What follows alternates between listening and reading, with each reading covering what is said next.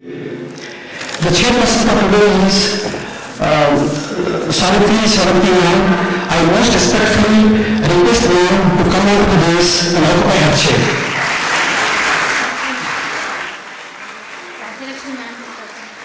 I request my faculty, Ms. Valedictory ma'am, to present a sapling to our guest.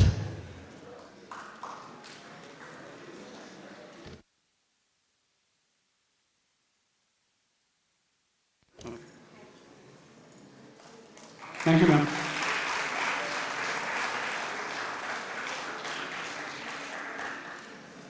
And now, today's keynote speaker is Honorable Sri K. Padmanabha Garu, retired civil servant, former Home Secretary, Government of India. With great reverence and humility, I request sir to please come onto the dais and occupy his chair.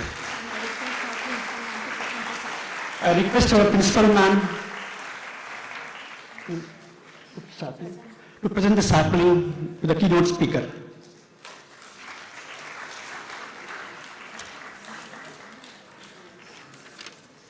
Now you come with the team.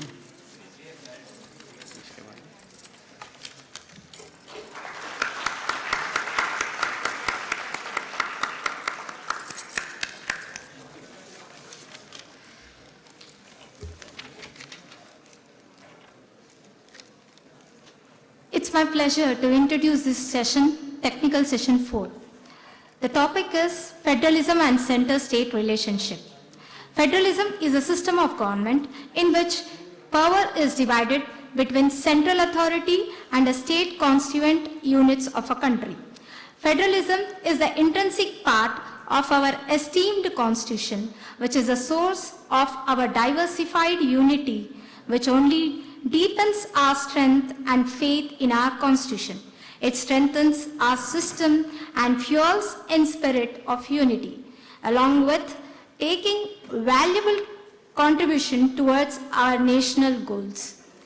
Federalism is essential for a stable running and smooth functioning of our country. It constitutes towards a progress growth in a country's economy and helps succeed in fulfilling the visions of our country. The tireless contributions to the idea of federalism is finally rewarded and honored by our Constitution, by making it one of the most powerful tools in our country.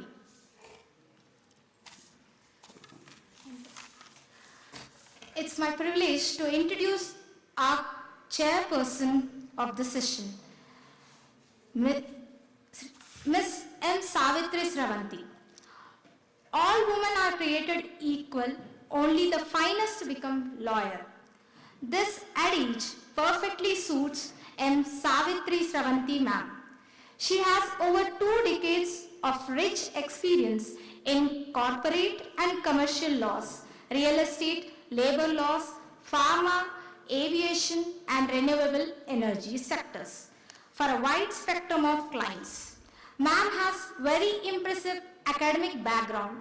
She secured not only first rank but also gold medals in both Masters and Bachelors of Law. In addition to this, ma'am also holds PG Diploma in Cyber Laws and IPR from prestigious Hyderabad Central University. Besides, Executive Certificate in Sexual Harassment Prevention and Workplace Diversity from the National University of Juridical Sciences, Kolkata. She counsels corporates under employment and labor laws and also advises individuals on wills and testamentary matters. Ma'am is adept at negotiating, drafting, and finalizing complex documentation. Ma'am is an external member of anti-sexual harassment laws in companies and educational institutions and regularly conducts mergers and acquisitions and provides general advisory work in specific laws. Last but not the least, ma'am is registered with Bar Council of Telangana and practices in the High Court for the state of Telangana and other courts, tribunals in the state. We welcome you, ma'am. Thank you for your esteemed presence. Now I request Savantri ma'am to address the gathering. Thank you, ma'am.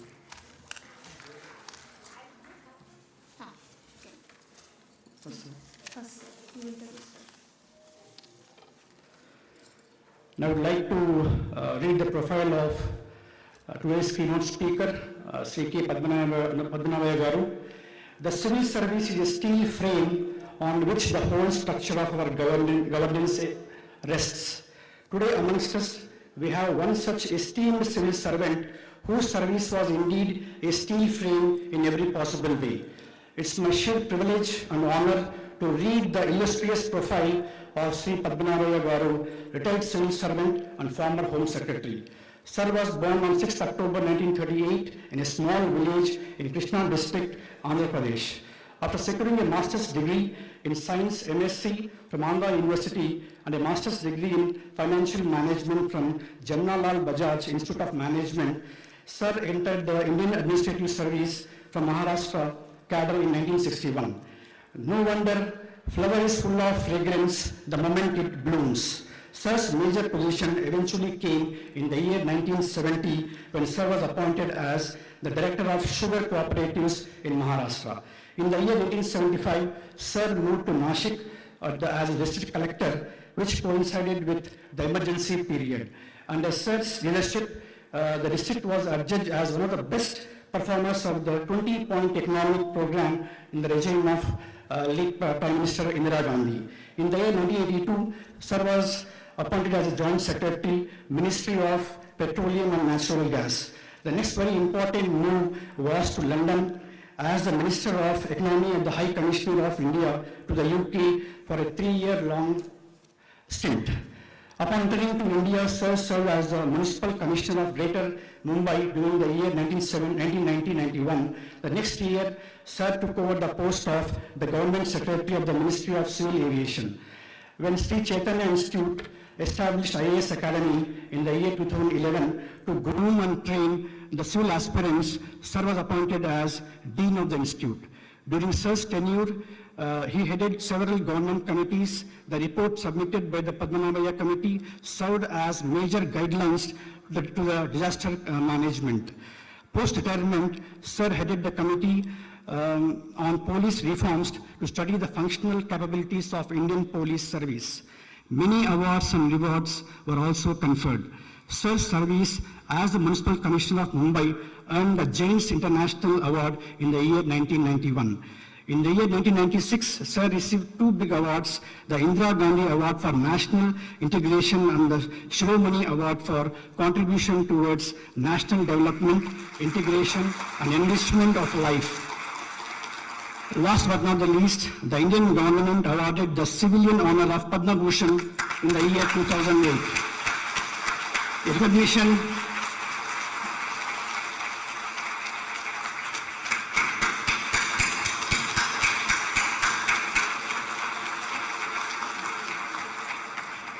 Sir, this is a recognition which you deserve so richly by all means. We wholeheartedly thank you, sir, for your valuable presence. In all humility, with folded hands, bended knees, and in gratitude, I invite you to please address the gathering.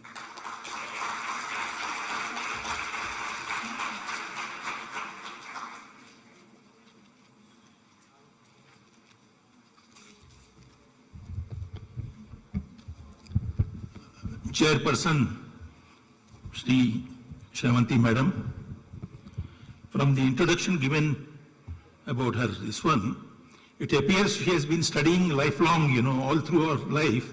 She has only been a student. So the amount of degrees and certificates and all that she got is phenomenal.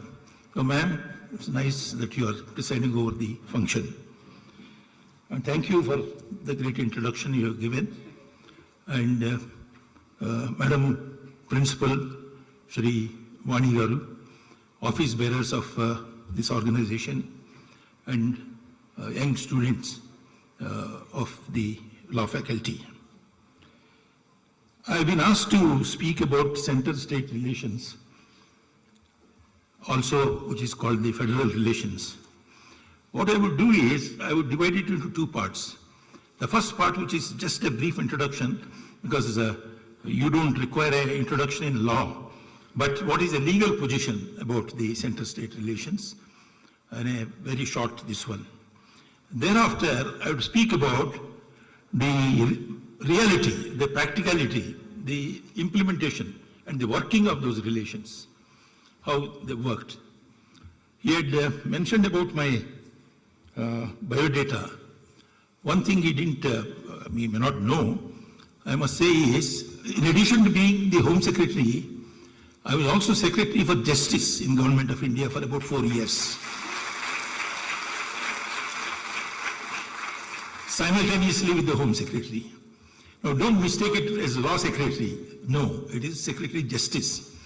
That is about appointment of judges and all those things, a routine matter in a way, but also important. So I have some smattering, some knowledge of law, but otherwise I am not a lawyer. So I would do that. First thing I want you to understand is the word federation does not occur anywhere in the Constitution. It's not there. Two, in the earlier years, there was a lot of debate, early years of our nation, as to whether India is a federation or whether it is a unitary state. So that debate has now settled down that it is a federation with a strong center. That's there.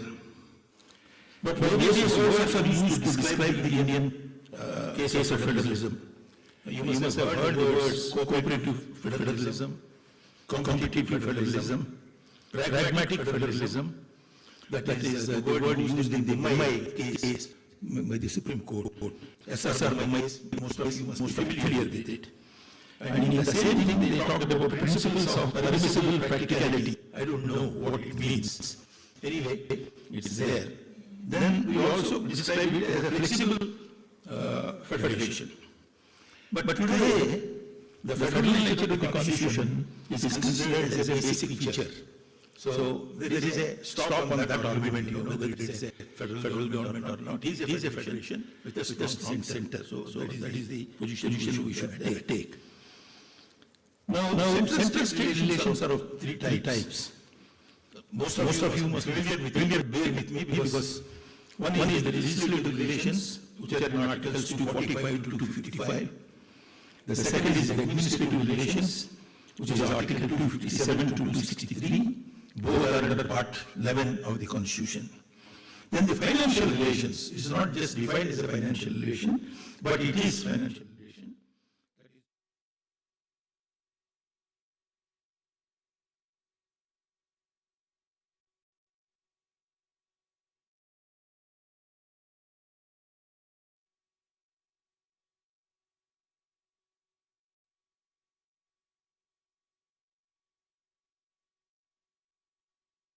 What subjects. Then, for the funds which are collected by the government of India, most of the funds, taxes are collected by the government of India, and they distributed to the various states. There is a mechanism called the Finance Commission. Now, the Finance Commission is provided in Articles 280 and 281 of the Constitution. Till now, about 15 Finance Commissions have been constituted. The 16th has just been recently constituted. Now, it looks after the distribution of what are called the statutory grants, which are being given by the government of India under Article 275, based on the Finance Commission's recommendations. In addition to these, there are certain discretionary funds also, which the government of India gives to the states. They are mentioned in Article 282. Now, earlier, the Planning Commission was there. The devolution of funds, the discretionary funds used to come from the Planning Commission. Now, Planning Commission used to play a major role, and I remember when the Planning Commission sits in session, one after the other state delegations would go to Delhi. All hotels would be full with the state delegations. And all newspapers would be full of talk of Planning Commission, approved their plan, and then agreed to release this amount of funds. It's a question of begging. Give us more funds, give us more funds, and all that. So that story used to go on. But I must tell you, this Planning Commission was not a statutory body. Constitution तो नहीं, is not there in the constitution, even the statute was not there, it was a body created by the government of the time. Now that has been replaced by what is called the Niti Aayog, which is in the same position. It's neither a statutory body nor a constitutional body, but it recommends and gives certain funds and all that. So this is the legal position. There is still a little more to understand the center-state relations. The center-state relations, there used to be a lot of problems.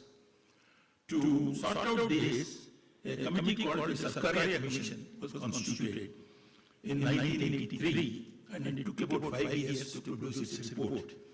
Government of India commissions always take 5 years. It's never less than a 5-year business, you know. So 83 to 88, and they wrote center-state relations, the SARDAR Commission.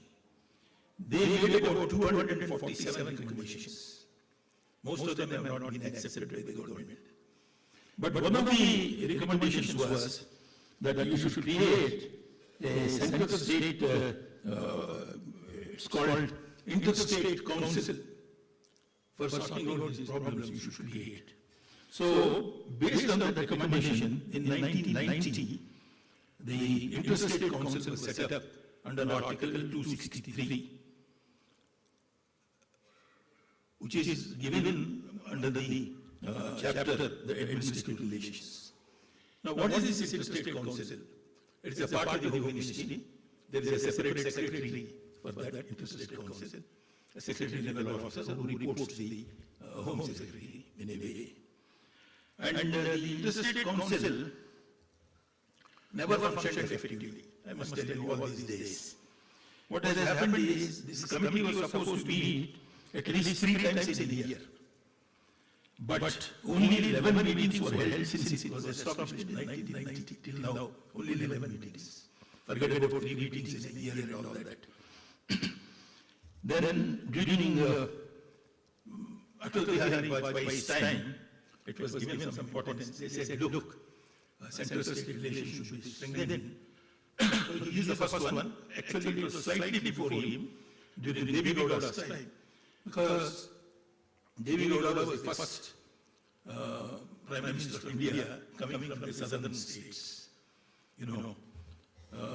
So, he was a purely local leader, you know, confined his knowledge was only for Karnataka. He didn't know much, he didn't know Hindi at all. To rule in Delhi, you require knowledge of Hindi.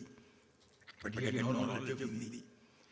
Aside, I don't know whether I should be delegate, he would tell me, Padmanabhaya, I don't know Hindi. Had I known Hindi, I would have made mincemeat of all these fellows. Lalu Prasad Yadav lines and all that. That's what he used to say. So, not to be quoted, I hope there are no journalists here. So that is the situation. During this time, it became active. There was a first communist Home Minister. I'm forgetting his name, from Bengal. If somebody remembers, he was a lawyer, he was a barrack law from England. So he was the first Home Minister in that,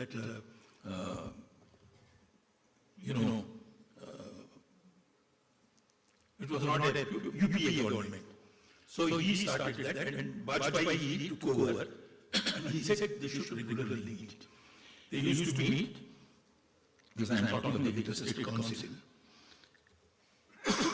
And a standing committee under the Union Home Minister, under his chairmanship, it was set up in 1996.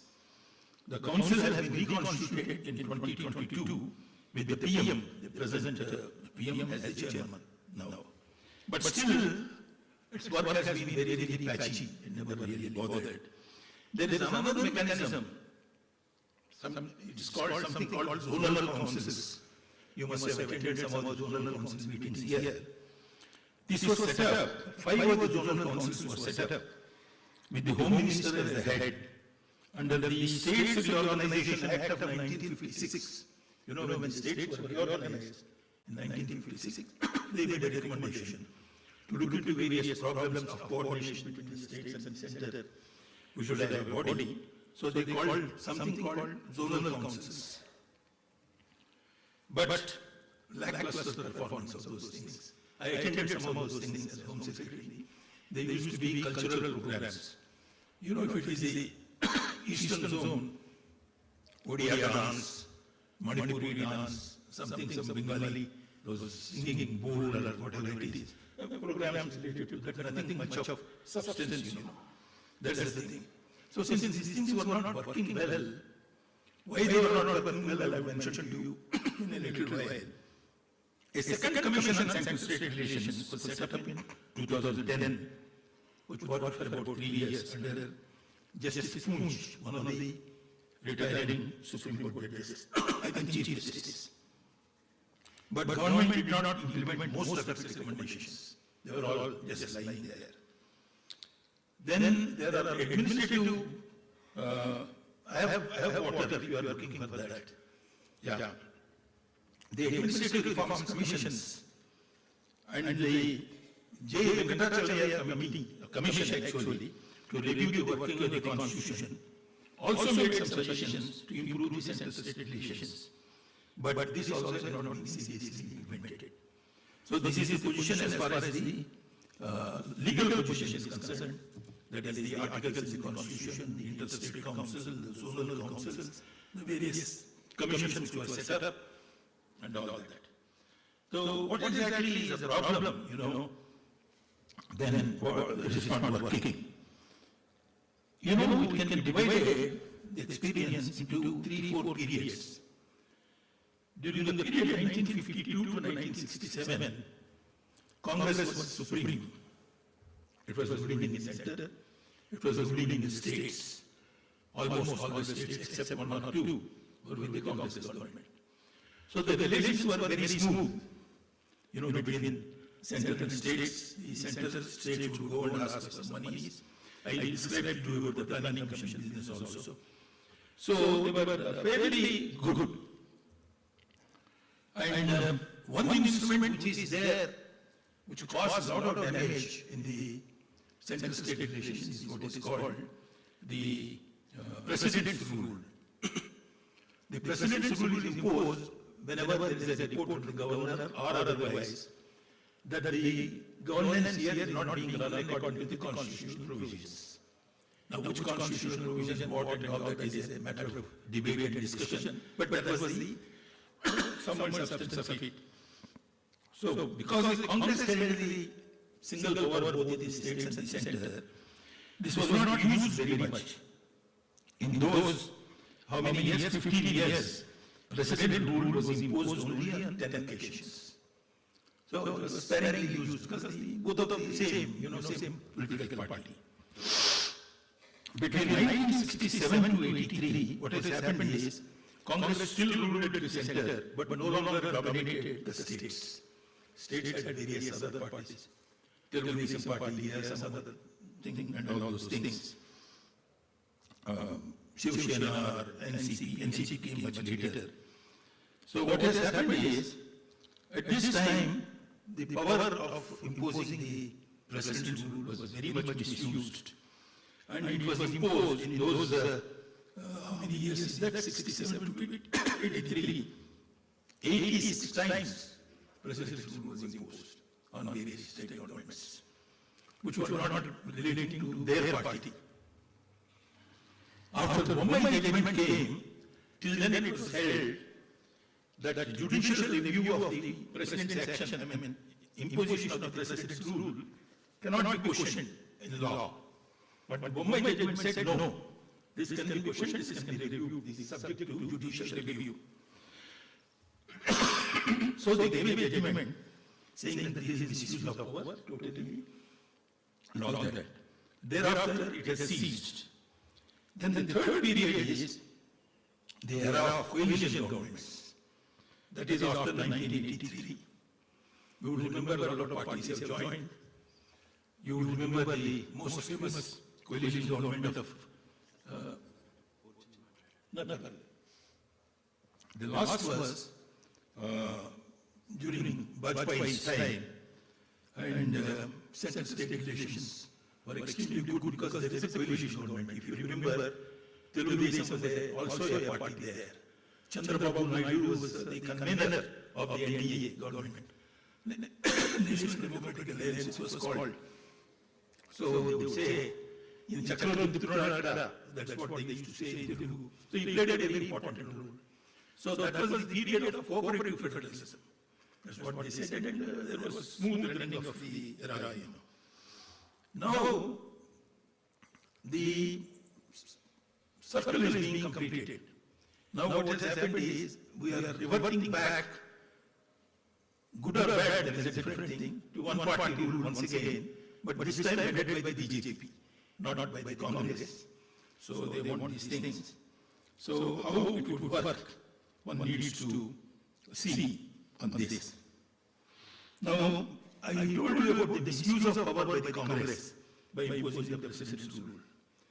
But the tendency I see the new government, with the BJP there, and with the various other state governments, you would have seen in the newspapers many instances of encouraging defections from the other parties, the opposition parties or whatever are there, just take away some of those people, the use of coercive tactics like the Enforcement Directorate, the CBI raids, and all that. They are common. You have read in all the newspapers, So you should draw your own conclusions, whether this is right or where we are heading. Incidentally, in the past, whenever governments changed the center, they used to change the governors wholesale. When the Janata government came, they said all governors should resign. Then when the Congress came back, they said all of you must resign, or you will be dismissed. Things like that used to happen,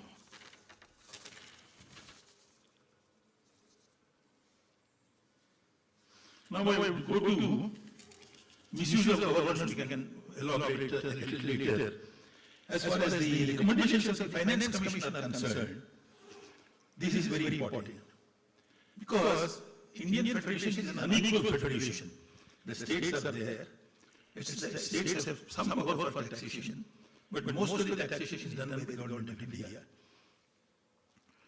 Today, what has been left with the state government are essentially some entertainment duties there on the cinema halls and all that. That apart, land revenue does not exist any longer. So the two important ones are the taxes on liquor. That's why liquor policy becomes very important, to the states. And the other one is on the fuels, petrol, diesel, kerosene, aviation fuel, and all that. These are the two. But otherwise, the balance is most of the taxes are collected by the government of India, or on behalf of the government of India by the state governments. So that is the position. Now, what does the Finance Commission do? I told you about 15 Finance Commissions have been there. They talk of what is called a divisible pool of taxes. All the taxes collected by the government of India, they are all put, presumably into a kitty, and that is to be divided between the states. That is called the vertical devolution. How do you do all that? Now, this has ranged. The last Finance Commission has recommended a vertical devolution of 45% of the divisional pool. 41%. It started with about 20%, some 4 years and 4 Finance Commissions ago, and slowly increased. So on the division, the taxes collected by the government of India, 41% have to be given to the various states for their purposes. But in actuality, what happens is, what is this divisible pool of the taxes collected? But the government of India invented a new mechanism called cess and surcharge. Some of you who are income tax payers would know, after the income tax is calculated, there is surcharge and cess and all of that. And when Bangladesh refugees came, we had a cess, Bangladesh cess, the cess, education cess, there are so many cess. Now, the rule is the cess and the surcharge do not form a part of the divisible pool. You increase the tax, that increases tax, yes. But you increase the cess and surcharge, that remains with the government of India only. It does not form part of the divisible pool. So these are all tricks created by the center, you know. So what has happened is, even though 41% of the divisible pool has been recommended by the Finance Commission, but actually what has been released, forget about cess and other things, but what has been released is only 38%, not 41% as recommended. But secondly, as I said, if you exclude the if you include the cess and surcharge which has been increased in that particular period, actually it comes down to 32% only, from 38 to 32%. So the recommendation is to give 41, but only 32 comes to the states. The states keep on howling. What is this? You are doing a lot of injustice. Then there is something called horizontal devolution. In the sense after the center gives states one pool, it must be distributed between various states. That's called the horizontal distribution.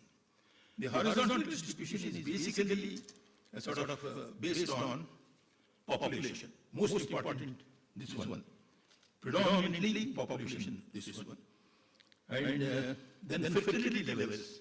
Means how is the population growth is increasing, have you controlled it, not controlled it, and all that. Income level, present income level of the states, and the geography. Are they hill states? Are they forested states? Desert states? Something like that, you know. But the most important, as I told you, is the population. Now the argument of the southern states are, look, we have controlled the population because the India population was growing very much. So family planning was adopted. You know the family planning programs and all that. It's a different thing that today people are talking of a 3-member, family, a 3-children family, very recently. But otherwise we were cutting it down. Mostly the southern states have controlled the population growth, and their population also is very less. So the complaint is, because you take population as a basis for distribution of these taxes, most of these taxes go to those states where they did not follow the family planning, this one, and also just growing, the population. So those states which have effectively well administered themselves, you are not supporting them, you are giving to the states which could not run their administrations properly. Now I will give you some figures. Before that, one more, this one I wanted to tell you. The cess and surcharge I told you is not a small amount.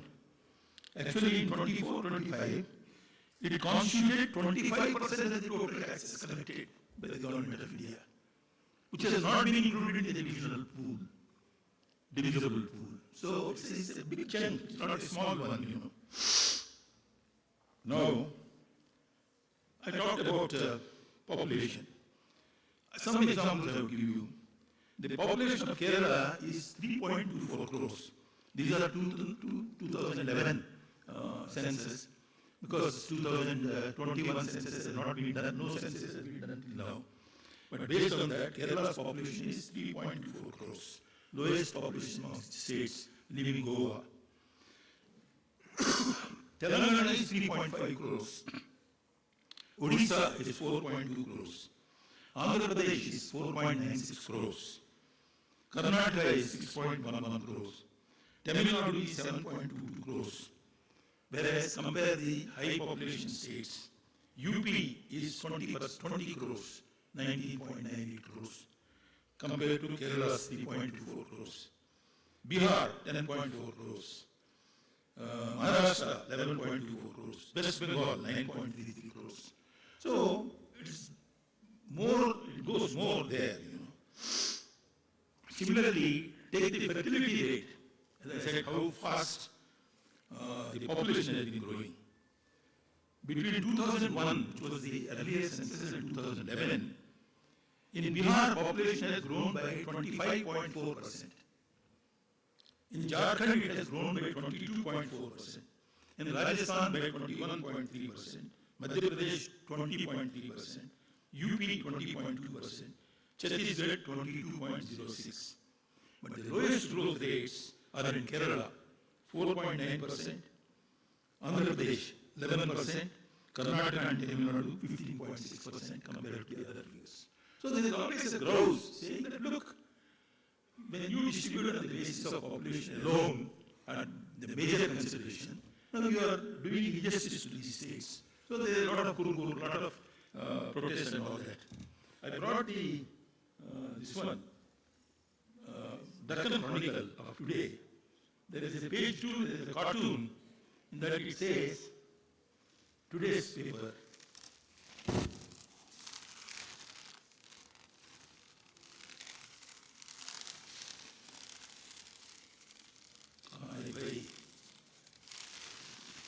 Yeah, about 8 fellows are standing in a queue at the Prime Minister's door, not Prime Minister, Finance Minister's door. So the fellow queue is telling there, go and stand there. This is the queue for chief ministers from opposition ruled states. So they have to go and beg for the funds, you know. So give us more funds, give us more funds. So this is quite topical, you know, even today that is happening. So this is the position. I don't say that there is entire truth in what these people are saying. There is some truth.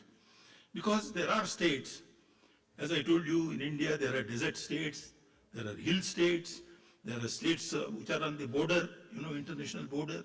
They need to be taken care of. But how? You know, justice should not only be done, but it should appear to be done, you know. That's very important. Now, some states complain that they receive less money from the center than what they contribute as tax. Because I told you, the total tax pool, the states also collect taxes on behalf of the government of India. For example, Tamil Nadu received only 29 paise for each rupee that the state has contributed to the center's exchequer. That means you contribute to the government of India about, because of the constitutional provisions, 1 rupee, but out of which only 29 paise comes back by way of devolution. Whereas Bihar gets ₹7 for each rupee it contributes. So more developed states with better governance are being penalized by the center to help states with poor governance. This is the argument, you know, from the other side. To sum up, there are various. Now, okay, why is this happening?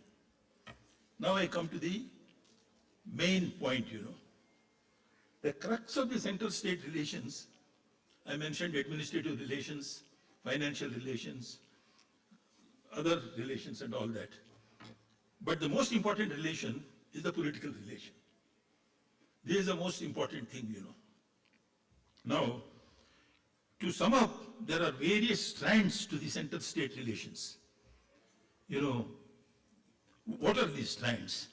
For example, cooperation, competition, 2, 3, dependence, 4, autonomy. These are the 4 areas where there is a conflict takes place. The first 3, for example, cooperation, competition, and dependence, why do they do that, the states? For political support, for getting more resources from the center, get more projects. There are what are called national projects. You have to go and beg. Then they would say, convert one of the projects as a national project. Can somebody tell me what is a national irrigation project in the Andhra or Telangana area? Polavaram is a national, this one. Of course, money is not flowing freely. So if there is a big project which the state government cannot do, or which is very important for the state government, if government of India decides that it should be declared as a national project, so they call it a national project. There are many national projects, but in the south there are not many. One is the national, this one. Telangana, I am not aware whether there is any national project. So, why do the states cooperate with our dependence or competition between themselves is for political support, as in the elections and all that, resources deployment, projects, especially national projects, some investments, you know, foreign investment comes, where it should be located. You know, one complaint of Maharashtra, it has nothing to do with central-state relations, but I'm just mentioning, they have been howling that whatever comes to Maharashtra is taken away to Gujarat. That's what they keep on saying. There may be some truth in that. And for technical know-how, basically when you have foreign collaboration, technical know-how is there. That is passed on to the states. And then something else I have written here. And also security. Some states require a lot of security. Border states especially are states where there is problems, So for these things, most state governments tend to be cooperative with the government of India or dependent on that. The autonomy, to sort of counterbalance this, most states also want autonomy. Why do they want autonomy? This is for socio-political identity. Now, we have 22 or whatever it is languages. Our cultures are different. Maybe we are all Indians too, but then our cultures are different, our problems are different. And, Andhra and Telangana were together. But Telangana said, our astitva, our culture, this, that, and all that. So we need to be separate. Now, government of India have separated it. So, that individual identity, that socio-cultural identity, political space, these are all political fellows. They want to be also in the governance. Why only one party? So that's what they think. Economic policy and development suitable to their state and their conditions. And then, based on its natural resources, some states are very rich in minerals, coal, iron ore, and the tragedy of Jharkhand is, Jharkhand is one of the most rich mineral state in the country. In the world, Africa is the most resource-endowed continent, but it hasn't developed. Why? Because it has no technical know-how, it has no funds. The other fellows have exploited, took the natural resources and used. Similar is happening to Jharkhand. One of the richest states in India in terms of mineral resources is Jharkhand. But why is it so poor? Because they have no projects, they have no funds, there is no support properly. This is what happens. So,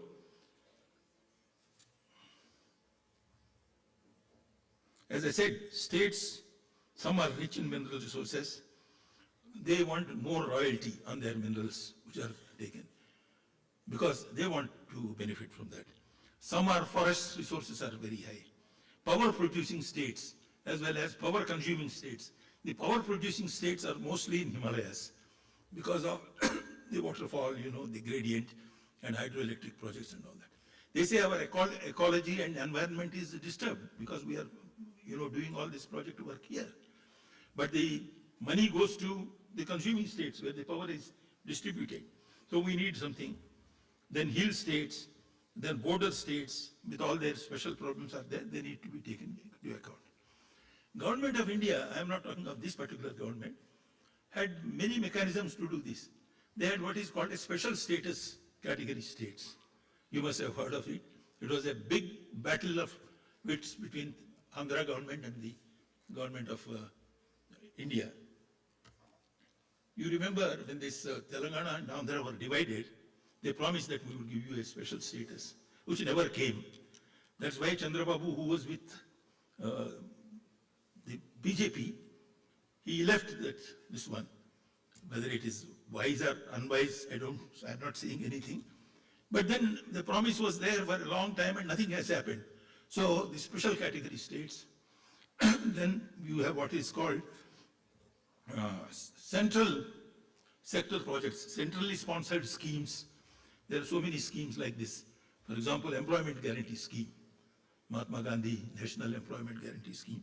Like that, Prime Minister's Awas Yojana, and then Prime Minister's Gram Sadak Yojana.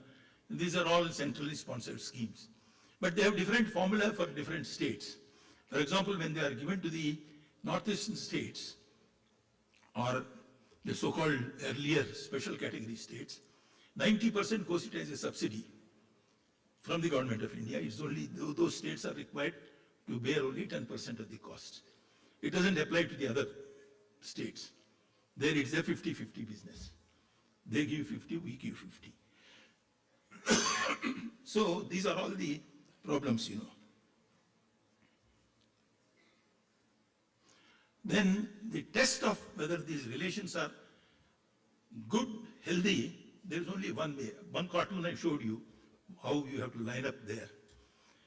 Chandrababu Naidu, when he was Chief Minister of Andhra Pradesh and also convener of the NDA, one day I was telling him, sir, talk to the government of India, they might, help you out. Then he said, what are you talking about, government of India? Where is government of India? They have nothing to do except giving funds. What else do they do? He has said, in disgust.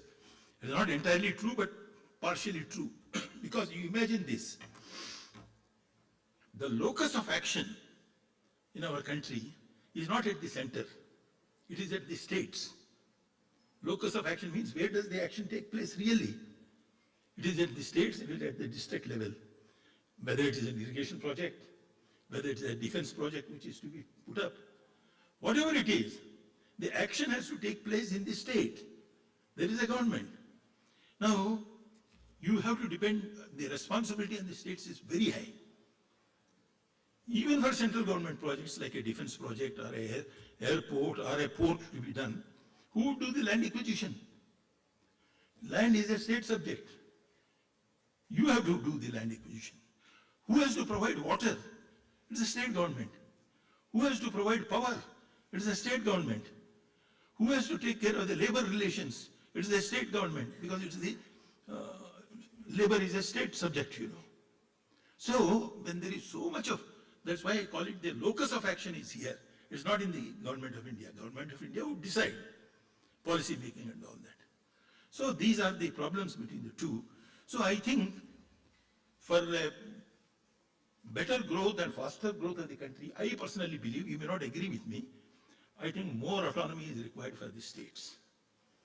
But then it is not being done, either by the Congress or by the BJP. Now, in the Constitution, look at the Constitution and the reality. They said the funds have to be delegated not only to the state level, they should be delegated to the third tier of, what is called decentralization, Zilla Parishads and municipal corporations. There are huge sections which are provided in the Constitution to do these things. But now no money flows from there. Or if money flows, the state government sit on that. So state governments also are at fault. So on some excuse or the other, you don't release funds to the municipalities or to the Zilla Parishads. So this so-called democratic decentralization is not functioning very well, unfortunately. So that is a position.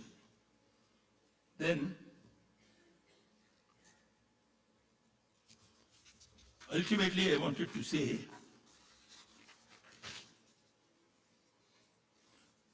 except in the double engine states, as the Prime Minister is fond of calling, if there is a BJP government here, if there is a BJP government there, bhai hai, so chalega, that type of thing.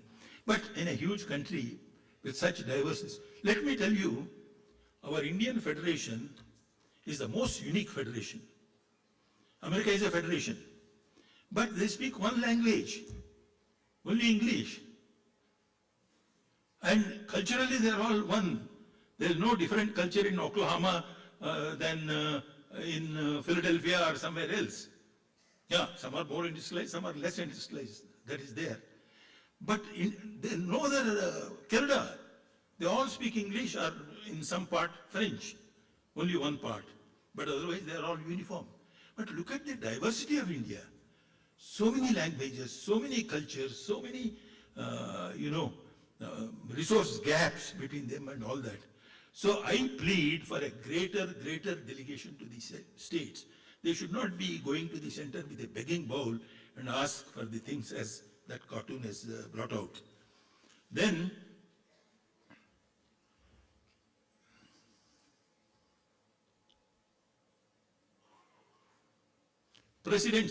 governor's role. What is the role of governors in this state? At one time, Constitution only says it should be an Indian citizen above the age of 35 years. That's all. There is no other qualification that is mentioned about the governor. Anybody can be appointed who is above 35 years and is an Indian citizen.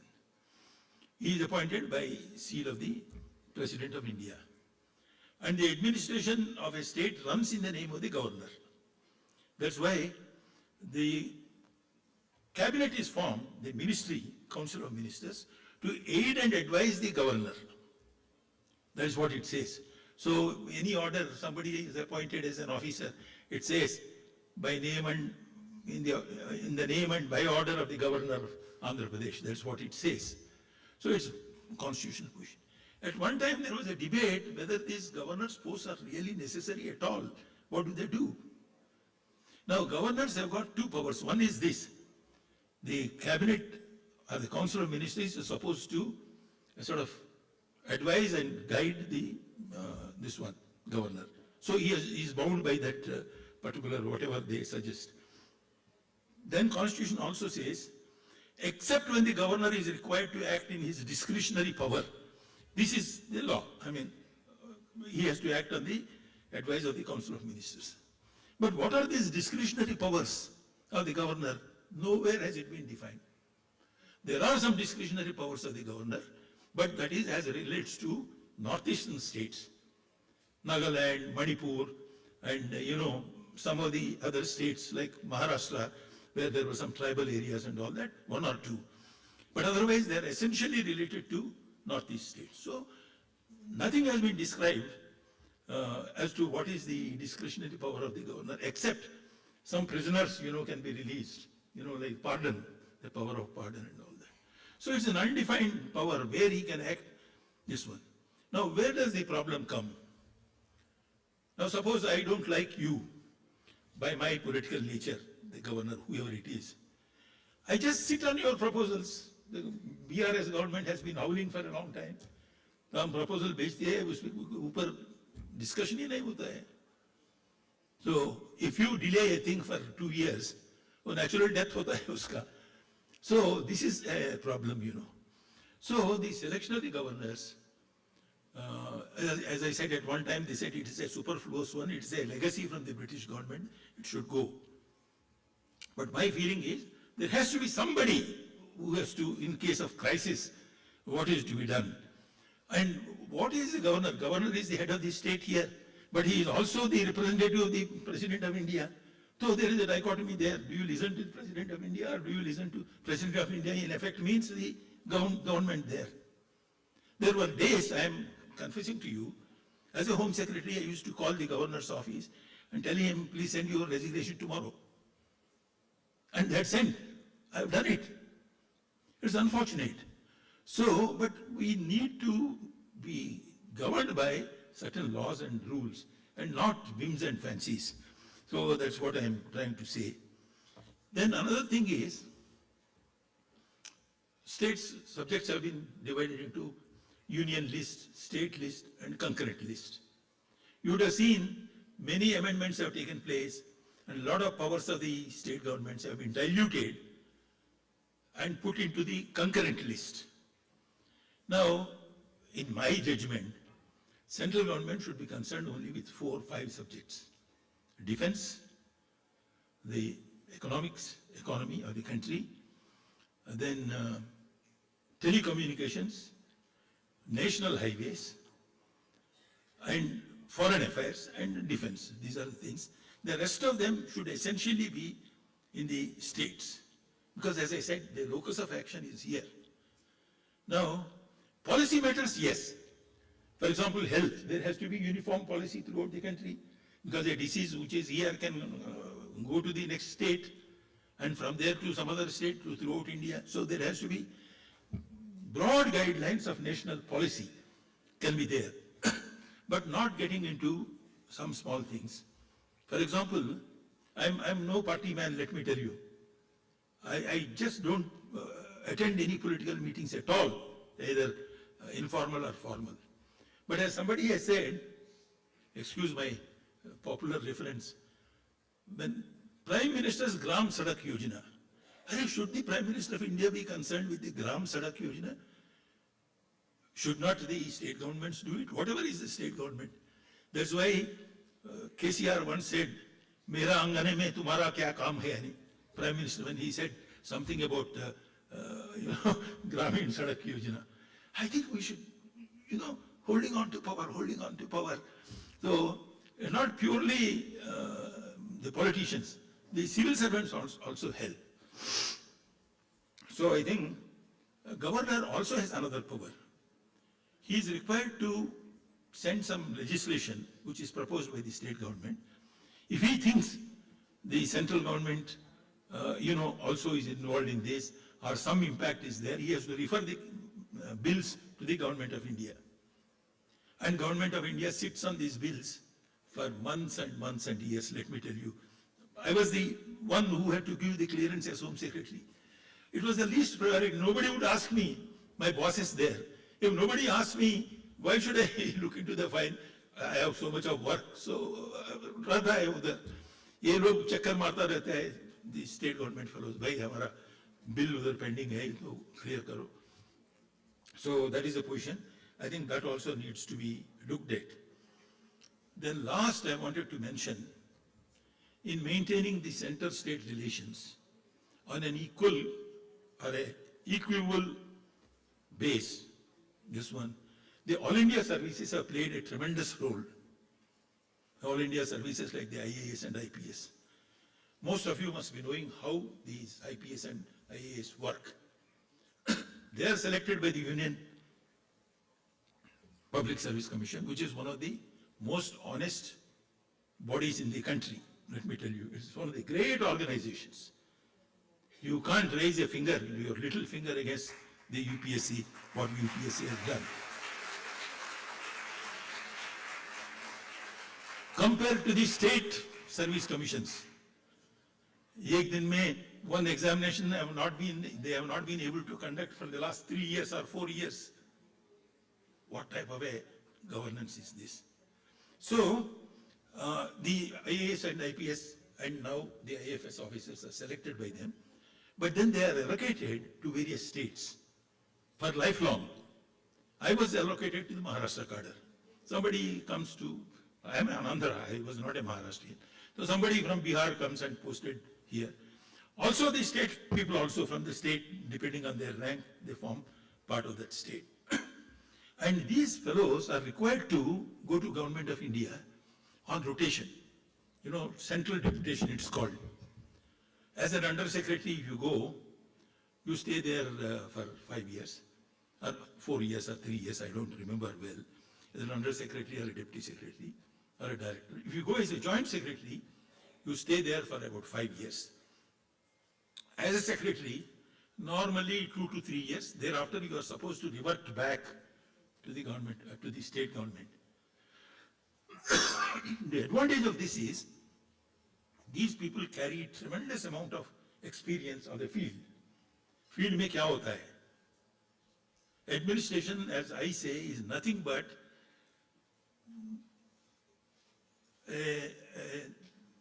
assessment of the ground situation. Whatever is the ground. If you are in the medical area, what are the medical problems? If you are in the forest area, what are the problems?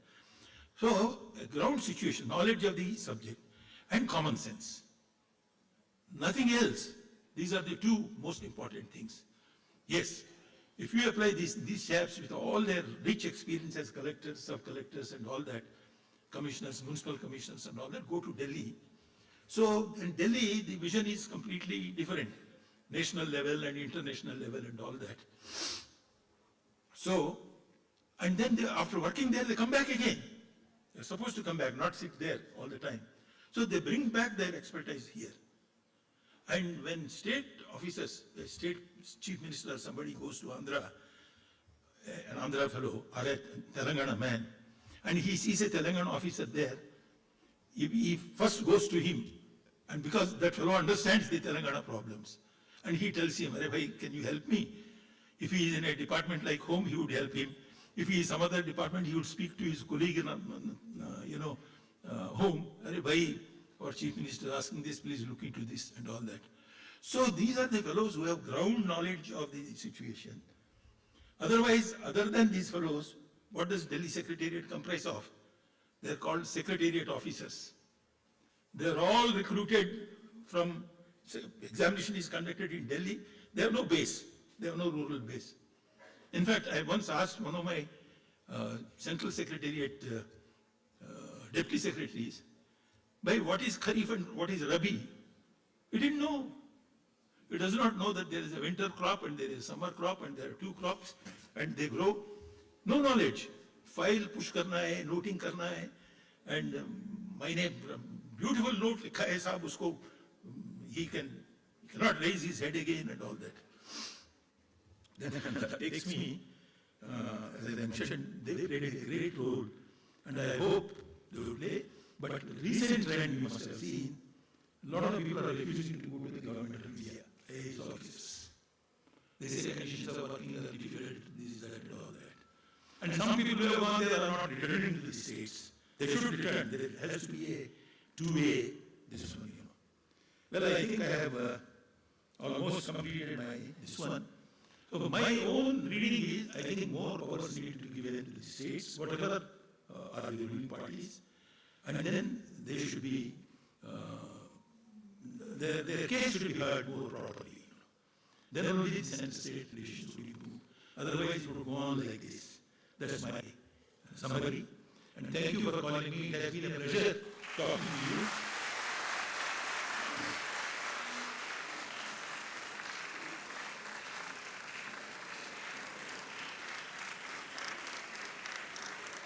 And if you have any questions, a few questions I am prepared to answer. Thank you.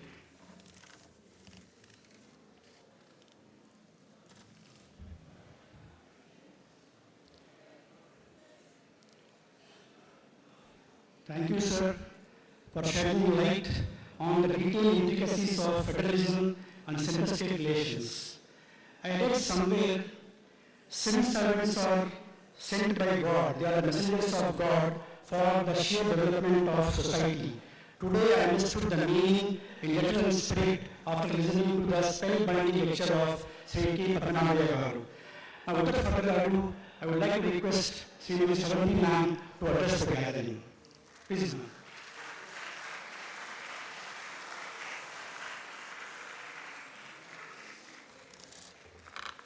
Good afternoon or good evening is not the right time to say good morning because we just awakened by the speech or the experiences sir has shared.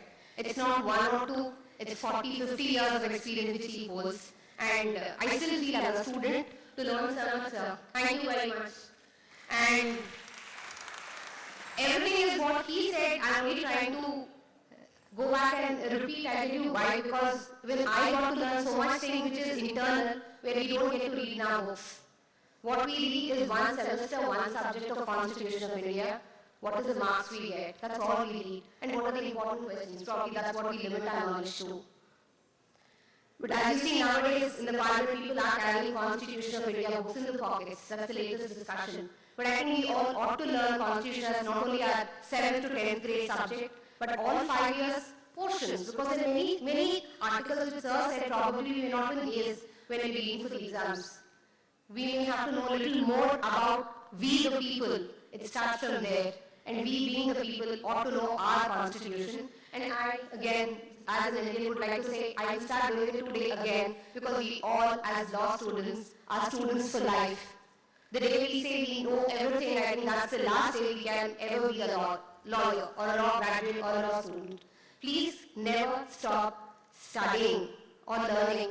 This again I can go back to sir again and say, he could have said, I retired 20 years back, is what he can say. But he is still talking about current politics, current issues. He's speaking about KCR, Chandrababu Naidu, BJP, Pradhan Mantri Awas Yojana, everything which is up to date.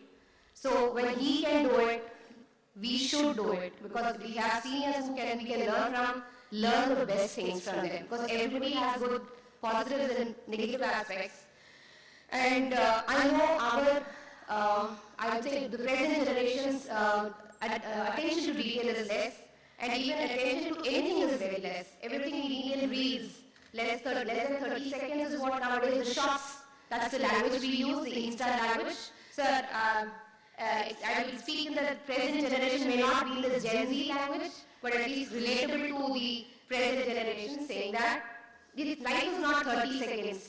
Life is 30 years, at least of working life. Because we have other responsibilities as a human to take care of the parents as well as the family. But never give up your career. Constitution is the bedrock of our nation. Never stop understanding the nitty-gritties why it was done by our forefathers. And this is a topic of our parliament. Please look at the parliament discussion which is happening, with the session which is happening, and it is really very interesting to listen to our speakers, everybody speak also. There are many things which I learned when Sir said Rabi and Kharif, which we do on a day-to-day basis. We see these documents to understand the Fasli calendar also. Are you aware of what Fasli calendar year is? None, right? So the same thing, sir. We still write 1357 Fasli, which should be Gregorian calendar is what we look at, the 2024 calendar. But there's something called Fasli. I would not reveal the answer. As Sir said, Rabi and Kharif are crop seasons, July, August, April to March, whatever they are, giving the harvest season as well as the crop season. But putting that aside, go back and do an introspect. What is Fasli? Why does our old enactments have 1357 Fasli? Why is the Fasli period given? Because only when you are inquisitive to know, you will not learn by yourself. Otherwise, it's easy to go Google it and get it. But that's not the only way to go, and that's not the only place to go. I was looking at the brochure, I said center-state relationship, as I said, 1 hour, so has covered everything, every aspect, center-state relation, external, what the article says, as well as what he has done being a Home Secretary to everything. And then, overlapping, he did give out certain snippets where he says there are loopholes which need to be looked at. Probably we hear him, may not know, we may listen him, but may not hear. To that extent, it doesn't go. It all, thereafter, implementation is the most important thing. There are many acts which are enacted but never implemented. All the councils or the laws which we are hearing for some time, nothing has been implemented. Enactment doesn't start at making laws. The implementation is the most critical aspect for it to be actually looked into, to see how it can be enforced. Then only the entire life cycle of an act is fulfilled. Then Sir also discussed about interstate disputes. When you say disputes, is a disagreement, as we can call it so. There's so many aspects which are power, water, land. Land is one such important thing. I'm sure all of you all have heard the land prices in Hyderabad today, which was probably 1 lakh some 15 years back. Today is crossed to 100 crores an acre. I'm sure you all have heard that. Have you all not? So the land has always been a very valuable thing, but how value we're only trying to learn now from the real estate. So why am I speaking other subjects as well? Constitution is important, but lawyers will also have to know other aspects of law, be it real estate, corporate law, because we have many investments coming into Hyderabad or our state, and if at all you all are doing other areas of practice other than litigation, there are other laws as well. Find out what interests you, pursue that, but that doesn't mean that you should not know the other aspects of law. Today, master of all doesn't only make sense. You should also know everything. Every aspect of law you should know. The major laws, at least I would like to say that. All of you have started studying BNS also. That's part of your curriculum. And a comparative. Like laws are changing. Whatever the law was in 1956 may not be the law today, because we are changing with the need and the way society is changing. Likewise, we should also understand how we need to upskill ourselves to be a good student of law for life. And then coming to distribution of finances, sir, there's lots which I take and go with me on finances and taxes. We always keep paying money on surcharges and cesses, not knowing that doesn't make part of our earning to the state. So we'll always be watchful of what we are paying to that aspect. And what are the other areas other than the Constitution of India, which probably nowadays is I wouldn't say it's a fad or a fashion. People are also saying we would want to be a corporate lawyer. And in the crowd, how many would want to be a litigating lawyer or a corporate lawyer? Or you all are still thinking what you all want to do? No, you all are deciding your own career. You all can put your hands up, because maybe is never a question in life. Either it's yes or black, white or black, no shades of grey. Life is shades of grey. You all are not deciding what you all want to do. Wonderful to know somebody wants to be on the bench there? And how many are here trying to argue it for your client? You all are talking about yourself. You all have to have your own strength to speak for yourself. I wouldn't be the one. Speak for yourself. Nobody's going to. He wants to be an advocate. And now first question, how do you differentiate advocate versus lawyer?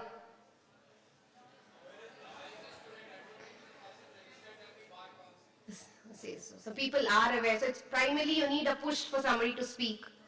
And we have a college like this to help us to say these kind of seminars are not very, very important. Not only the classroom sessions where your teachers teach your subject. That's only a tip of the iceberg. You yourself have to learn much more voluntarily. It's not one law series which you study and go for your exam. It's the plethora of authors who have studied, researched, and have written books. Please read them. It's only reading and not your Kindle or probably not your software books is where you read. Please go to your library, read the books, then only you understand with the case laws, because that is where the precedents are, that is where judges have differentiated what it is and what you have to learn. And the most important thing which I would also say is, coming to some kind of seminar like this is very, very nice for me to see so many students around, because we always sit, work for one client or two clients, finish that matter. But when you see youngsters, we feel energetic because we see the future of India. It is wonderful to see youngsters coming on a Sunday, listening to many speakers. I'm sure you have sessions throughout. It's wonderful to know, and I thank the college management for inviting me. And it's an honor to chair along with sir. Sir, thank you very much. And wonderful to be part of this session. Thank you.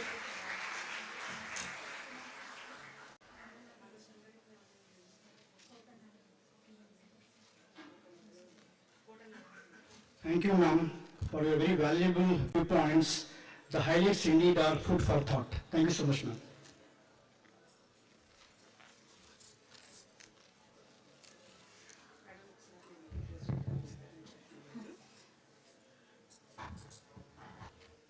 Good morning, all of you. How are you feeling? Energetic? These kinds of experiences are very rare. Listening to a Padma Bhushan and the experiences that Sir shares is invaluable, isn't it? What you learn in the class is nothing in front of the walking encyclopedias. So I am here to just share with you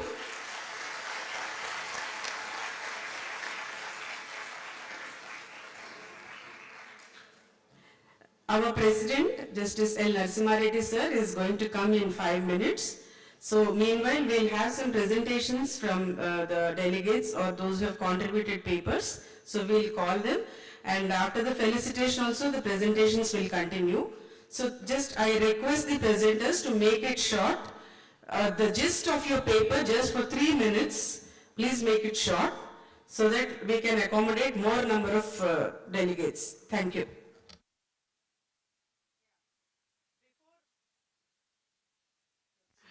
Before we start with our presentations, Sir said if there are any questions, he is glad to answer. Any questions? Yes, give him a mic, hand mic.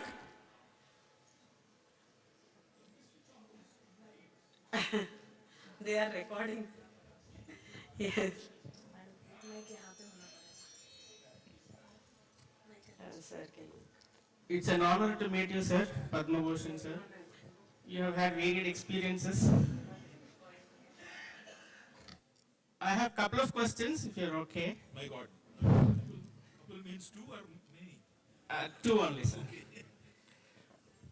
You are a 1961 batch IAS officer. Yes. And how has the civil services evolved over the few decades? And how much is it a lot more relevant? How is it keeping itself in the changes in society? You see, I would answer that. Please sit down. It may not be relevant here, but it is a general, information people would like to know. I think I would tell you a joke. A man has got in his spine, vertebrae 32 or 36 or whatever it is, the number. My science is not all that good. But people say for every year of service you do, one backbone that this one would disappear. What are they called? Vertebrae.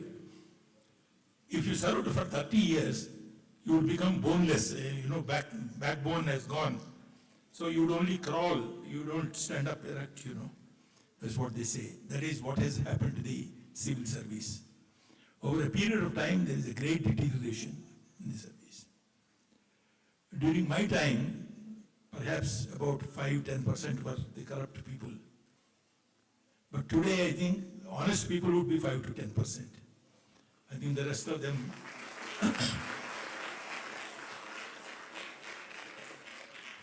And in some states, it's much higher. And I am ashamed to say that in these two states of Andhra and Telangana, the extent of deterioration is much more than many other states. The reason also I would tell you, the collectors of the districts here are treated like kings, emperors, some Kakatiya prince or something like that. That is not correct. There are civil servants. Do you know, in Maharashtra, please sit down, all these officers are called Naukarshahi. Marathi word for civil servants is Naukarshahi. I used to resent in the beginning, kya Naukar bolta hai humko, वगैरह वगैरह. But then I realized that they mean it. They say you are a civil servant, you are a public servant, So you behave like that. Don't throw about your weight and don't. And another thing I wanted to tell you is, I have held some very, very sensitive posts. I will come to that later. But I was director of sugar industry there. And during my time, Maharashtra produced the maximum amount of sugar and the best quality of sugar. In 5 years, I had set up about 50 sugar factories, new ones. But all was done by the non-officials, the farmers. I would pick up a good leader whose word is honored by the community. I would put him in the front. I would always be in the background. I would tell him, V.K. Patel Saab or some other gentleman, please, collect the share capital, enthuse these fellows to put up the sugar factory, grow better quality cane, improve the water resources, lift irrigation and all that.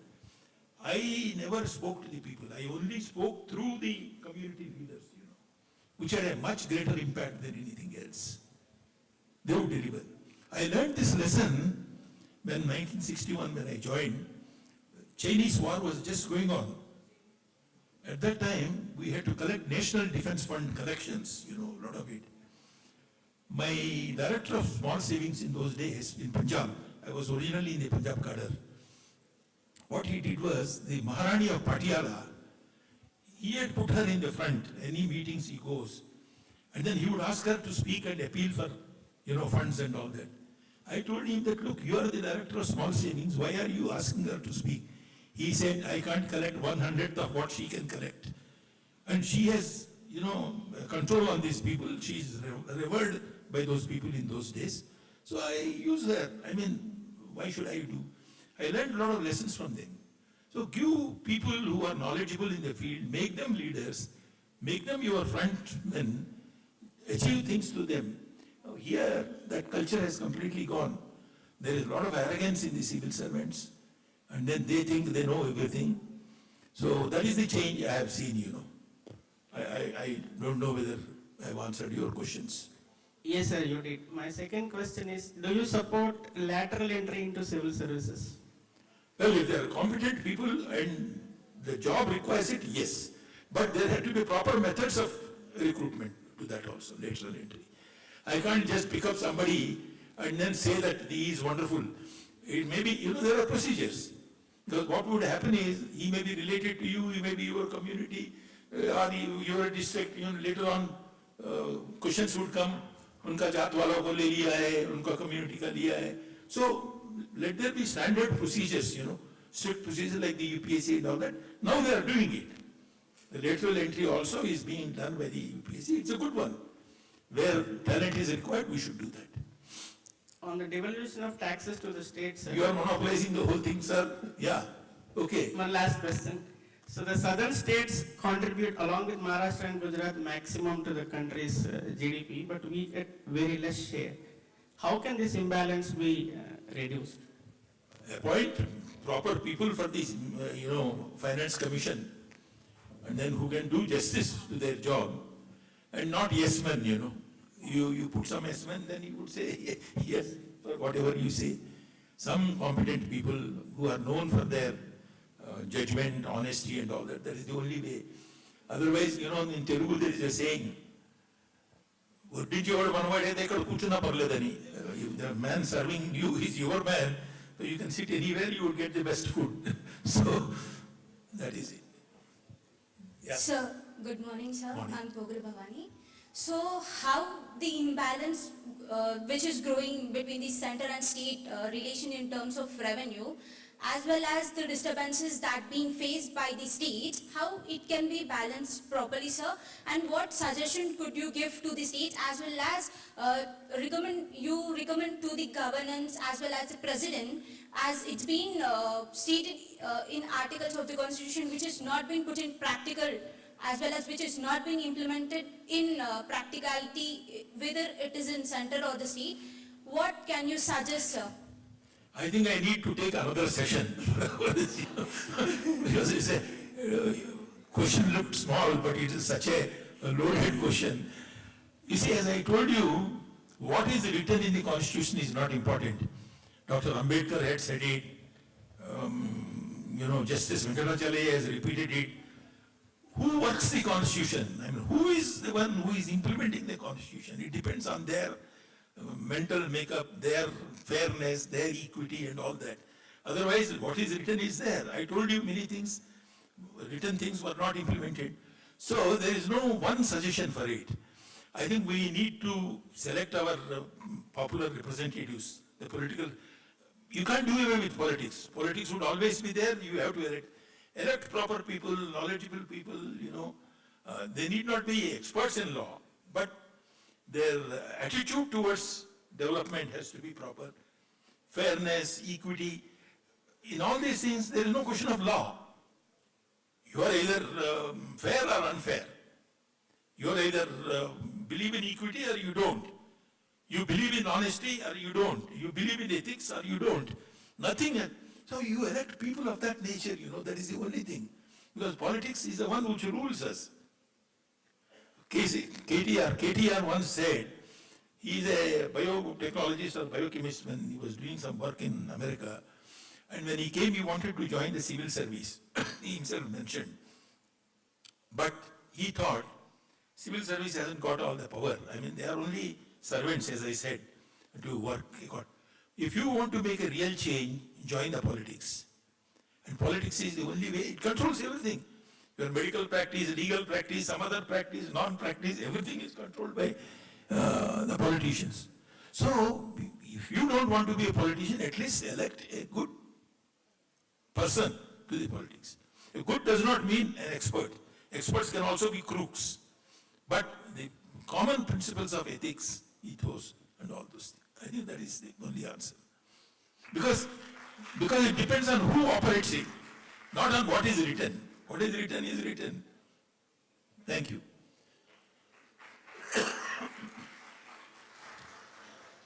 So, good morning once again. I'm very honored to welcome our President, Justice L. Narasimha Reddy Garu, onto the dais to felicitate the keynote speaker for morning session, Sri Padmanabhaya Garu.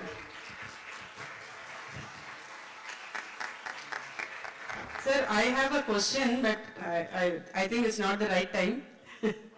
But my question is,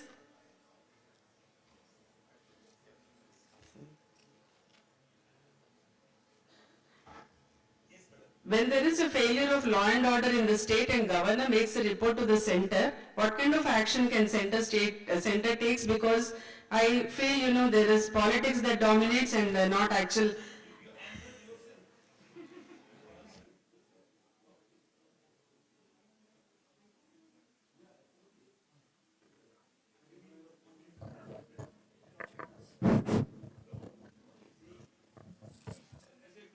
Why there were only 10 when Congress was ruling both in the state and the center, and why there were 86 when Congress was ruling, but the states were all with different parties. That explains. I mentioned all those figures, no? I think that is it. So, but thank God, that particular misuse has been completely stopped now with the BJP regime. But something else has started. No, it has not been imposed. President's rule has not been imposed yet. But there are other ways of controlling and screwing them. I mentioned to you. Yeah.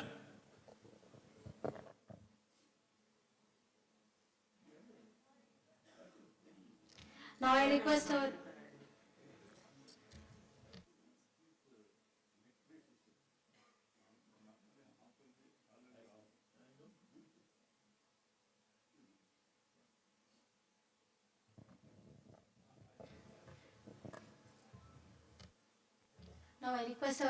President, Sir, Sri Justice L. Narasimha Reddy Garu, Sir, to address the gathering.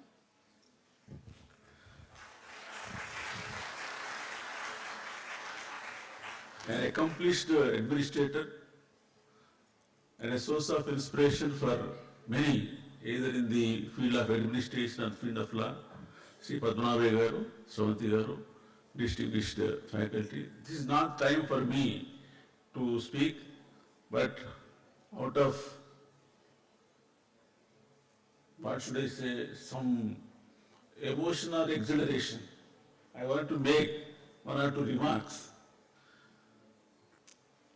I have seen many conferences or workshops or conventions, whatever you call, particularly in educational institutions. They start with a little enthusiasm, more enthusiasm. First session is over. Next session attendance is 75%. And if it spills over to the next day, we have to search for the persons even doesn't mind even all employees, whether class 3, class 4 are made to sit so that the hall is at least 1/4. And what a fascination it is to see here that in the second day session also the hall is full. People are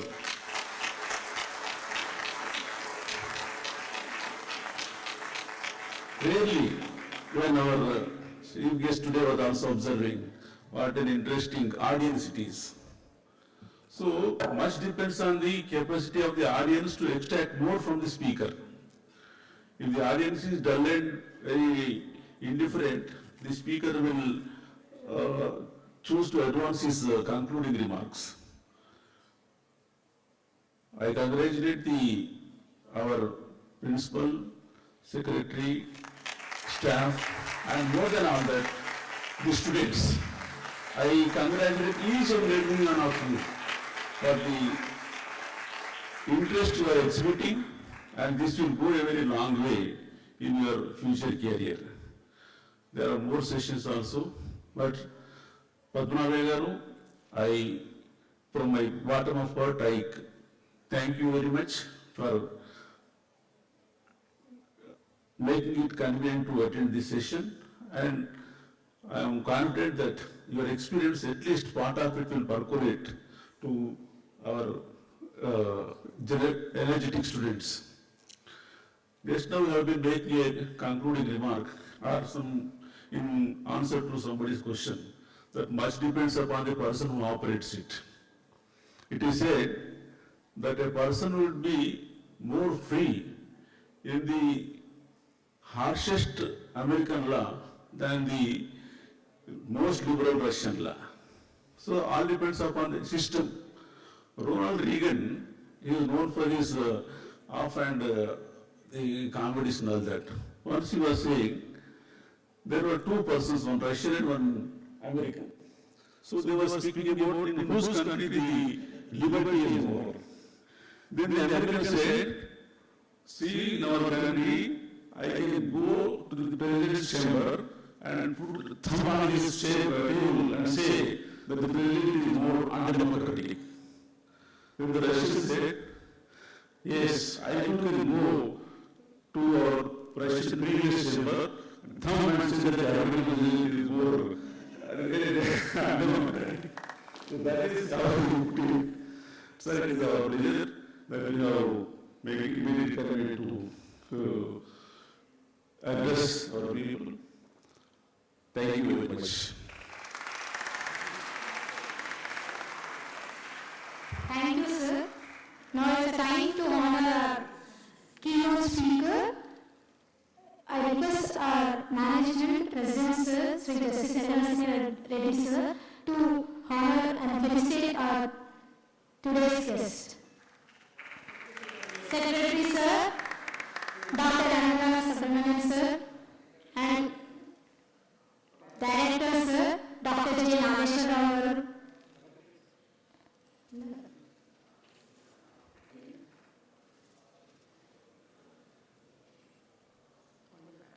All the faculty members to gather here onto the dais.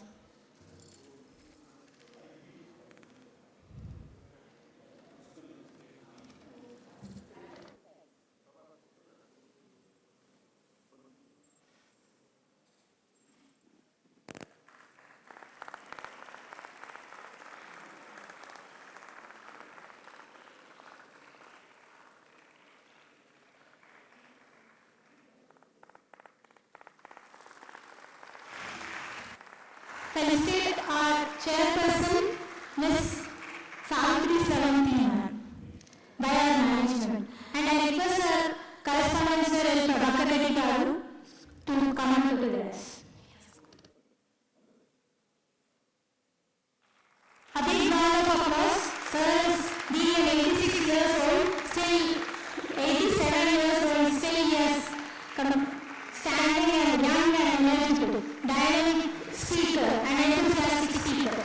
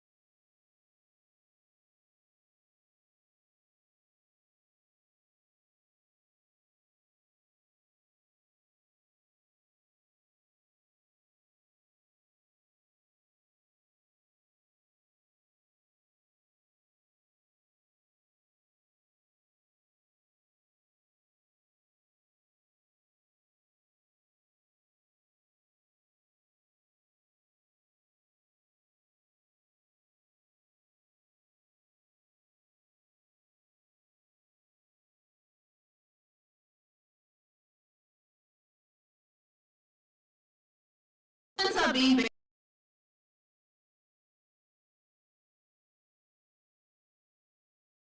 benefited, and we are even studying that is also being provided from the distribution of taxes and finances only. I'm not going in depth into the political point of view, but just only this little point of view, okay? So, in the second slide, this is my most relied quotation of Dr. B.R. Ambedkar. In whichever speech or seminar I am giving, this quotation will always the quote which I will quote. That the cultivation of mind should be the ultimate aim of human existence. So if you want to start any topic or if you want to study any topic, have your full mind into the topic. Study from in depth of the point, from where it starts, from where it begins or where it is initiating. So in the third slide, you can see, I have structured my presentation into the form of questions.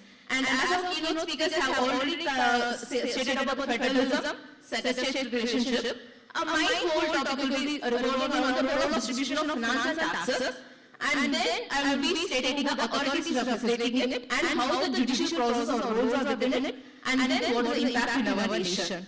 So in the fourth slide, you can see the federalism, as everyone stated, but I want to state one point, that is foedus.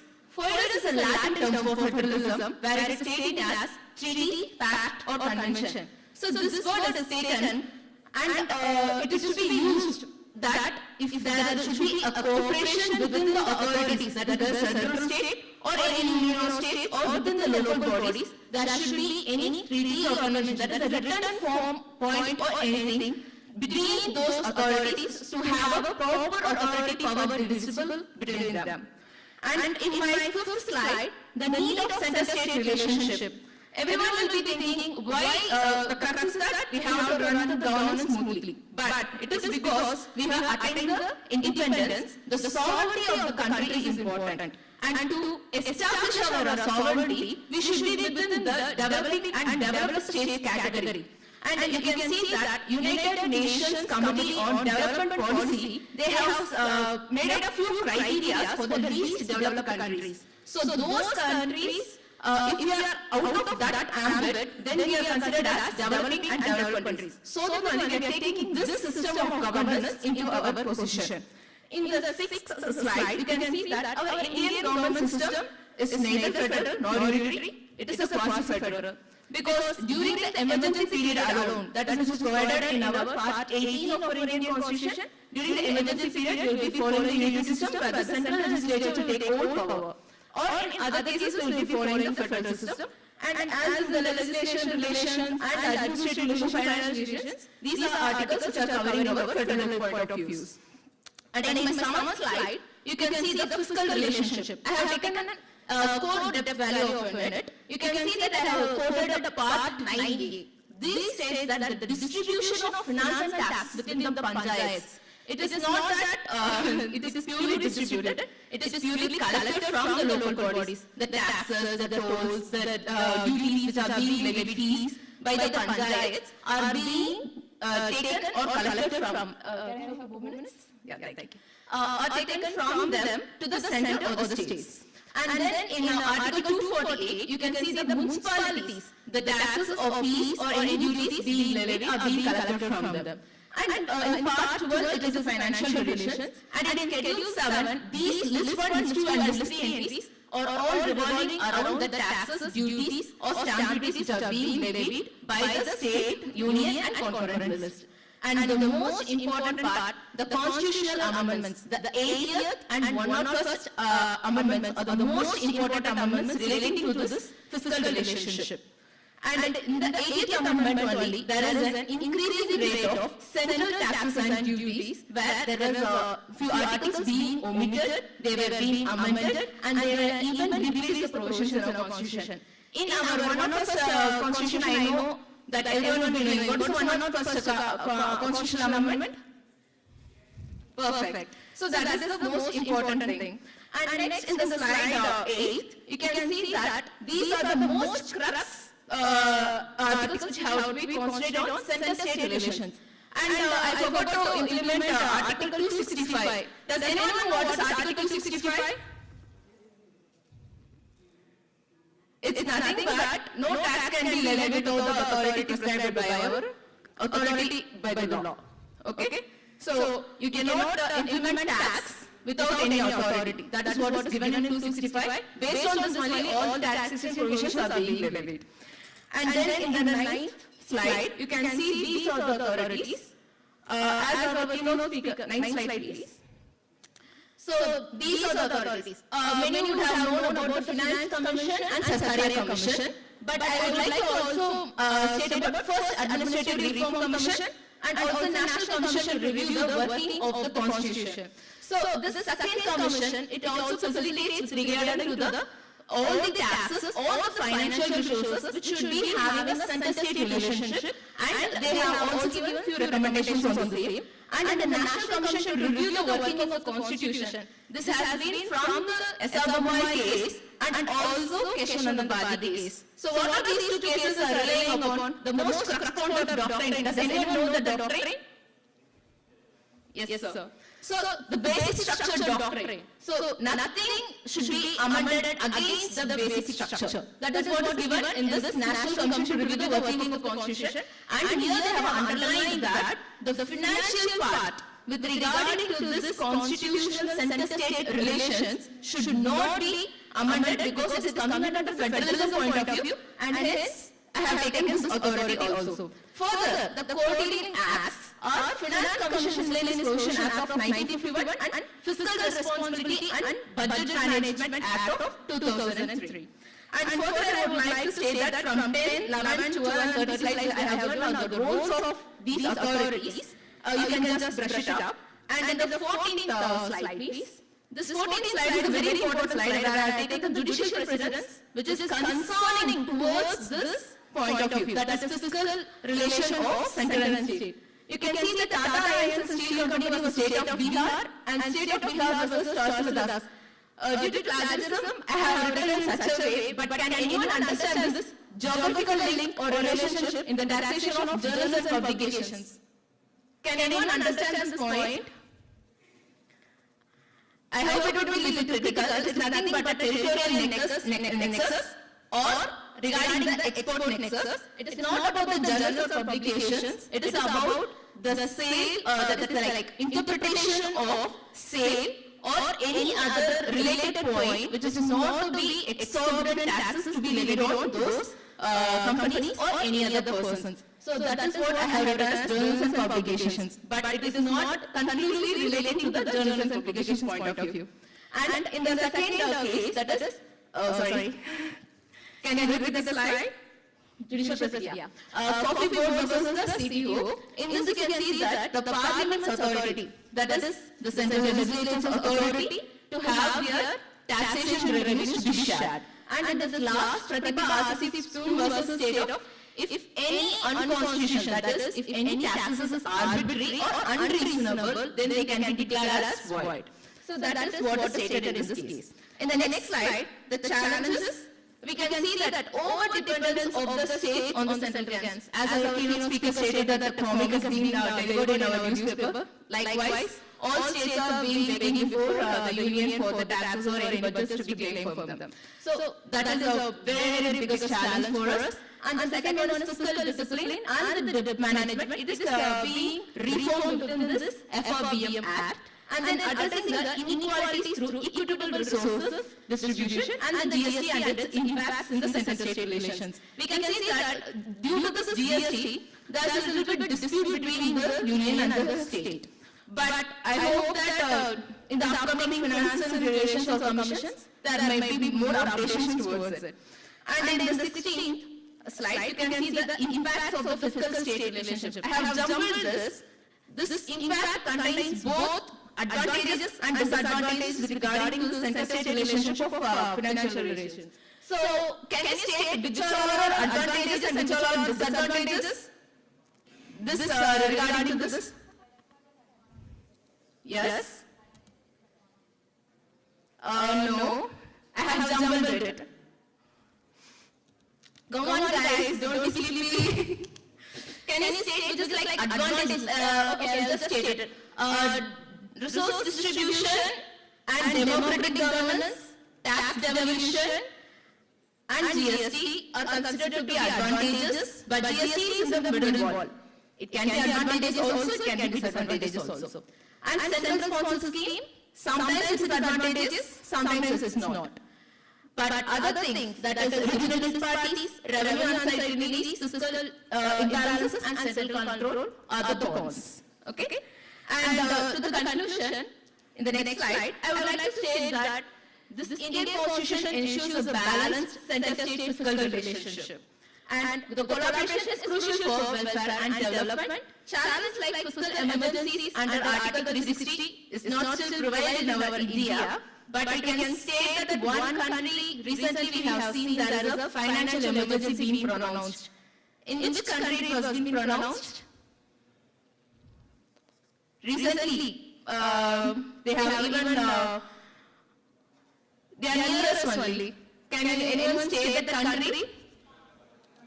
Sri Lanka. Perfect. So in India they have not yet announced it.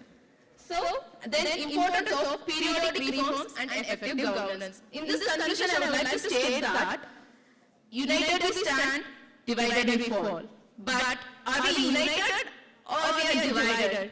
It lays within our hands. And in the last I would like to have our Jawaharlal Pandit Nehru, where he has stated that the successful working of a constitution as any of the democratic structure demands a close cooperation between two houses. But I will state not only the two houses, but it should be within the center and state also.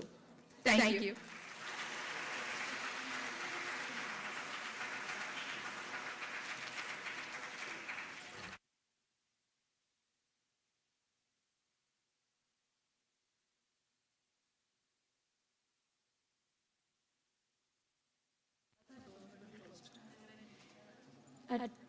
A small tea break for you, all the delegates and participants, students. And after Please wait, let the announcement finish, and then you can, right? within 15 minutes, you have to gather back here. The session, technical session 5 will be resumed after the tea break. As our keynote speaker, Justice B. Vijay Reddy Garu has arrived, so please make sure to come back within 15 minutes.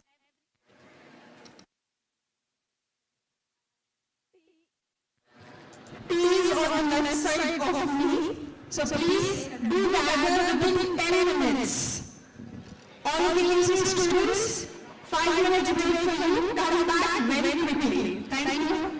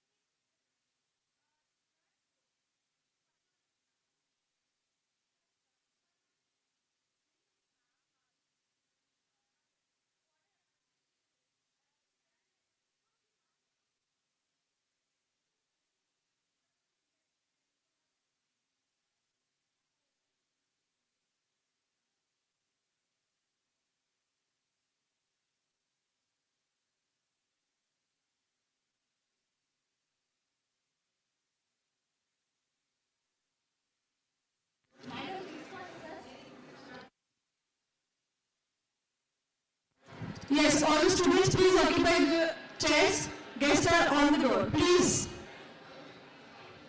be silent. Put your cell phones on silent mode. And nobody should get up between the session. Please very quickly settle down.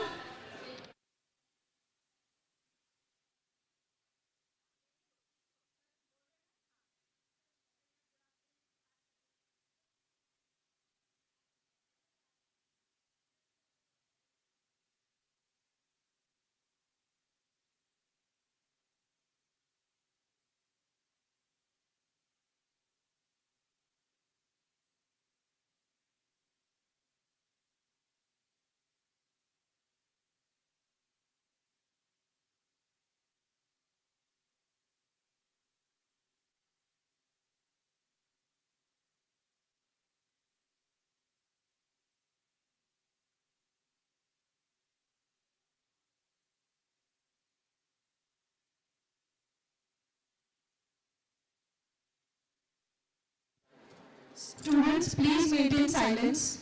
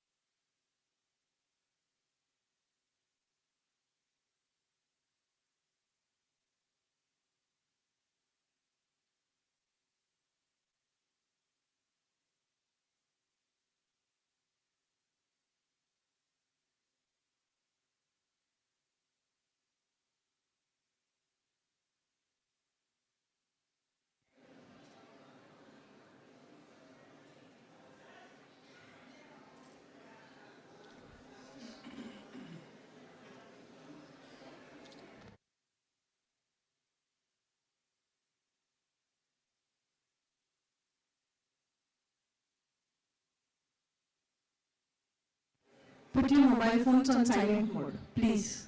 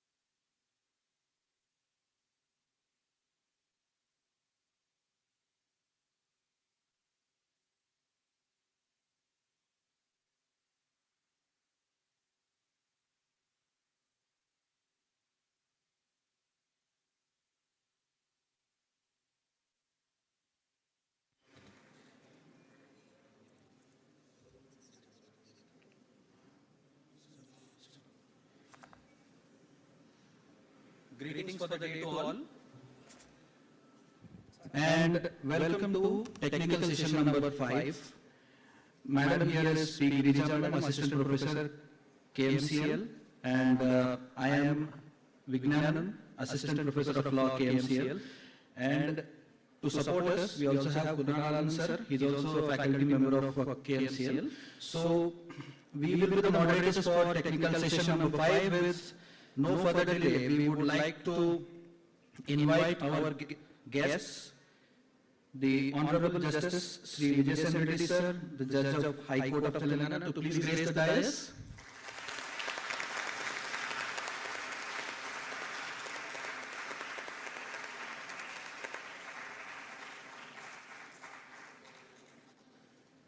A hearty welcome to you, sir. Sir will be the keynote speaker for today's session. And next I would like to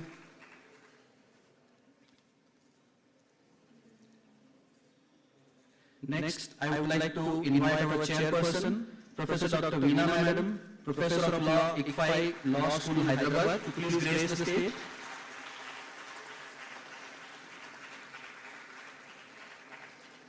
Next.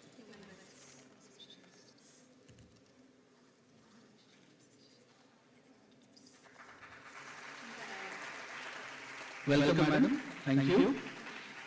Next, I would like to call upon the next chairperson, Dr. S.P. Dwarakanath sir, who will be shortly arriving. So once he arrives, we would invite him onto the stage. So moving on further, we are highly privileged to have our respected guests who have graced this session. And about today's session, the technical session, it is the human rights and social justice. So in the era of the globalization, where humanity is the dire need to be victorious in various spheres, it is our basic responsibility to contribute towards the goal of social justice, ensuring human rights and dignity for all. Human rights and social justice are the foundations of our Constitution, and upholding them would ensure equal opportunity for all. Social justice thrives only when human rights are respected. It paves the way for empowerment of our Constitution, giving each citizen the opportunity to take pride in our country's diversified culture and unity of our thoughts and vision. So with this introduction, I now take the opportunity to call upon the keynote speaker, Justice Sri Vijay Reddy sir, to please share his thoughts with the gathering.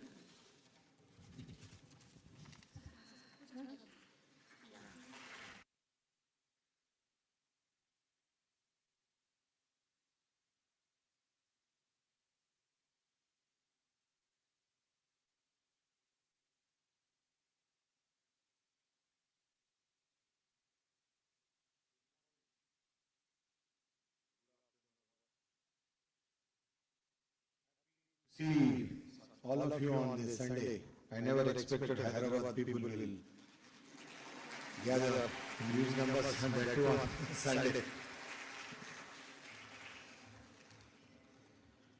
It is a pleasure and at the same time honor to have been invited as the keynote speaker on this occasion. My attachment to this institution is that I had my childhood memories. I lived in the neighborhood. So in my younger days, I used to come and I along with my friends used to play cricket in this ground.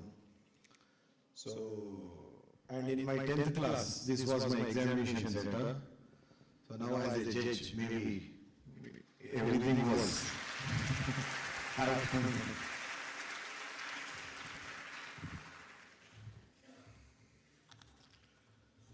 Honorable Justice Seminar-Keshav garu, Chairman of the Keshav Memorial Education Society, Sri Prabhakar Reddy garu, Correspondent of the Society, Madam Principal and Convener of Law College, Dr. Professor Veena, Professor Dwarkanath, my co-chair, members,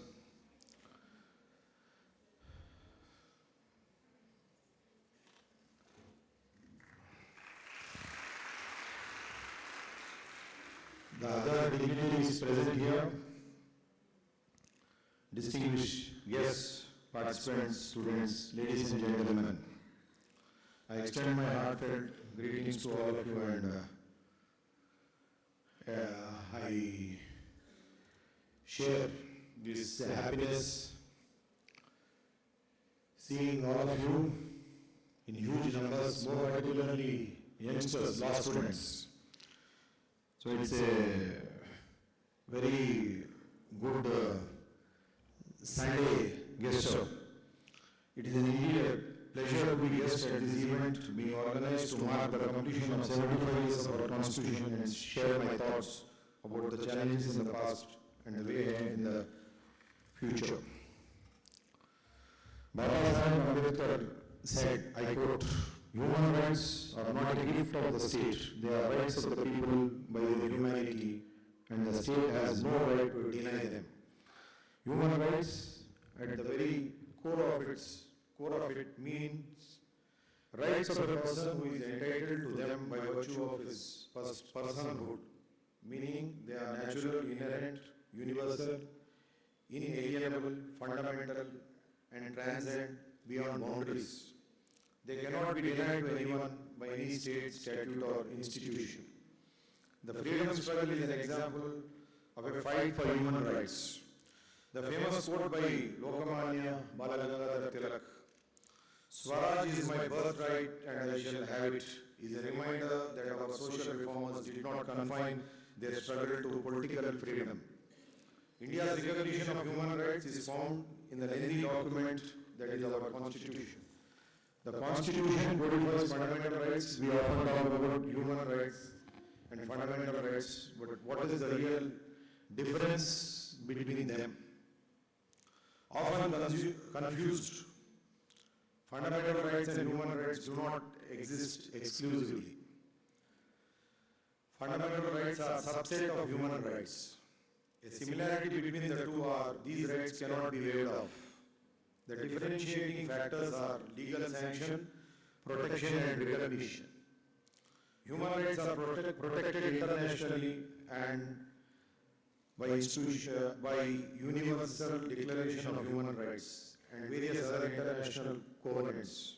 Unlike fundamental rights, the definition of human rights cannot be curtailed to only few aspects of life.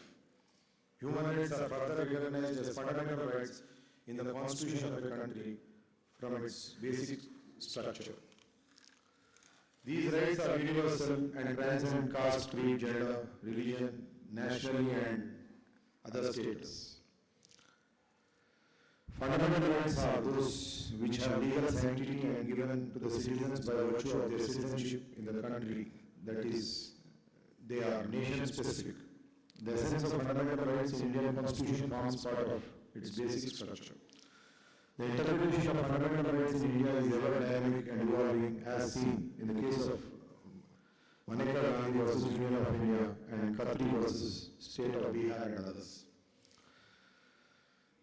Justiciability of human rights and fundamental rights. In case of violation of fundamental rights, the aggrieved party can directly move the Supreme Court under Article 32 of Indian Constitution, as seen from several judgments, including landmark judgments in Rudra Shah versus State of Bihar.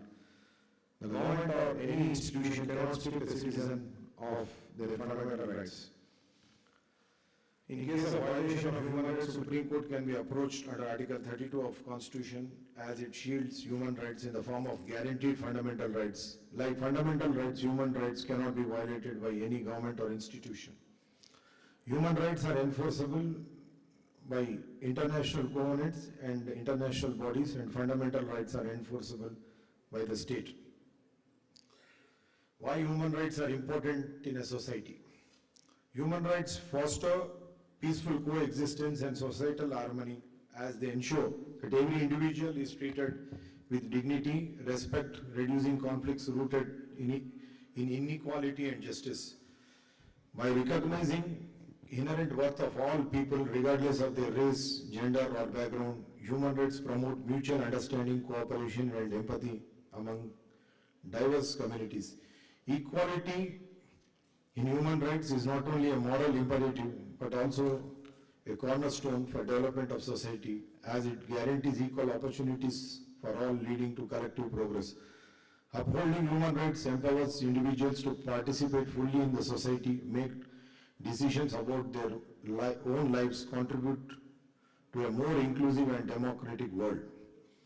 When everyone's dignity is respected, it creates a foundation for justice and fairness, strengthening the social fabric and ensuring that no one is subjected to inhumane and degrading treatment. When human rights are protected, it creates a foundation for social harmony, allowing people from diverse backgrounds to coexist without fear of discrimination or oppression. Social justice can be ensured only when human rights are protected, which ensures sustainable development. Societies which uphold human rights are more likely to be stable, equitable, and prosperous, offering opportunities for individuals to thrive and contribute to the common good. Ultimately, the recognition and respect for human rights from the bedrock of global peace, driving countries and individuals to work together towards a world where freedom, equality, and justice prevail. Then social justice and concept of reservations. The concept of welfare society, which is the cornerstone of our constitutional philosophy, has undergone a drastic change in the name of economic progress. Liberalization and economic growth. Economic reforms are very much necessary for well-being of a country and its citizenry. But the core element of social and economic justice of our constitution and welfare state cannot take a backseat. The state has done a commendable job in implementing laws like land reforms related Tenancy Act 1950, Land Reforms Act 1973, Urban Land Ceiling Act 1976, abolition of Jagis and Evnams Acts. These acts in erstwhile state of Andhra Pradesh and Telangana have to a larger extent ensured equitable distribution of land, which was concentrated in the hands of a few rich class.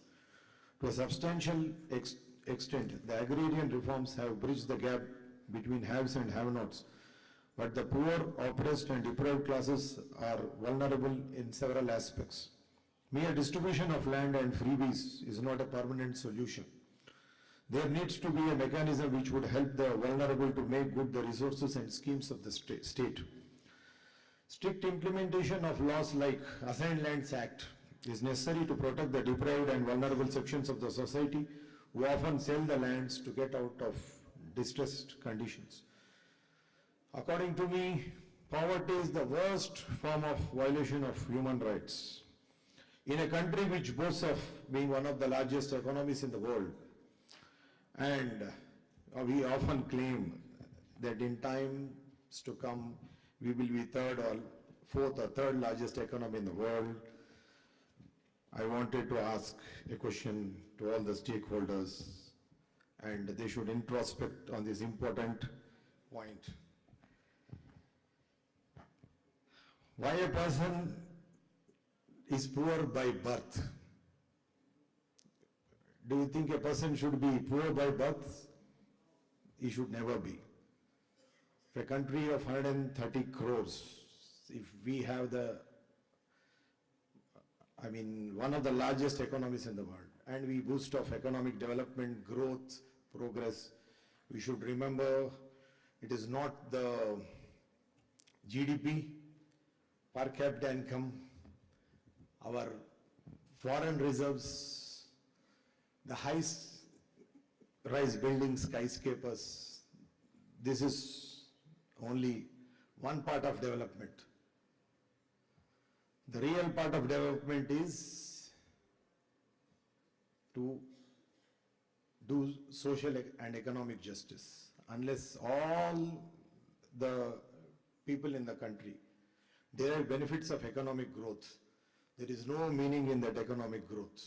And if we continue this economic growth in terms of our only GDP without taking care of the vulnerable sections of the society and sections who have been deprived for generations and generations, then I don't think we should boast that India is one of the biggest economy. Economy should run in consonance with the public good and for public benefit, and every individual, every person, irrespective of economic status, has every right to reap benefits of the economic growth. Unless we give that meaning to the economic growth, I don't think there is real progress in the country.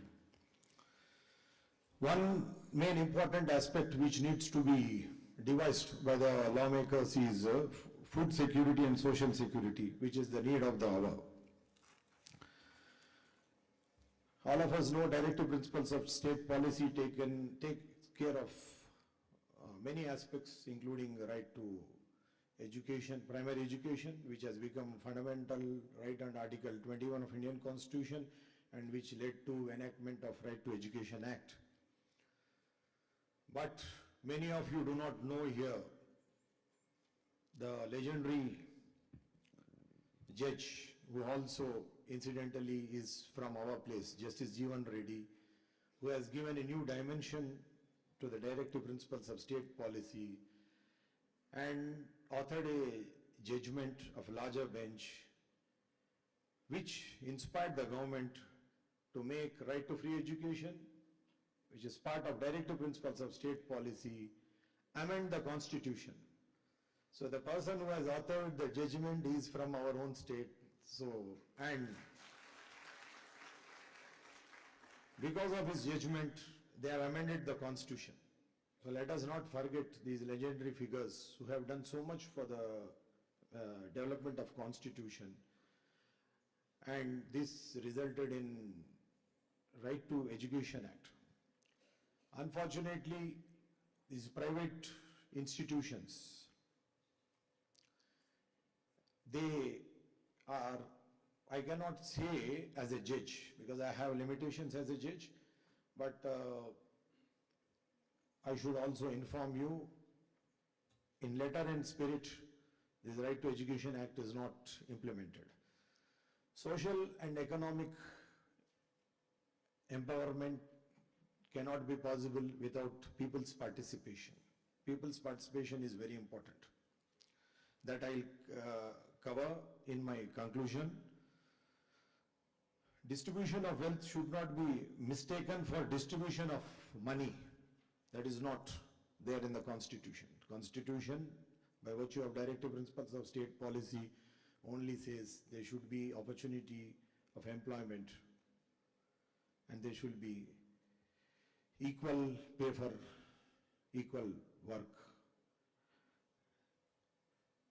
Let us not fall into the dangerous trap of easy money. The state has obligation to provide employment and opportunities for employment.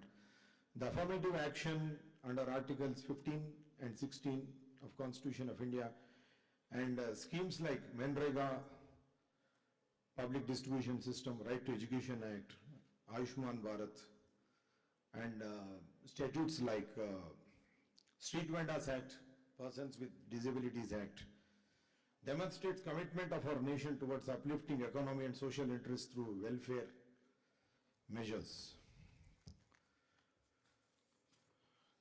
Let me also say something about public and private partnership. Despite liberalization of economy, simplification of several laws and other social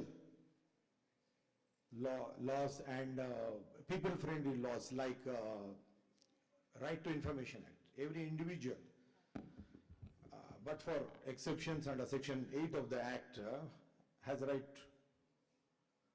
to know about several decisions of the state. This Right to Education Act covers all the institutions, private establishments, companies, where public functions are discharged. But mere enactment of laws without implementation is very difficult to pursue. This I am saying because unless people participate in the administration and people are allowed to participate, now we have become too much dependent on the system. Why should there be a system where a person, for the sake of ration card, election commission card, and for landowners, agricultural landowners, Patedar passbook, then some schemes,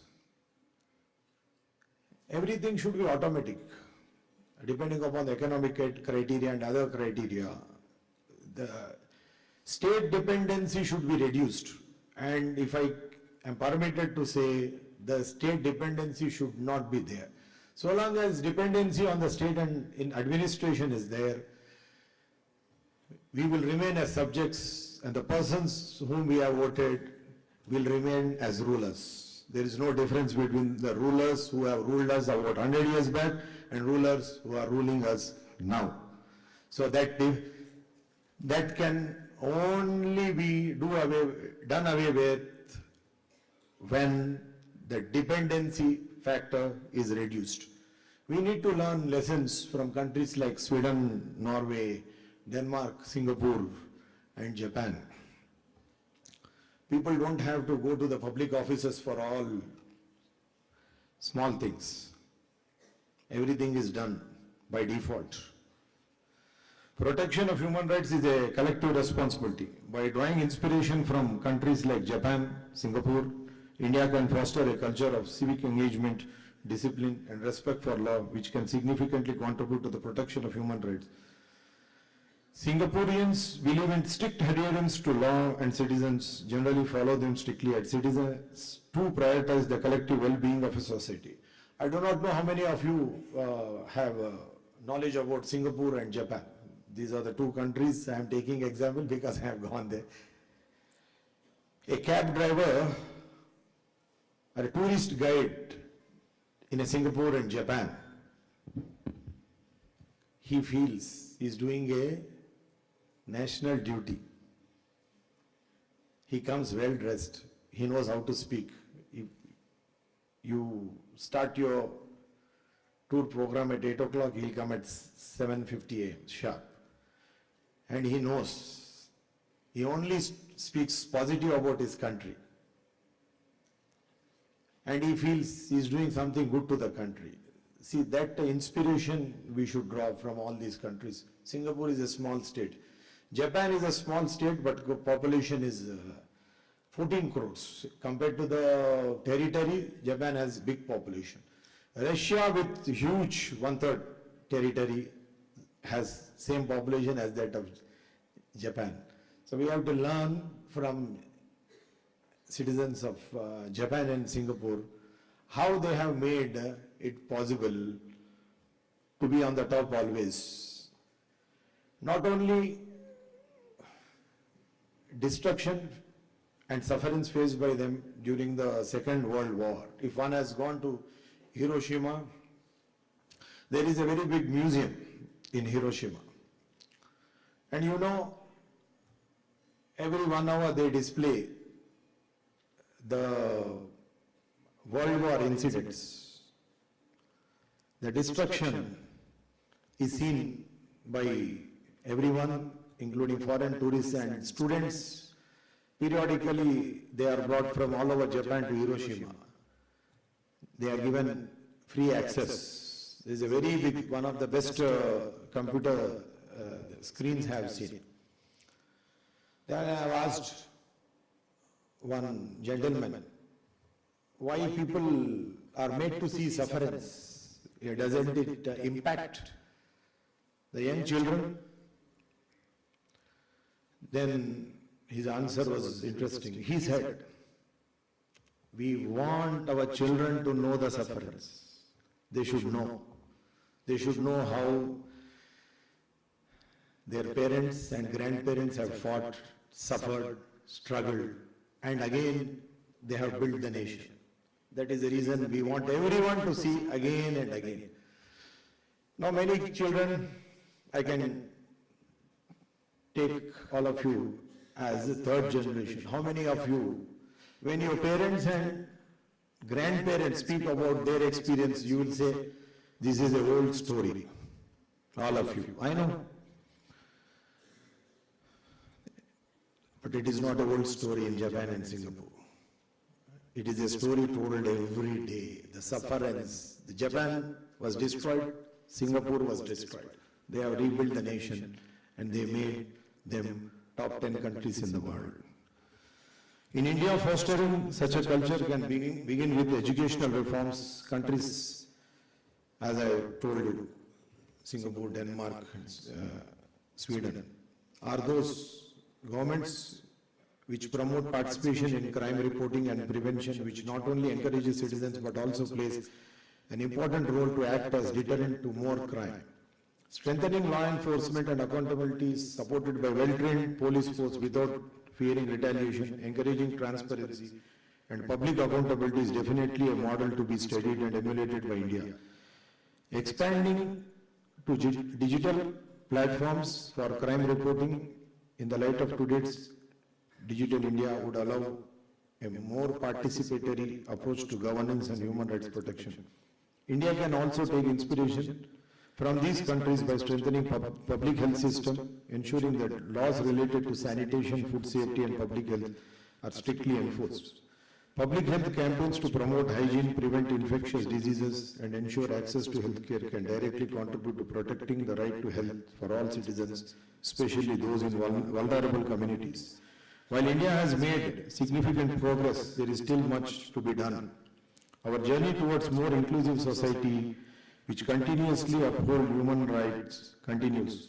Through education, community engagement, law enforcement reforms, and active civic participation, India can enhance governance, reduce injustice, and protect the rights and dignity of all citizens. I would like to conclude by posing some questions. I cannot give solutions. Whenever some case comes up before me, I give you solutions. Now I am not the person to give solutions. I just pose questions to all the stakeholders. Whoever is interested, they can take note of it. Now this is in the context of social and economic conditions in the country, and particularly in the state of Telangana. We have seen many people from northeastern states, Bihar, UP, Chhattisgarh, Jharkhand. They come here for their livelihood. Our people, to take an example of two districts, there are many districts, but in these two districts, there are many people who have gone to Gulf countries, Karimnagar and Nizamabad district. Has anyone paid attention to this phenomenon? Why people from other states come to India and why people from India go to Gulf countries? Is there any policy? Is there a permanent policy? Is there any permanent solution?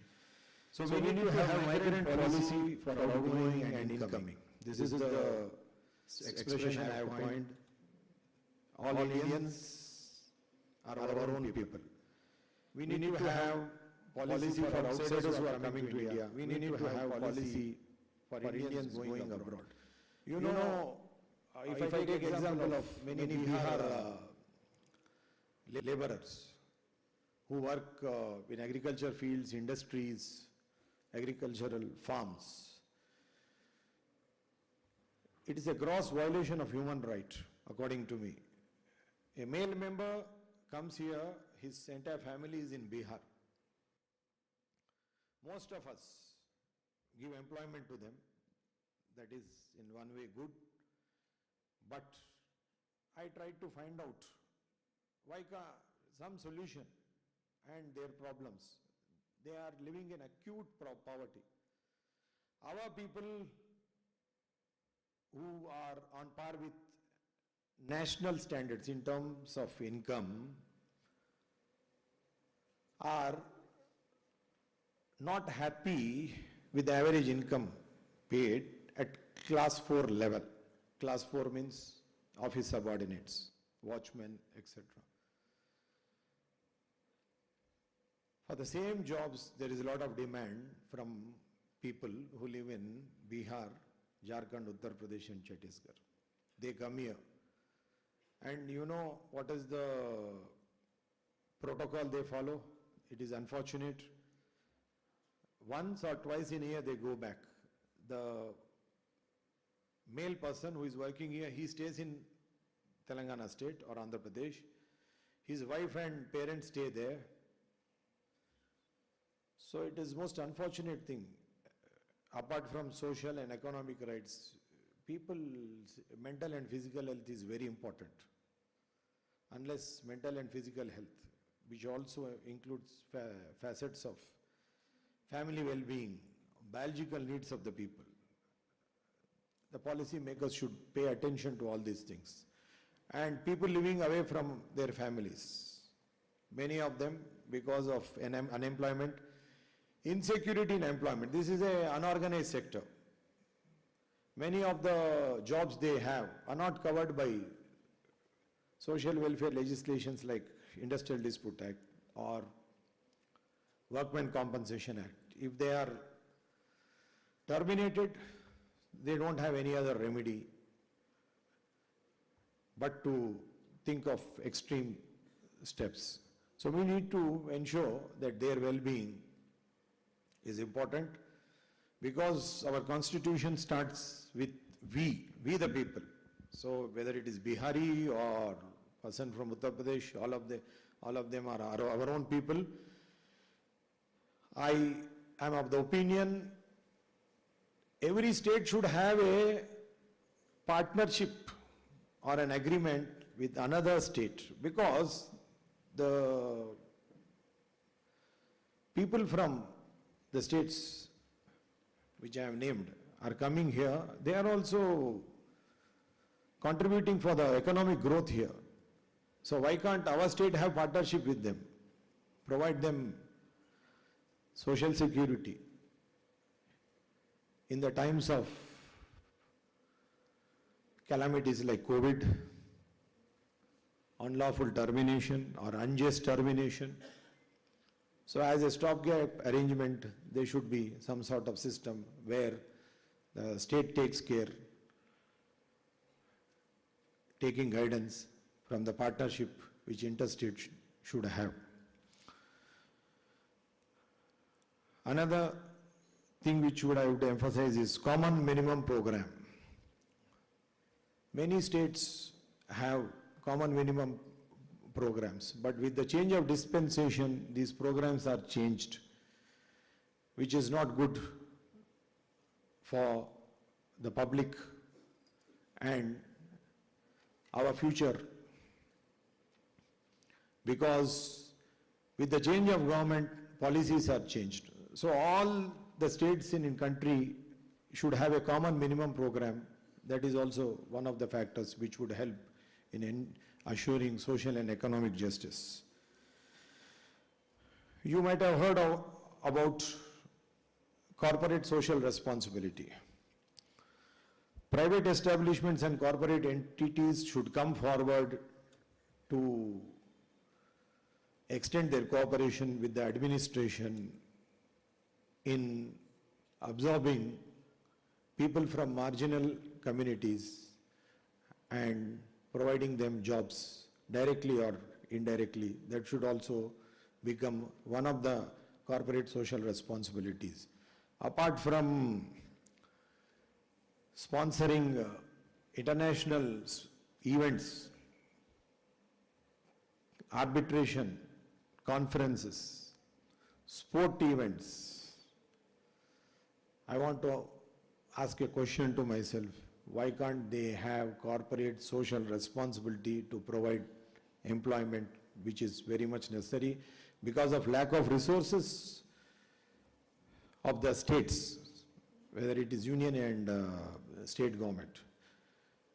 it is responsibility of all the private entities and private citizens like us to extend a helping hand to ensure that there are no inequalities in the society.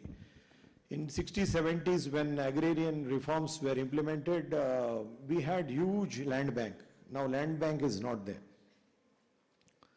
Then coming to budgetary allocation. Every state has one problem of debt. So how to service that debt? You have thousands of crores, but substantial portion of it is going to service the debt. In this context, it is necessary for the private entities to come up with the social responsibilities to absorb partially the government functions in providing employment opportunities. So I conclude by taking inspiration from the quote, famous quote of Mahatma Gandhi. I have learned from my illiterate but wise mother that all rights to be deserved and preserved came from duty well done. Thus, the very right to live accrues to us only when we do the duty of citizenship of the world. From this one fundamental statement, perhaps it is easy enough to define the duties of man and woman and correlate every right to some corresponding duty to be first performed. Every other right can be shown to be an usurpation hardly worth fighting for.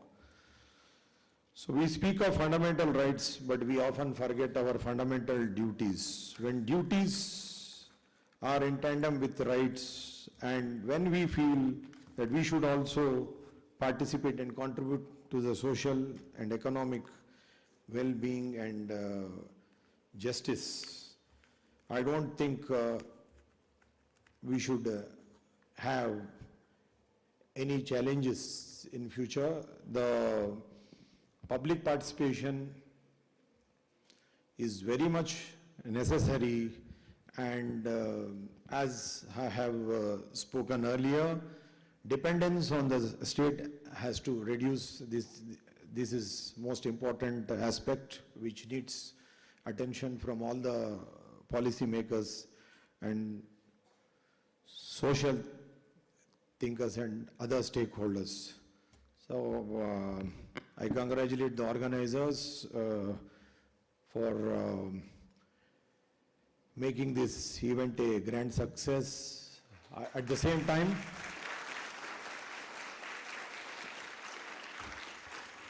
my appreciation to all the youngsters and students who are present here and have spent their quality time. So you spend quality time with your parents, friends on Sunday, of course. This is also a quality time. So I also congratulate all of you.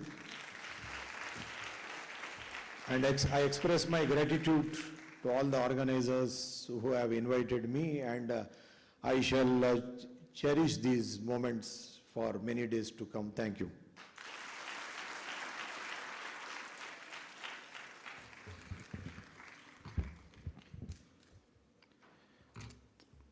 Thank you. Thank you for your valuable words, sir, on the human rights.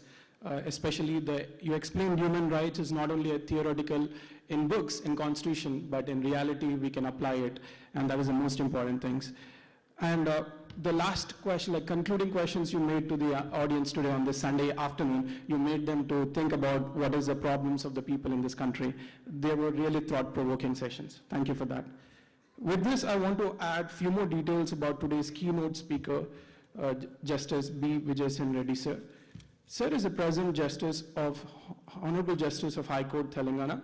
He took an oath of office May 2nd, 2020. He was born on August 22nd, 1970 in Hyderabad into a family with a strong legal background. Sir completed his LLB from Padala Ram Reddy Law College, OU, in 1994. Started practicing law after enrolling into an advocate on December 28, 1994. Over 25 years, he worked as a wide range of legal matters, including the constitutional law, civil and criminal laws. He gained a lot of experience in areas like revenue laws, land acquisition, land sealing, territory, etc. Sir also provided guest lectures to the institutions like Nalsar, Ram Reddy District Bar Association, and etc. Finally, thank you for your time, sir. Today it was a thought-provoking session. Thank you.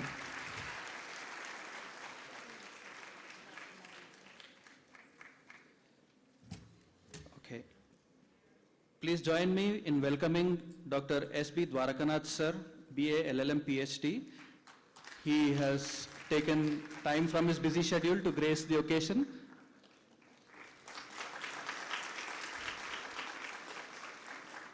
Thank you very much, sir.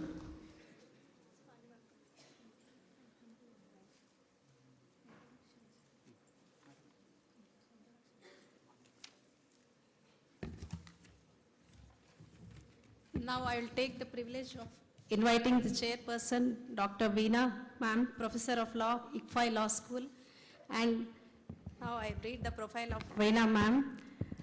Professor Veena, ma'am, she is the Professor of Law, presently working in ICFI Law School, the ICFI Foundation for Higher Education, deemed to be the University, Hyderabad. She has completed her PhD in Intellectual Property Rights domain from Osmania University, Hyderabad.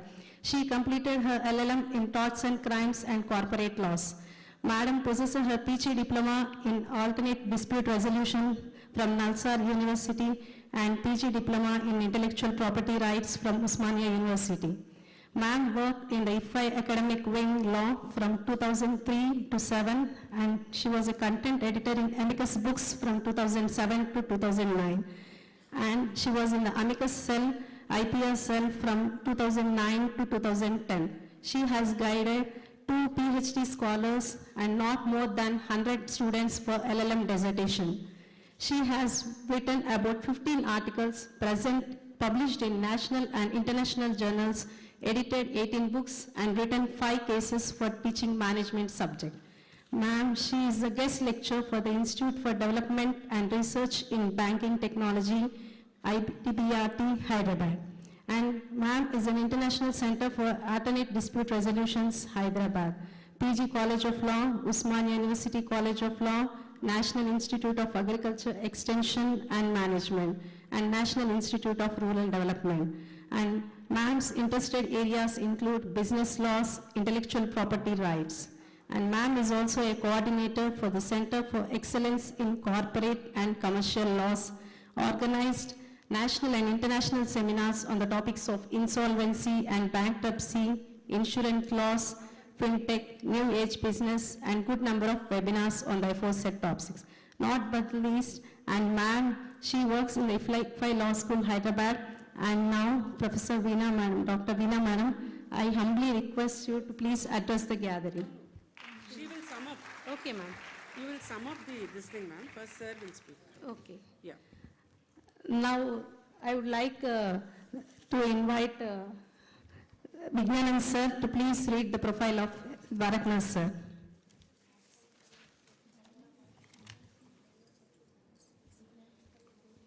Thank you, ma'am. I take a privilege in reading out the profile of Professor S.B. Dwarakanath sir, Head of Department Law and Professor of International Law. He had graduated in law from University College of Osmania University and completed his master's degree in LLM in 1989. His specialization was international law from the same university and completed PhD in the year 1994 in the field of law of the sea. He published a number of articles on various topics of law in standard journals. He also attended more than 20 national and international seminars and conferences and presented papers.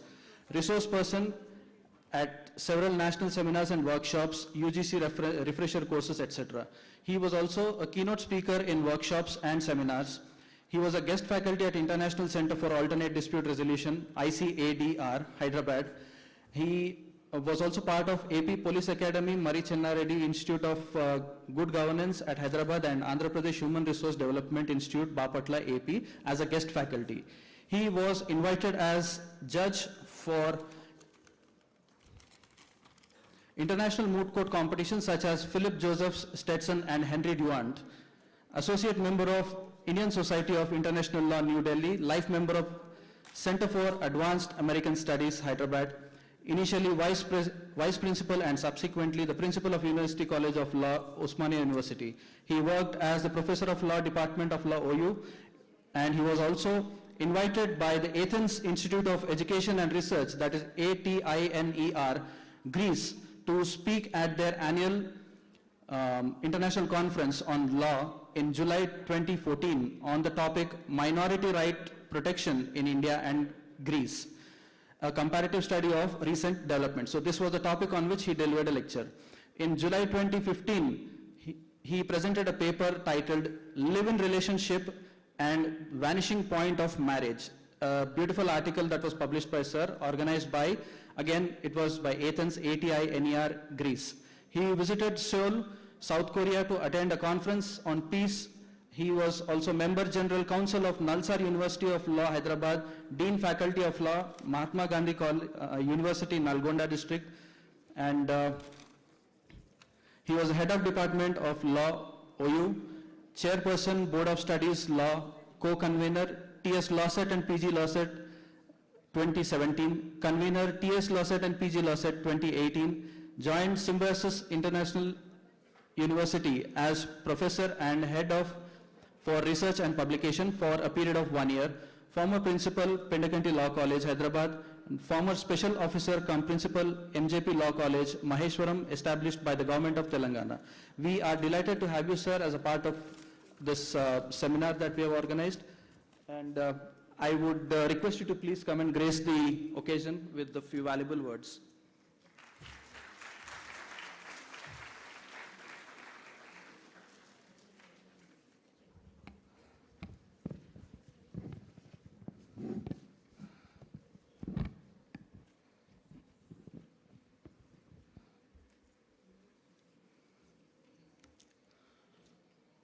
Respected keynote speaker of today's two-day national seminar, Honorable Justice Vijay Sen Reddy Garu, Co-Chairperson, Dr. Veena, guests, special invitees, and dear students. I deem it as a privilege and honor to be here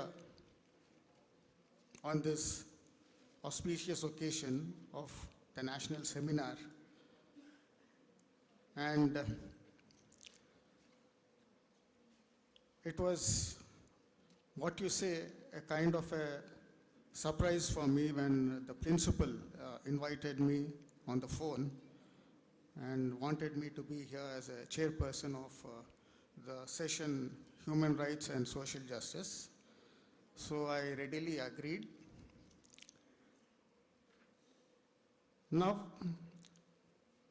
to say a few words in respect of the theme of the session is that Honorable Justice had mentioned, as far as development is concerned, infrastructure development, foreign trade, increase, inflow of foreign currency is one part of development of a country. The other important part of the development of the country is the social and economic development. So in this regard, I would like to just focus on one particular right, a very special right, which is a human right, and which was recognized by the United Nations General Assembly in the year 1986. And the General Assembly adopted this right. This right is known as the right to development. It is a third generation human right. Now it has been made a part of Article 21 of the Constitution of India. So it becomes a very important right. Now the question is, what is right to development? Now we are all aware of the fact that human rights are required by a person right from the cradle to the grave. Human rights are required for the progressive development of a human being, because in the absence of these human rights, a person simply cannot develop or grow in his life. And what is a human right? The experts in the sessions yesterday and also today in the morning session, they must have told you what a human right is. It's nothing but human rights are constitutional safeguards, or rather fundamental rights, are constitutional safeguards against the arbitrariness and exercise of power by the state. Since the state is very powerful, it can behave in any manner with its citizens. So these rights are a kind of constitutional safeguards. That is what a human right is. Now when a baby is born, the first right that the baby requires is the right to food. Next, when the baby becomes an infant or a child, next is right to education. Once the child, the infant or a young man or young woman completes education, the next right is right to profession, whether they would like to become an engineer, doctor, lawyer, whatever, it is their right to decide. And then after that, right to marry is also a human right. The two international covenants on human rights, which were laid down by the United Nations General Assembly in the year 1966, has mentioned right to marry as a social and economic right. Now, rather a social right.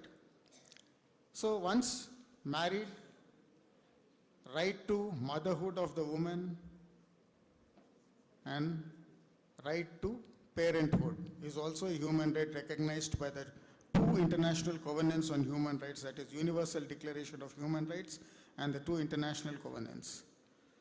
Now once a person dies, that is the last stage, what is the human right that a dead body of a person needs or requires? What is the last right that the dead body of a person requires? Right to a decent burial or cremation, which is also recognized as a human right. So what we see here is right from cradle to the grave, a person must have these human rights. Otherwise it becomes very difficult for him. Now coming to right to development. Right to development is a kind of a solidarity right, and it's a comprehensive right, in the sense it encompasses within itself all the other human rights. So if right to development is to be enjoyed or provided by the state to the citizens, it is important and necessary that all the other human rights must be provided. Because a person shall enjoy right to development only when his other human rights are fulfilled or satisfied. Now tell me, how many countries in the world provide all the human rights or fundamental rights to their citizens? India partially being an exception, because I would not 100% say that India provides all the fundamental rights, because there are cases, case laws and issues where the governments have faltered in the protection of fundamental rights, which are otherwise known as human rights. So that is why, if this cannot happen, that is, if right to development cannot be provided to the citizens of a country, then right to development remains merely a dream on paper.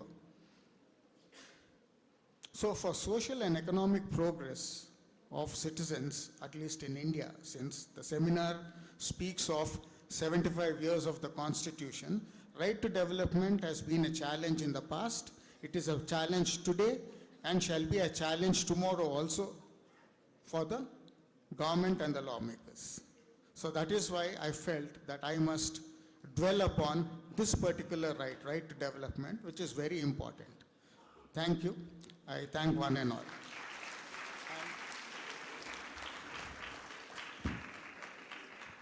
I once again thank the organizers of this two-day national seminar for giving me this opportunity of presenting my opinion before the August audience.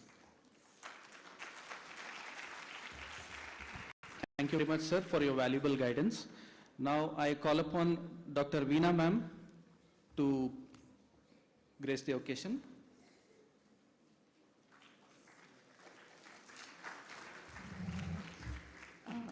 respected dignitaries on the dais, Honorable Justice B.V.J. Sen Reddy, and Professor S.B. Dwaraknath sir. Here I would like to share that he is my teacher as well as a supervisor while I was doing my PhD, and it's a great honor for me to be part of this session.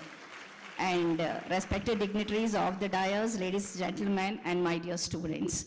I really thank to be part of this session and thank the management of Keshav Memorial Educational Society for giving me this opportunity. As this session deals with the social justice and vulnerables, so I just threw my views without delay, because everyone I know that they are waiting for the lunch, before lunch session, how eagerly they'll be waiting. So here I just share my views on that as we are celebrating Azadi Ka Amrit Mahotsav, and even 10th December being an Human Rights Day.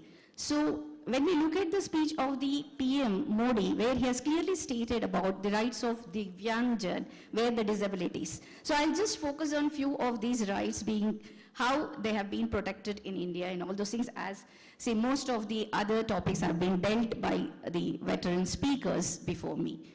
So here when we look at the rights with the disabilities, we have national and national legislations and international conventions.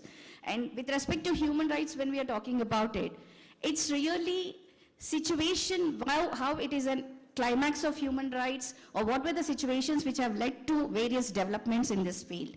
See, we had the enactment in 1955 also with respect to disabilities, where it covered only 7 disabilities.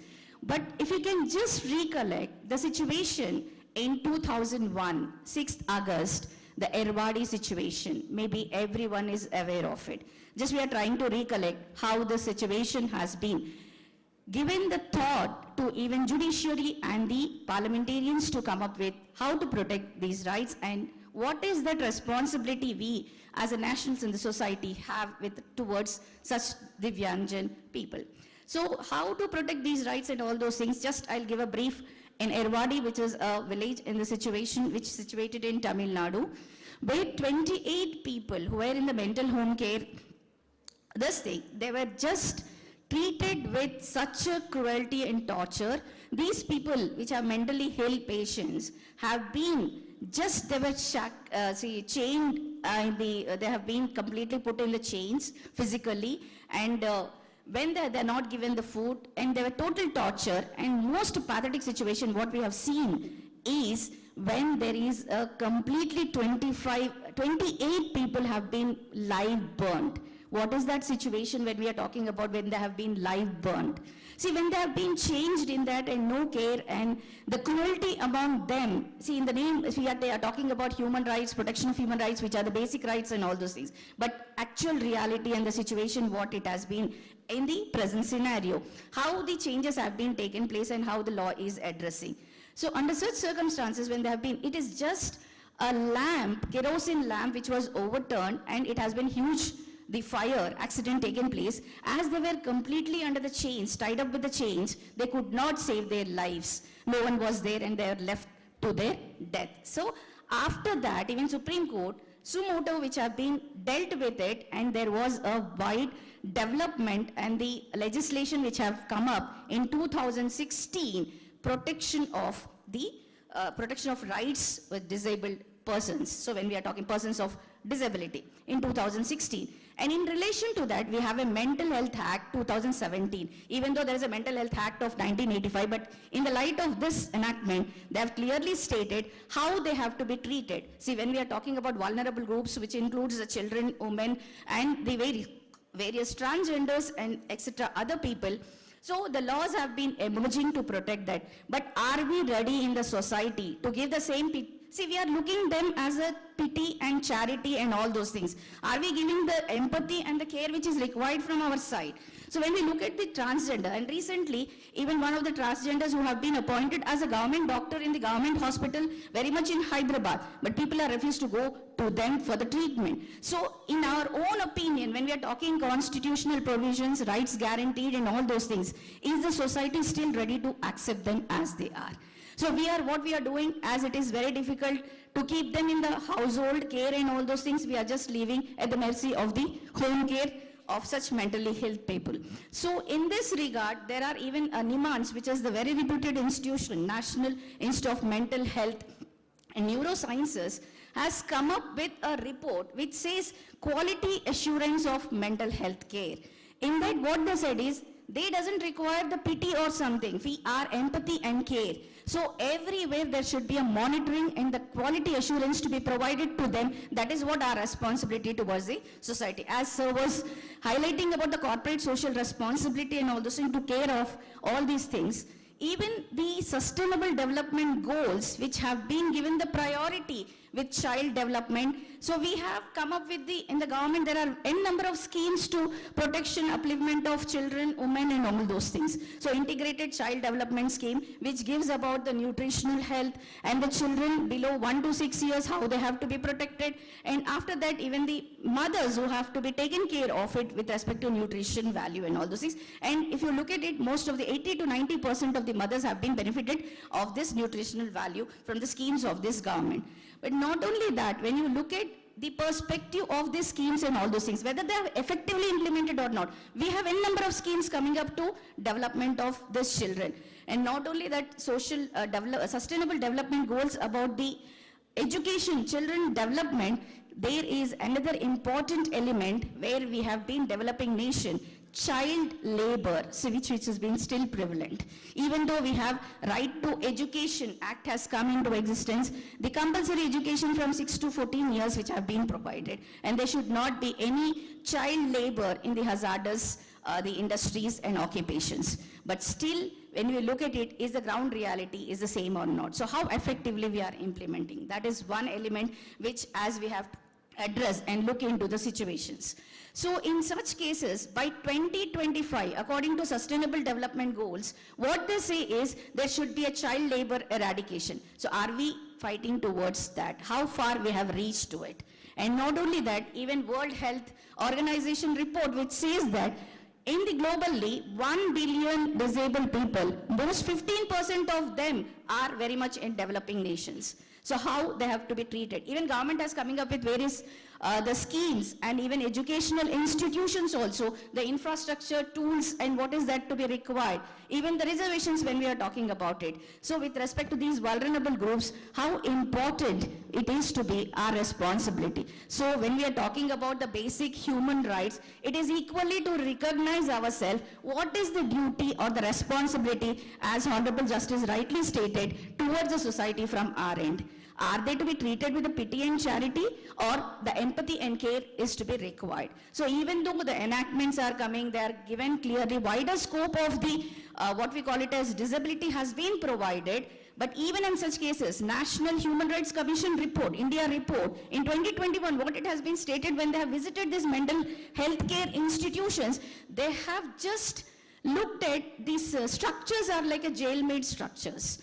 And they have been just physically chained and mentally shackled. This is the one sentence the report will speak about when they have been put into such conditions. So when such cruelty and torture is being given there, is that required such what we call it as structures like a jail? See, there may be an apprehension, they may be running around and it may be harmful to them. But even if you visit when the report has been doing the survey and all those things, when they have visited the mental health care units, they have seen that there are no proper infrastructure facilities, no proper food, no hygiene, so no development and all those things. So apart from this here, it is equally our responsibility towards the nation, what best we can do it. So as Sir rightly pointed out that it is not, we'll not wait for the government to take up all the schemes, even though there are n number of schemes which have been come up to vulnerable groups. But what is the best from our end, we'll just open ourselves and take an oath that what best can be done to eradicate these things, we'll do it. I thank you for giving me this opportunity, to the management, and I'm really honored to be part, along with my teacher, I'm here. Thank you so much.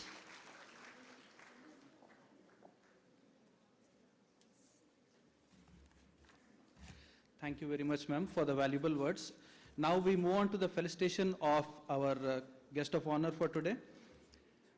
I would like to call upon Sri Prabhakar Reddy sir, correspondent sir for KMCL, to please felicitate Justice Honorable Sri Vijayasen Reddy sir.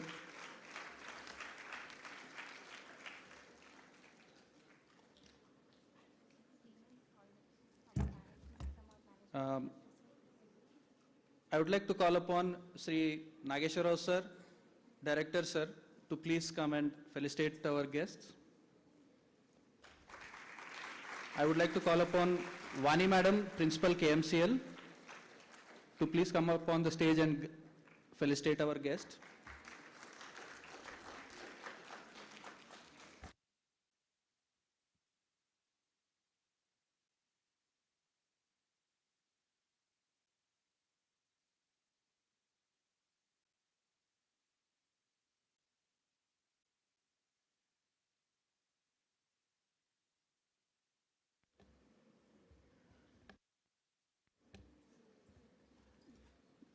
Now,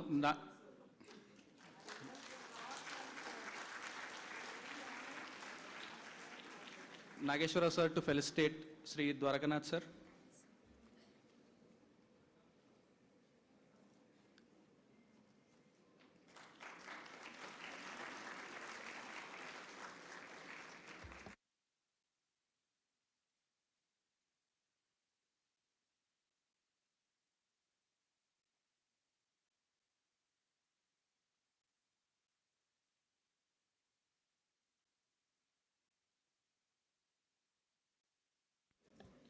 I request our principal ma'am, Vani ma'am, to please felicitate Veena madam.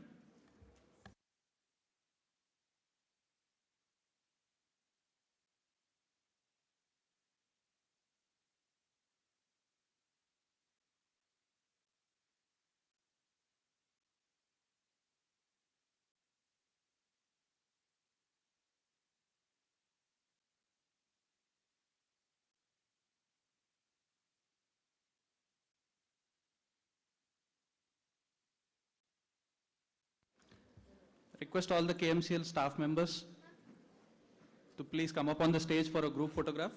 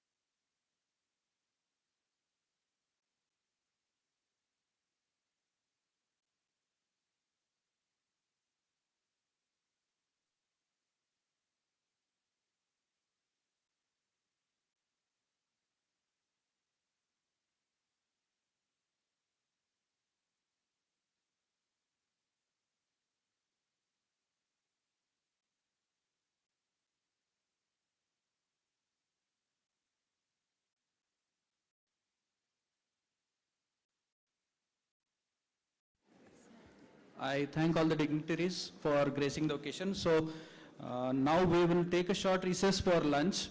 We will follow the same protocol yesterday. The students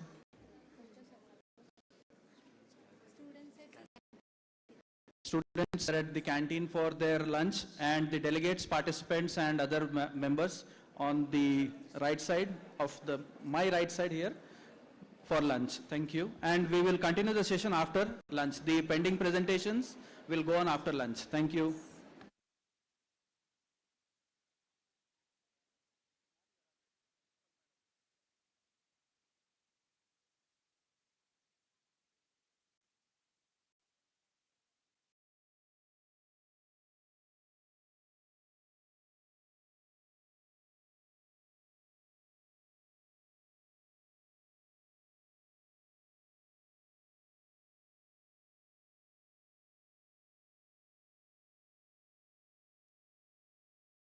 Dr. P. Lakshmi Madam, Principal AMS College.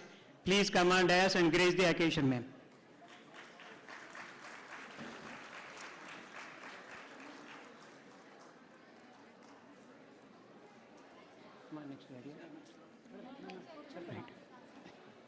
Okay. Amma nenu evanu cheppali sampling ani right. Amma keynote speaker nu right soon. Now I request today's keynote speaker Sri L. Ravichandra garu, Senior Advocate, High Court, Telangana. Sir, please come on dais and grace the occasion, sir. Students, please maintain discipline. Keep your mobile phones on silent mode.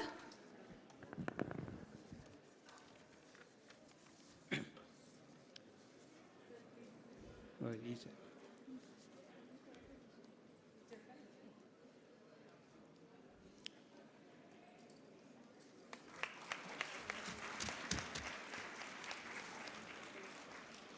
The topic of this sixth technical session is right to freedom of speech and expression.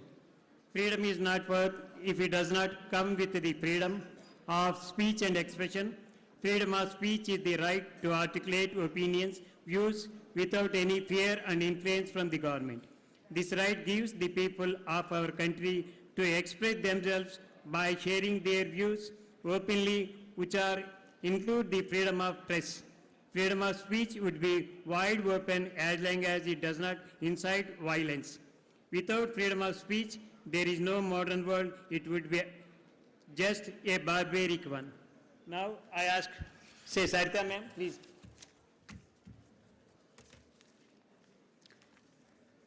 I would like to give a brief introduction on L. Ravichandra sir. Good afternoon, sir. Sri L. Ravichandra sir, Advocate, High Court of Telangana, Senior Advocate, High Court of Telangana. Ravichandra sir is a practicing Senior Advocate of High Court and Supreme Court, a rank-holding economics graduate from Osmania University, and a law graduate from Chennai. He has been practicing as a lawyer and part-time journalist for 3 decades. He has a passion of debates, classical music, and a bit of quizzing and gardening. I welcome L. Ravichandra sir to address the session.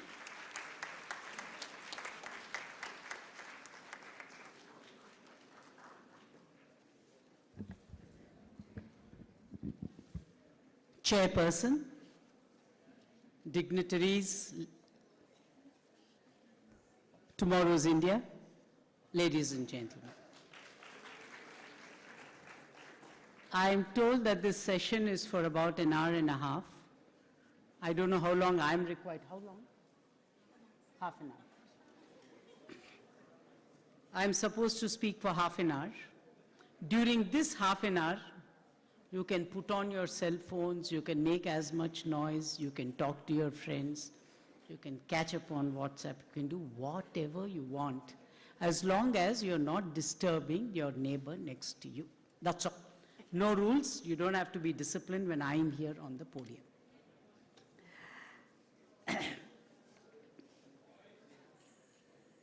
The problem that let me start off with one of the greatest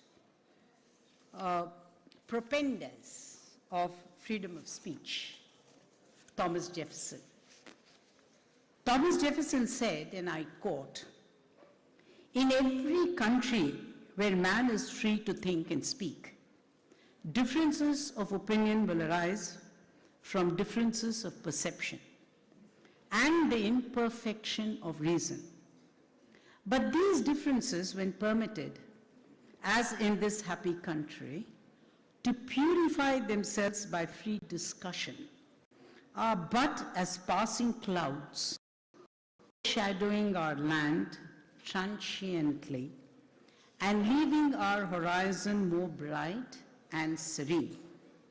That love of order and obedience to the laws, which are so considerably characterizes the citizens, are sure pledges of internal tranquility and an effective franchise."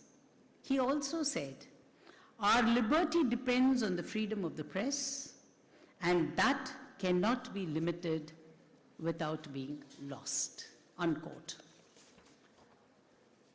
There is no two opinions that today we live in a very, very, very challenging world. When the makers of the Indian Constitution, one of whose statue is emboldened outside of this auditorium, had a different India. In fact, they were dealing with a wholly different globe.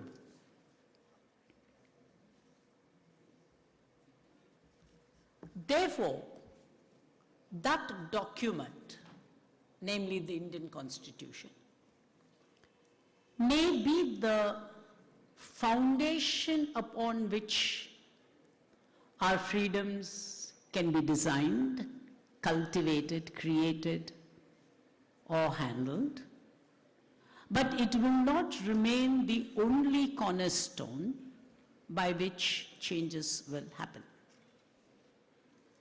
From the very beginning, while there is a tendency to believe that today's government controls the media more than governments before did, this is one of the lies that is a part of our historic folklore.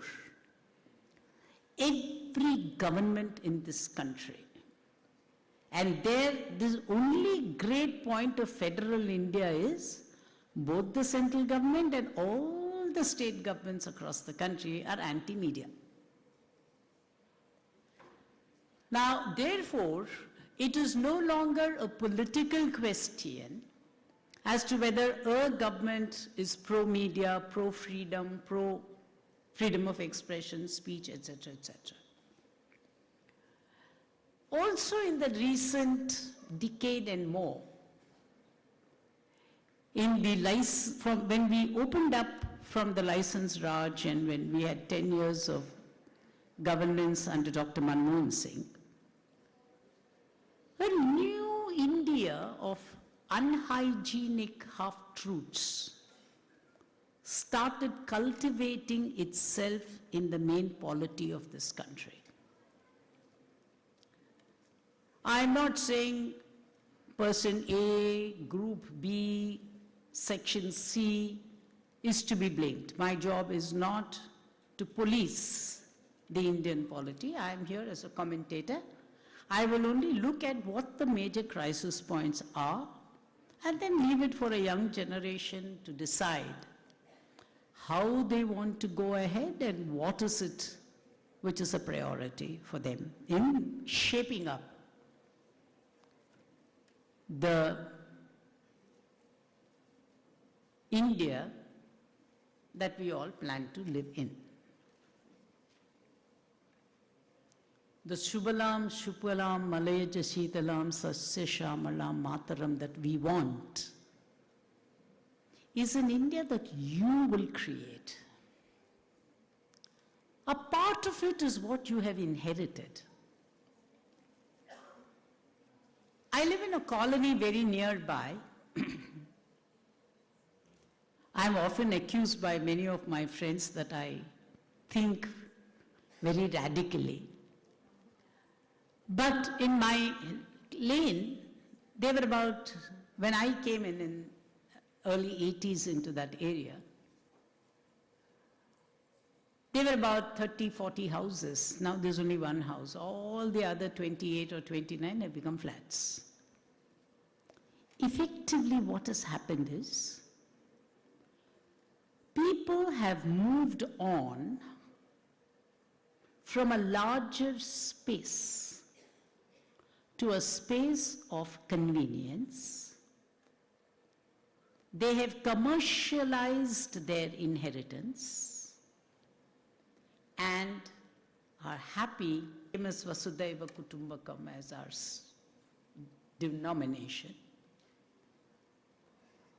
But thrill ourselves in beliefs that we are under threat, etc., etc.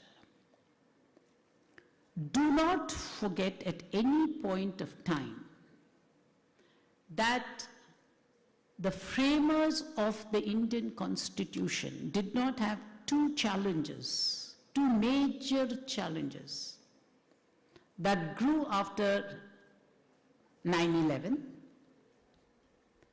and after the WhatsApp began. The first exposed the world to a wholly, constantly in flux principle of terrorism, which was not only about global revenge, geographical territory, but was a cultural challenge to beliefs alien to that which the terrorist believed in. Now, this is where the danger comes. We very loosely use the word Talibanization, but this is what it stood up for. Namely, we will destroy anything that is culturally unacceptable to us. Strangely, if you look at the constitutional framers of the Indian Constitution, all of them, I am taking no exception, and believe me, I know my history, were all in their own ways steeped in the rich culture of India. Therefore, does that Indian Constitution seeped in Indian culture prepared by the framers of our Constitution a sufficient tool to deal with a totally different germ, worm, whatever you may call it, that has come into the global pattern of living? In other words, to commonalize this, would the antibiotic that we took for typhoid, malaria, dengue be good enough for COVID? The answer was no. But societally, you don't want to become another Pfizer. You don't want to create a fraudulent medicine for COVID, so you also don't want to create a fraudulent answer for terrorism. In this context, let us examine what Article 19 guarantees to the citizen. And notice that Article 19 is a guarantee to citizen in contradistinction to Article 21, which is a guarantee to any person. The difference is very obvious. The guarantees under Article 19 is not to every person, it is only to a citizen of India. It says, and I quote, "All citizens shall have the right to assemble peacefully and without arms, to form associations or unions, to move freely throughout the territory of India, to reside and settle in any part of the territory, to practice any profession, and to carry on any occupation, trade, or business." Now, these freedoms, if you notice in someday, if not now, in your profession, which is going to be for another 30, 40 years, once in a way, either when you're getting bored of Pushpa 3, or when you've known how the dance, we've already seen Pushpa 2 times, ఎప్పుడో ఒకసారి bore కొట్టినప్పుడు constitution అని ఒక చిన్న ఎర్ర book దొరుకుద్ది మన దగ్గర. ఆ బుక్ ఓపెన్ చేసి చదవండి, తప్పేం లేదు. Once in a way we can read that book also. If you read Article 19 over there, you will realize that none of these freedoms, A to G, are perfect guarantees. In fact, I'm never tired of saying the first amendment to the American Constitution was an inclusive amendment. They included as freedoms things that therefore the Constitution makers had forgotten. The first amendment to the Indian Constitution was to remove certain of the privileges that the Indians had. So we started from two opposite sides of the pendulum. So it is not surprising that there is a huge contradiction between what we claim and what we do. And this is not only about politics, it's not only about our social behavior, it's about India. ఐగిరి Nandini Nanditha మేదిని విశ్వ వినోదిని జిష్ణనుతే అని మనం పొద్దున్న లేసి మహిషాసురమర్దిని చదివేసి బయటకు వచ్చి first ఆ పిల్ల ఎట్లుంది చూసినవరా అంటాం. గా పోరు ఎట్లుంది చూడు. నా this bifurcate, this social schizophrenia is something that grows in us. We talk about human equality. Uray bulb seringi cheyara. Papa, tamatal kosipettu. We've never told our son, go and cut tomatoes. We've never told our daughter, go fix the bulb. The day we will tell our son the way to the kitchen, the day we tell our daughter the way to the garage, equality will start in India.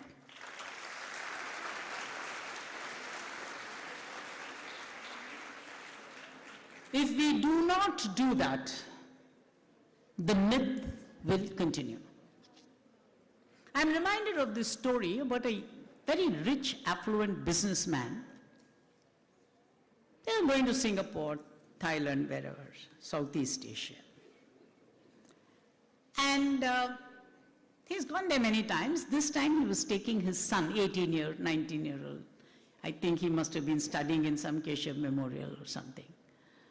So the father told the son in the flight, beta, we have money, you can buy what you want, you can do what you want, you can go where you want in the holiday, but don't go to these nightclubs, very bad.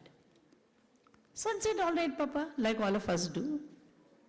The first thing he did after he went to Singapore, he made friends with a local guy and said, what is there in this nightclub? I want to go and see it. He went to the nightclub with this new friend, spent a couple of hours, 2 hours, 3 hours, then came out. Then this newfound friend asked him, did you find anything that you should not have seen that you saw in the nightclub? The Indian said, yes, I saw. Now this guy in Singapore, who's been going there regularly and didn't find anything morally, culturally wrong for him, was puzzled. So he asked him, yes, what is it that you saw there? He said, I saw my father there. So this hypocrisy, this double speak, this say one thing, do another, runs through the milieu of our polity. I have believed that your generation, the younger generation, is a much more efficient, much more honest, much more focused, much less hypocritical generation than mine was. I'm an example of that. I have to wear a suit for some meeting. I hate wearing a suit. Kani suit eskokopothe pottoduku maryade evadistadani oka suit eskochesta. Y'all are the guys know we are fine with our jeans. I'd like to wear my jeans and t-shirt and enjoy life. That's the way life should be. We complicate it by a hypocritical screen, as a consequence of which our freedoms are up for constant analysis, abridgment, and abuse. We need to also understand that, I think in the introduction, your assistant professor said that law, after all, freedom is about my freedom ending where your nose begins. I think this is a very common thing that even we would have learnt in college. There's a very interesting movie called Gandhi versus Nathuram. I don't know how many of you have seen this movie. I don't think it's a very popular movie. It's not Pushpa 2. So, దానికి టికెట్లు ఉండవు, ఎవరు stampede కాకుండా పోయి cinema చూస్తుండొచ్చు. film, there is also very interestingly a scenario where the Congress arrests Mahatma Gandhi for sedition. Do not forget, I'm saying this with all seriousness at my command. I am not echoing the Prime Minister's statement yesterday in Parliament that the Congress has abused the Constitution. I'm not going into the politics of the subject at all, but I'm saying one thing for sure. Do not forget that from 1947 till about 1980s, by and large, the country was run by the Congress and sedition continued to be the law of the country. Therefore, and sedition laws have been used against various people who spoke against the state or the central government. For example, you don't have to go to, it's today popular to say that the Saffron Party is scuttling freedom of speech. Who is filing cases against Harish Rao in KTR today? As far as my general knowledge goes, BJP is not ruling this state. So, this whole idea that a certain political thought has functionally more liberal than the alternative is a narrative, and it's a narrative that the younger community must look at rather than looking at Nehru Beku Jesinda, Patel Ekku Jesinda, Prime Minister Patel Ayundalna Nehru. Yendukaya validdaru poi 60 endlu ayindi. Evadai unte emi. There's this theory, I believe somebody in a fictional methodology, when Muhammad bin Tughlaq came back from his graveyard, he asked who's ruling. Somebody said, there's some discussion. So he said, what if Rama rules or Ravana rules? The poor man will always remain poor. To which the third person said, we don't mind whether Rama rules or Ravana rules. Unfortunately, now Hanuman is ruling the country. So understand that there is a congenital dip in our commitment to the lofty principles of the right to freedom of speech. Now, if you look at our Constitution, and we talk about the exceptions to Article 90, the Indian judiciary, the Supreme Court in particular, has played a role in both expanding and contracting the contours of freedom of speech and what is commonly understood as a delicate balance between individual liberty and social interest. I have an extreme view on this matter, and I'm sure some of you would be interested to pelt a stone or two on me. If there are any like that, please go and sit in the back seat. So that from there, if you throw, it will fall on somebody else, not on me. It is that I believe that the moment you begin to draw a line between societal interest and individual liberty, you are messing it up. There can be no combined societal interest in an acceptable operational democracy which is not equal to arithmetically the interest of each individual's liberty in addition to all of them. The moment you divide and say 100 people's individual liberty is less than 100 people's societal interest, you're messing it up. And for right-wingers, let me caution you, this is the Marxian theory. So when you follow this theory, be careful, you're following a left thought process. The latest boogie, national security. You know, I've noticed this at airports. We are in awe of that guy who does this to you. Cheyitla pettu, tirugu. Cheyitla pettandi sir, koncham tirugandi sir ani cheppadu ayana. Enduku telusa? He thinks he is saving the country. Suppose I have a bomb in my pocket and I want to bomb a plane. You think I'm going to keep it in my pocket and go and show my hands to him? Anta buddhi leda naku. So obviously this whole reducing things to formality is a serious constriction on the freedom of expression. I'm not saying I have a right to go and bomb a plane, but I'm saying in the name of you being an authority against sedition or against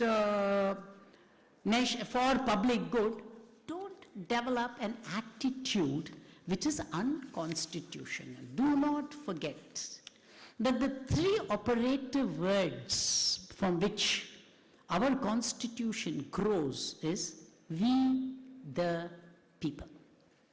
It is we the people who give to this country, etc., etc., etc. So, finally the most authoritative man gets this power once in 5 years and on and off, but now if that bill is passed, you'll only get it once in 5 years. He has the power to choose the man who will muck up your life. If we are not in a position to differentiate under our belief systems, that you have a right to be critical even of the political party that you have elected to power or to which you bear allegiance. The problem with today's right to expression is that there is a huge gap between the right to information and the right to misinformation. If you sieve jallada pedte, మనకు వచ్చిన messages అన్నిటిని జల్లడ పడితే దాంట్లో నిజాలెన్ని కథలెన్ని అని మనకు తెలుస్తాయి. Now the sieve is that social obligation that the erstwhile constitutional makers assumed will lie in our conscience. It does not lie today, and that is the tragedy. Today, you know, none of us take the media seriously. A letter from an unknown person addressed to the Chief Justice of a court will be taken seriously. But if I stand up before a court and say, newspaper dash, which is one of the most respectable newspapers over a period of time, I quote from that newspaper, the judge will say, don't quote from a newspaper, we don't take that as evidence. ఆ పరిస్థితికి మనం తెచ్చుకున్నాం. If you open up your TV box, sometimes once in a way, అదొక డబ్బా ఉంటుంది కదా చేతిలో ఇట్లా ఇట్లా నొక్కుతూ ఉంటాం మనం. ఒకసారి న్యూస్లో ఆగండి. సాక్షిలో ఉంటే ఏం న్యూస్ వస్తుంది మీకు తెలుస్తుంది, ఈటీవీలో వస్తే ఏం న్యూస్ వస్తుంది మీకు తెలిసిపోతుంది, TV9లో ఉంటే ఏది వస్తుంది తెలిసిపోతుంది. Therefore, it is not the news that becomes important, it's the platform that defines the right to expression. So today, right to expression is confused with the right to tell a story from your angle. Every microscope is today seasoned to a certain angle of looking. The kaleidoscope is unscientific, the microscope is unscientific, but the end result you want is freedom of press. I believe that this is not possible. This is not possible because today governments, unlike in the 50s and the 60s, have to deal not with the right to information. They have to deal with the challenge of the right to disinformation, right to misinformation. Because if disinformation and misinformation joins hands, the finality of the end product will be a scenario where you will have no proper information. India, like the world, has grown from an era of information to an era of misinformation. From an era of adopting and using, we have come to an era of abuse and misuse. How much should a government have the power to doctor this whole scenario? I've given you the worst picture, and now I'm throwing up the most important question, and that is, how much power should the government have? And how much power does the government have? It has lot and more under the Constitution. I'm not going to tell you any judgments, but I'm going to address the question, how much power in this kind of a scenario should the government have in cleansing and controlling the freedom of expression? I believe it should have far less than what it has today. The only litmus test after proof by an independent body to any media or expression should be, does it create hurt? Does it create animosity? Does it create war? If it is not these three, the government must say, let go. Do not forget what Voltaire said of Rousseau. He said, I will fight until my death his thoughts, but until my death I will also fight for his rights on the issue. Therefore, ladies and gentlemen, thank you for giving me this wonderful opportunity. I will sign off. With just two statements. One, Justice Krishna Iyer. He said, we cannot let mobs and obdurate people and unreasonable people decide what can and cannot be said in public. I end by a statement that I have strongly believed in. Democracy is not about what is right or who is right. Democracy is the right to be wrong. Thank you.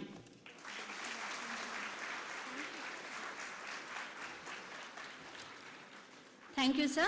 Thank you very much for giving valuable insights on space of convenience, inheritance, culture challenges, constitutional framework. Thank you once again for having you as a keynote speaker for this session. Now I would like to continue the session with the paper presentation. I will be calling one by one for giving the presentations. Firstly, I would like to call Dr. P. Lalita to come on to the dais.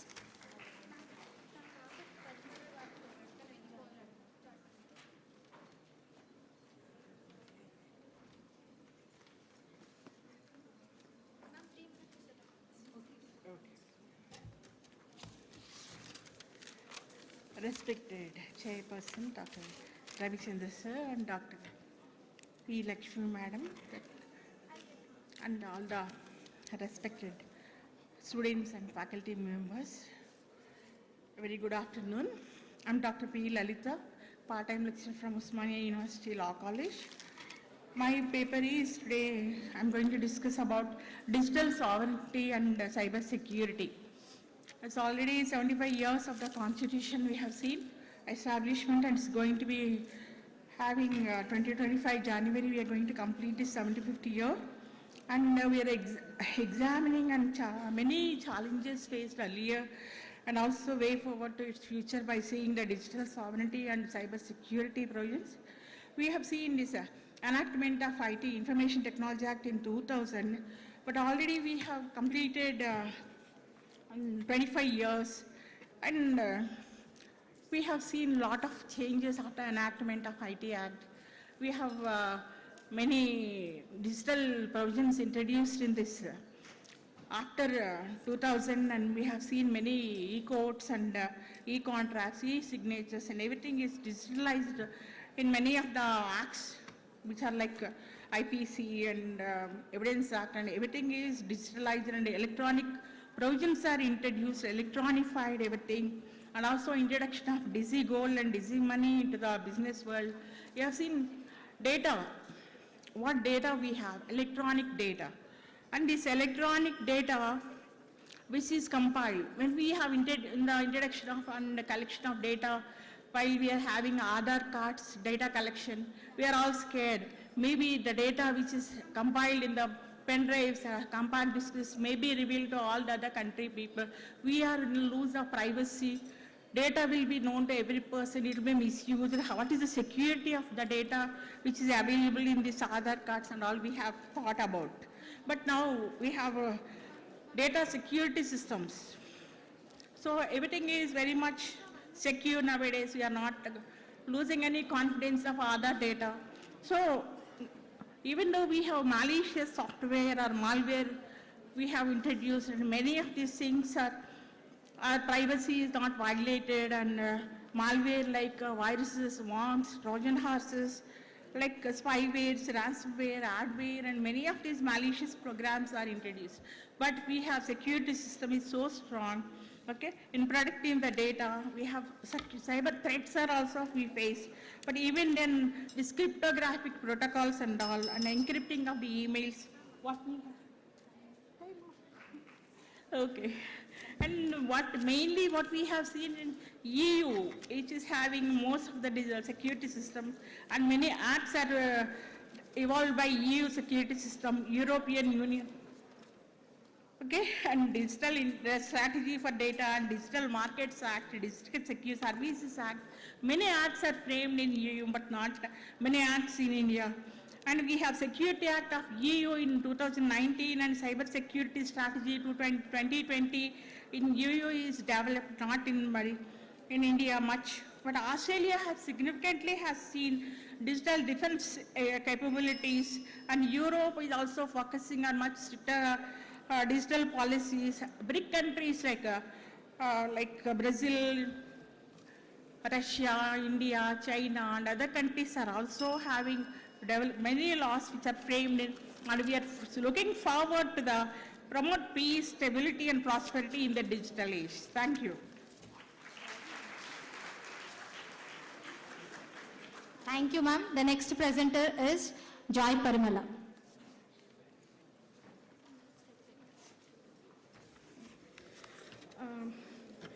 Good afternoon. Today I'll be presenting on the topic Right to be Forgotten, or RTBF, in the Indian context, focusing on the challenges of balancing right to privacy with freedom of expression, that's Article 19 Clause 1 Subclause A in our digital era.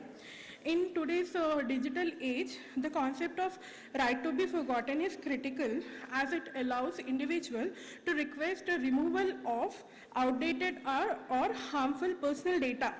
And in India, this issue is particularly significant given our large internet user base and constitutional guarantee of freedom of speech.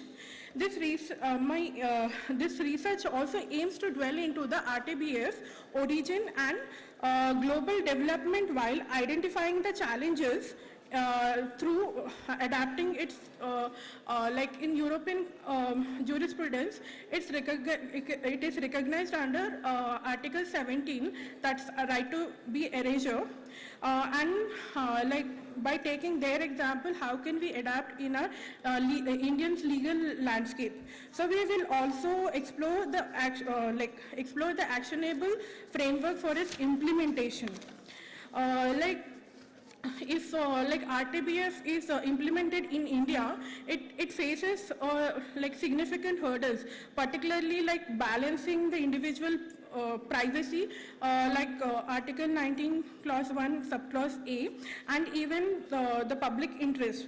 So because these challenges are also compounded by absence of dedicated legal framework, as DPDP Act 2023 it recognized some significance to it, but it does not totally cover it, but it is enforced only through some judgments.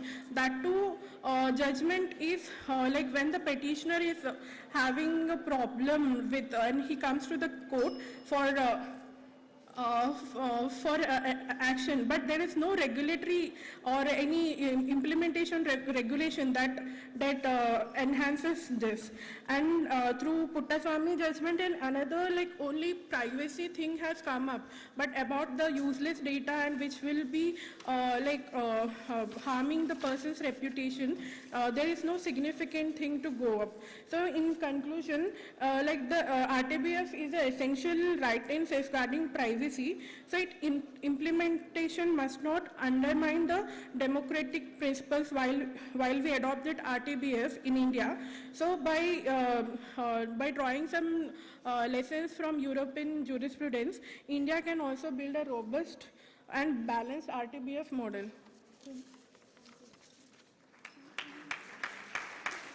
Thank you, ma'am. Now, Chandra Bharati Devi, her topic is Federalism and Water Sharing, examining the role of the central government in interstate water dispute.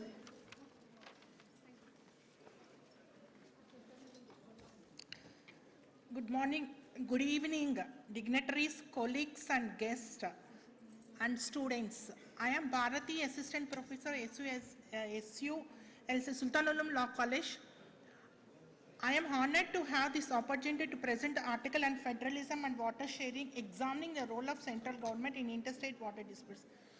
As morning sir said, Padmanabhaya sir said, India's federal system, it had divided the powers between the central government and the state governments. And it presents a significant role in managing the water disputes or river waters. As these rivers, they flow between the state boundaries, and these rivers, they play a vital role in the agricultural, industrial development and also in domestic needs. But there are many conflicts which are going through these rivers. And India's approach to managing these interstate river water disputes is rooted in the constitution itself, and also there are some legal frameworks which deal with these water disputes.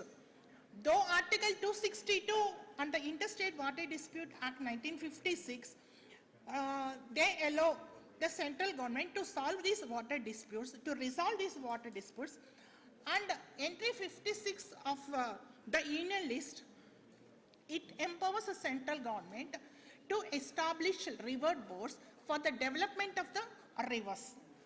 But the main power lies in the state list, and tribunals, they play a crucial role in resolving these water disputes, often providing binding decisions in various legal contexts. And they find difficulty when enforcing the awards which are given by the tribunals. And recently there was an amendment based on the Sarkaria Commission, which was already discussed by Padmanabhaya sir. Based on the Sarkaria recommendation in 2002, the Interstate Water Disputes Act was amended. And after that, morning sir had discussed about Punch Commission. Punch Commission also had made certain recommendations for the amendment of Interstate Water Dispute Act, but till now, it was still in the bill form only.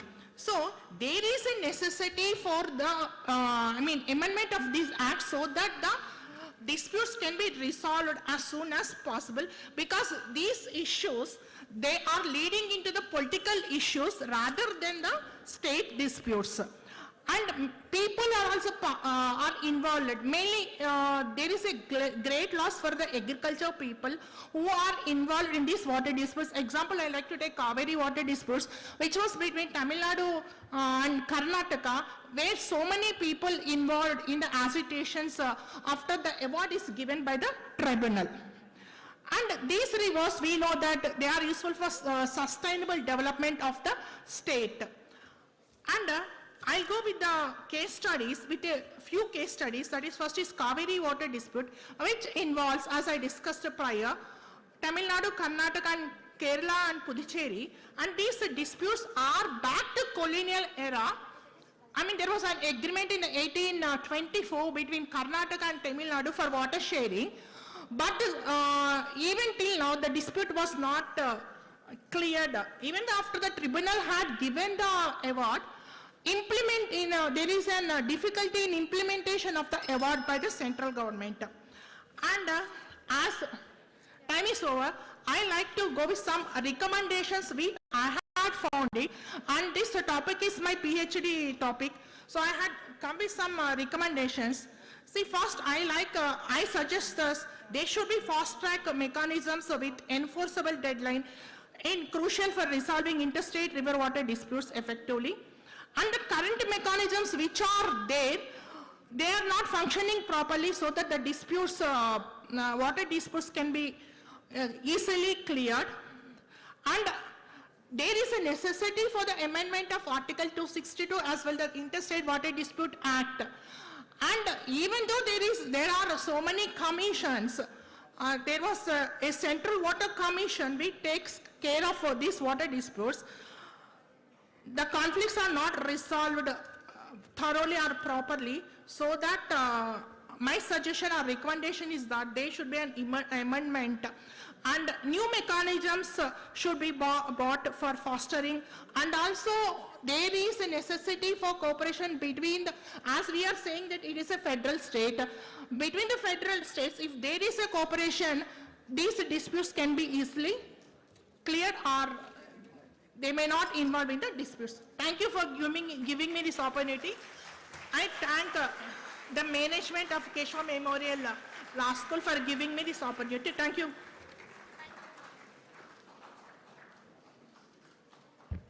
Now I would like to call upon B. Sirisha Reddy from Aurora Law College.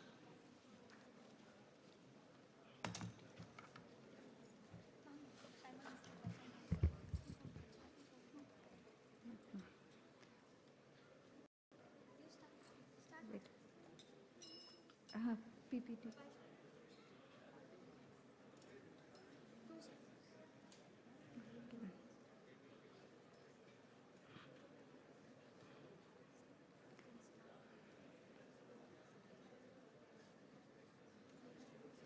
Okay. Everybody here are aware. I believe everybody have noticed the couple standing in here in that PPT. Need no introduction, but the relevant point here is why we have to discuss about them in today's session is Meghan Markle wins invasion of privacy case against UK means there was a story behind this. Meghan Markle has written a letter to her father, but this letter was published by a newspaper and she has sued the newspaper publisher for breach of privacy. So at last the courts have decided and the court has given favor in favor of Meghan Markle. So here with this story we come to a conclusion that right to speech is equally important in today's scenario as right to privacy. So both are equally important. So in the digital age, the right to privacy and freedom of expression are not just legal construed, they are the pillars upon which the future of democratic societies will stand. So, good afternoon everyone. Respected Chair Ravichandra Sir, Keynote Speaker, and Madam Lakshmi, who is the Principal of AMS, and esteemed dignitaries. I am Sirisha Reddy, Assistant Professor, Aurora Law College, and I am very honored to present my paper. And my title of the paper is Balancing Privacy Rights with Freedom of Speech and Expression in the Digital Age, a Critical Analysis of Platform Governance. Significance of the topic: privacy and free speech are two sides of the same coin in the digital age. One cannot exist without the other, and both are increasingly under threat. So, in the case from right to privacy has evolved gradually, but it has been established as a part of Article 21 and it was recognized as a fundamental right, but still faces some challenges like data misuse, surveillance, tracking, profiling, concern, and coming to Article 19(1)(a), where everybody has right to free speech and expression, but still this also faces challenges like misinformation, hate speech and defamation. So balancing privacy with freedom of speech is highly relevant in social media platforms, which plays a critical role in shaping public opinion while maintaining their operational integrity and user trust. So my research objectives, and in this research I have adopted doctrinal method, analyzing constitutional provisions, statutory frameworks, and my goal was to examine the interplay between privacy and free speech. And I have reviewed scholarly literatures, and my goal was it integrated legal theory with practical insights to identify ambiguities and propose reforms for balancing digital rights. So my key findings were there was differences in regulatory frameworks and right to privacy in the digital age, where the privacy was well recognized as fundamental right, and I have found a speech challenges in the digital platforms, definitions of privacy, jurisdiction. There was jurisdictional problems, divergent approaches, inconsistent enforcement mechanisms. So limited cross-border coordination was found. So gray area was a regulatory framework analysis. When I have done, I have seen balancing of privacy and free speech. There was a challenges of anonymity. Indian framework is also not up to the global standards. Divergent approach to content moderation, challenges in defining harmful content, and jurisdictional conflicts were found, and content moderation system was inconsistent, algorithm governance, and also when you see technological development, technological advances such as AI-driven content moderation, blockchain based privacy tools and encryption reshapes it to certain extent. Technology tries to balance between privacy and free speech, but lacks some deficiency, like it would lead to risk biases. There might be biases and challenges in moderations, and there may be regulatory oversights, limiting regulatory oversights to control encryptions and all. So it is like the future of digital right is not a question of choosing privacy over expression or vice versa. It's about crafting a framework that harmonizes both in ever-evolving digital landscapes. As technology evolves, so must our approach to privacy and speech. The question is not whether we can balance these rights, and my suggestions. Okay, you can see. Okay, thank you. Thank you, ma'am. Now I would like to call upon Dr. P. Prabhakar Rao. The topic is federalism and its new challenges.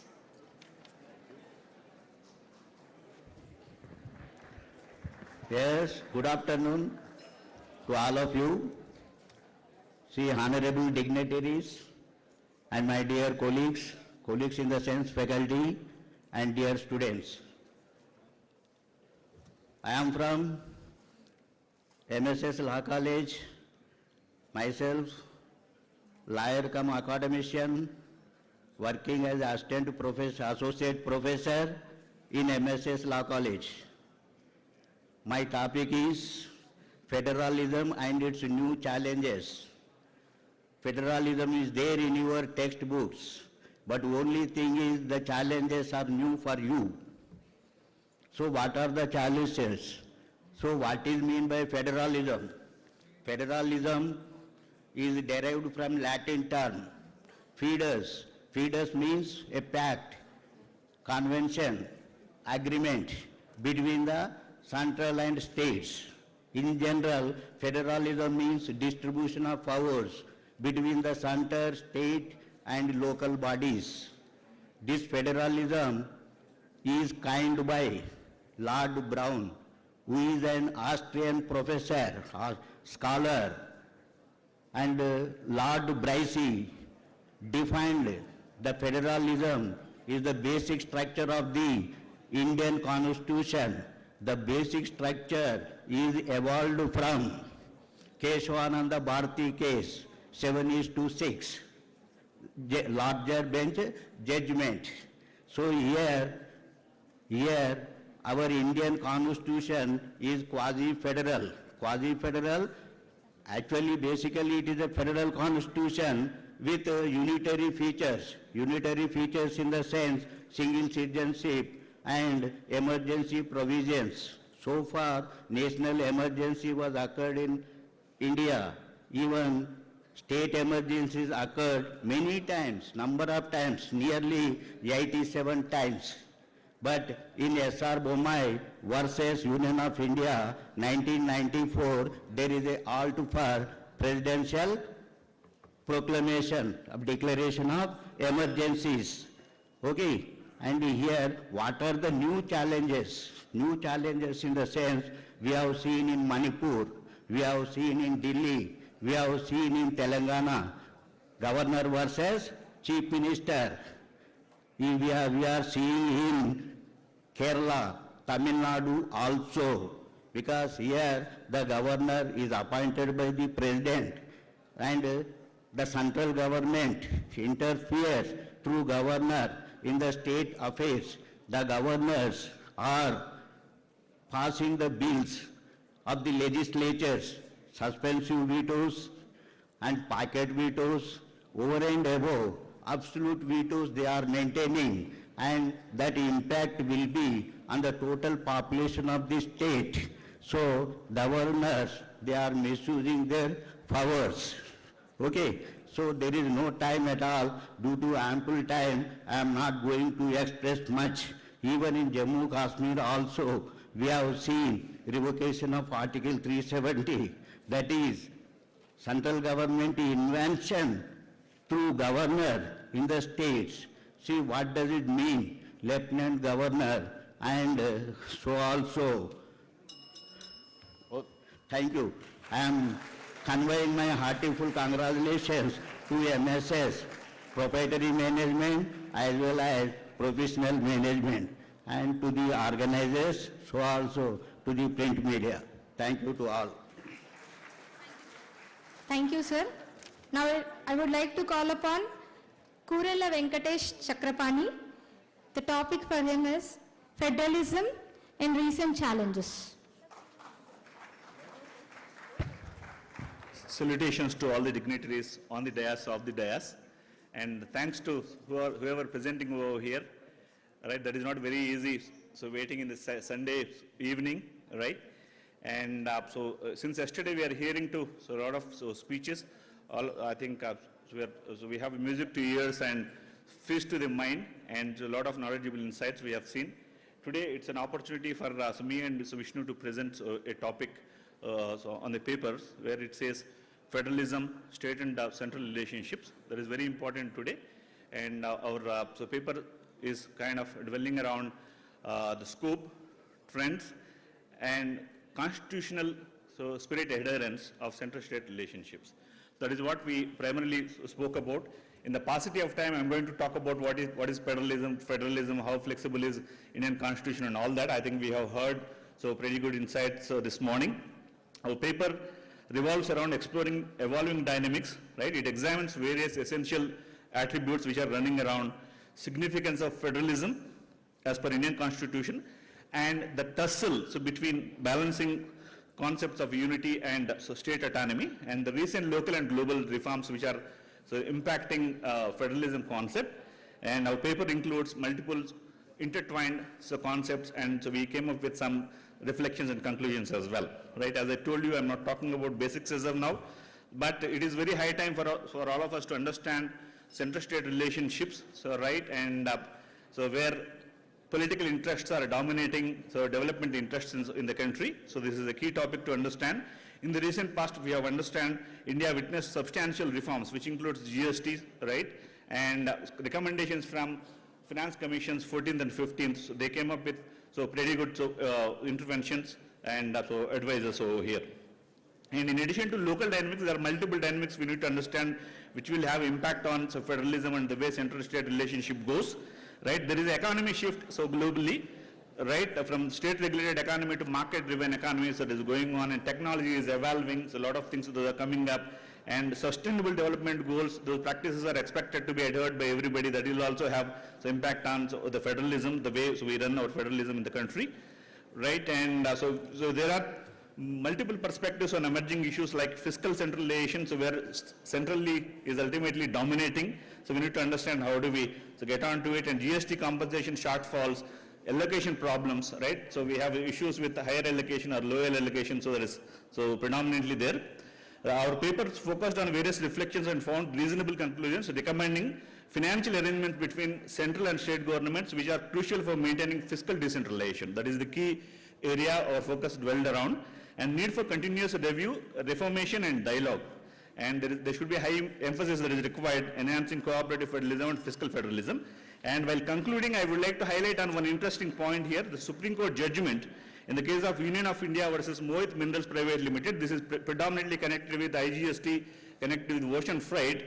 So on this judgment, Supreme Court said, so it offers a novel addition to the vocabulary of Indian federalism. It unveils the concept of uncooperative federalism as well. We are talking about cooperative federalism. Sometimes we need to understand the dissent also, as Ravindra sir said. On the theoretical level, the court observed so that interstitial contestation as opposed to collaborative discussions can also be helpful in fostering relationship between states and central governments. It means some form of non-cooperation by states also can produce deserved results. Right, with this I am resting off this presentation. Thank you all for your attention and patience. Thank you. Thank you, sir. The co-author is P. Vishnuvardhan. Thank you to him, sir. Thank you to him. And now the next speaker is Ratna Kumari. Her topic is disabled rights. Thank you for providing me this opportunity, and I'll not take much of your time. So let me sum it up. So whenever we travel in bus or any other medium like metro, we always see a certain number of seats reserved for disabled sectors or disabled people. And at the same time, in all the government recruitments, 4% of seats are reserved for the disabled sectors. So what are the legal provisions behind this, these provisions for disabled? So globally, in India, we have Rights of Persons with Disabilities Act 2016, and behind this, there is a UN convention, which is United Nations Convention on Rights of Persons with Disabilities, which was the basis, and the aims and objectives are put forth in the 2016 Act. So initially we had 1995 Act, which is Persons with Disabilities Act, and the same Act consisted only 7 kind of disabilities. Now the present Act deals with 21 kind of disabilities, and in the Act there are imprisonments. Imprisonment is provided, which is from 6 months to 5 years, and fine varies from 10,000 to rupees 5 lakhs. So here, punishments are also provided for people who take away the opportunities of disabled people. You must be aware of probationary IAS officers Pooja Khedkar's case, wherein the Pooja Khedkar, this lady has taken an advantage of disability and has got a seat in UPSC. So the most important case and the first case which was noted in under the 2016 Act is Satyadev Pachauri's case. So what happened in this case was the Uttar Pradesh Chief Minister, this person has just gone out for an industrial visit, and there were many number of employees. And as part of these employees, there were class 4 employees. And as part of these class 4 employees, there was a certain section of people who are disabled. So he made a comment, which was, these people are disabled. How are they going to do a productive work? So this was a comment which was taken as a, hurtful by the, let us say,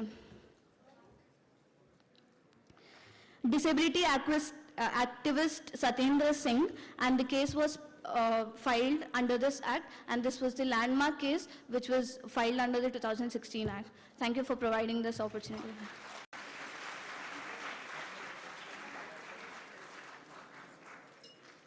Thank you, Ma. Now the online session. Is it connected?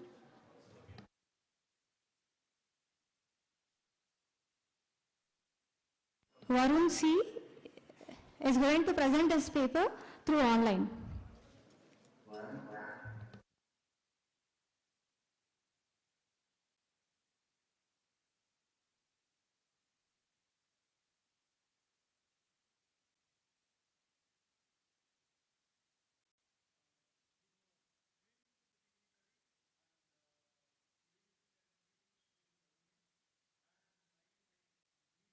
Arun from Bangalore University, Bangalore, and I am going to present on the topic called Role of Judiciary in Protection of Human Rights in India, an overview.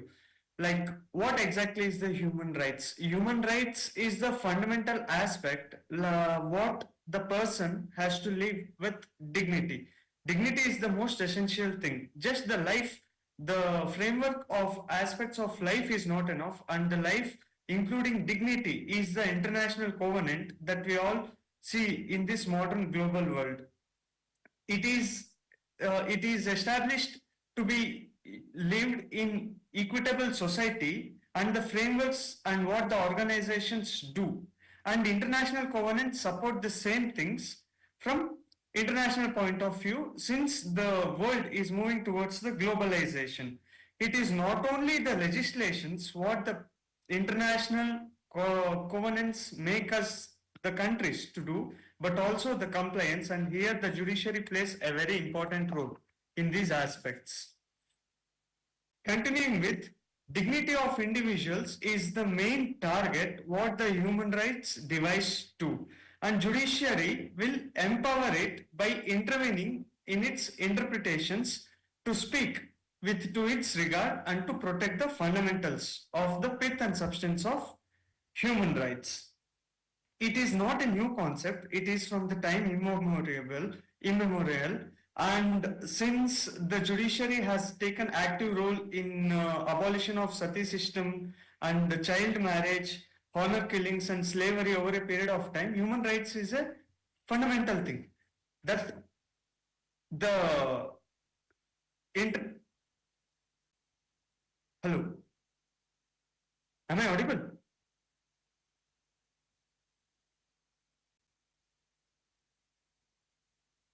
You are audible.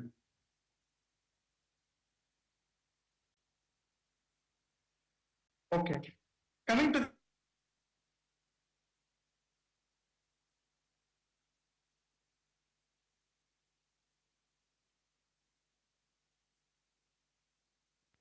Thank you, Varun, for joining us through online. Now, I'll call upon one more speaker, NC Vijay Chandra.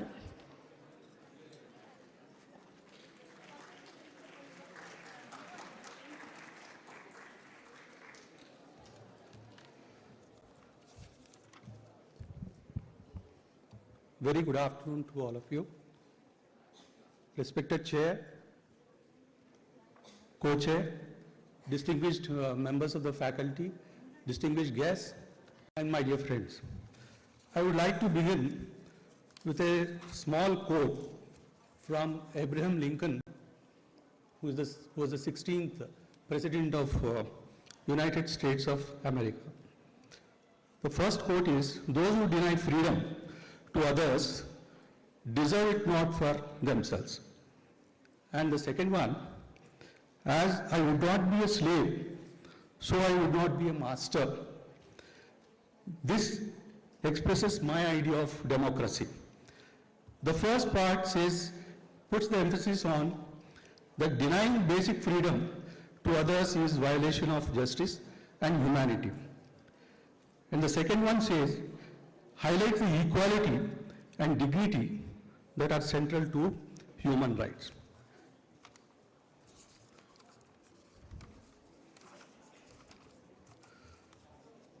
I am NC Vijay Chandra, presenting you a topic on the constitutional framework and human rights.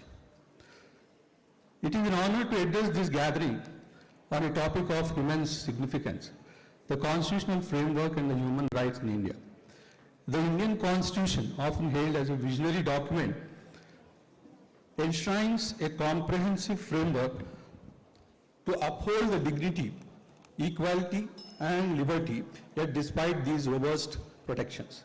The journey toward the full realization of human rights in India remains complex and challenging. There are few questions which are very important for us to answer before this. What are human rights? When are the human rights said to be violated? And what violates human rights? In the first case, human rights are fundamental rights inherent to all the individuals regardless of nationality, race, gender, religion or status. The second one is when human rights are said to be violated, when the actions or laws deny individuals their basic freedom, dignity or equality. And the government, who violates human rights? Governments through repressive laws, police brutality, or failure to ensure basic needs. Now, Constitution, which is a framework for human rights, provides 3 pillars for safeguarding human rights. First one, fundamental rights, directive principles of state policy, and fundamental duties.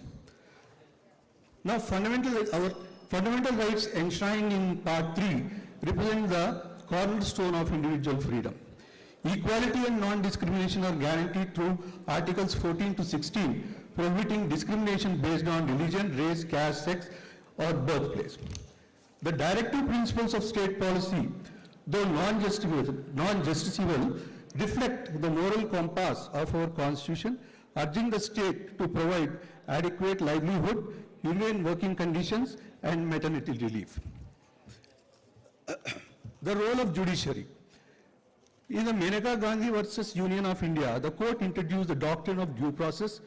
The Vishaka guidelines laid to the foundation for workplace safety for women, culminating in the sexual harassment of women at workplace.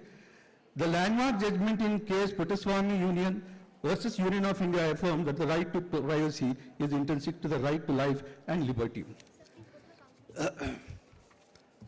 In my conclusion, the Indian Constitution, as Dr. B.R. Ambedkar envisioned, provided a profound framework for social justice and human dignity. Yet, our collective responsibility lies in translating these constitutional promises into tangible realities for every citizen. Lastly, Martin Luther King quote is, "Injustice everywhere, injustice anywhere is a threat to justice everywhere." And lastly, freedom is never voluntarily given by the oppressor, it must be demanded by the oppressed. And I have a dream, one last quote, I have a dream that one day every valley shall be exalted, every hill and mountain shall be made low. A vision of equality and justice where human rights are universally upheld. Thank you.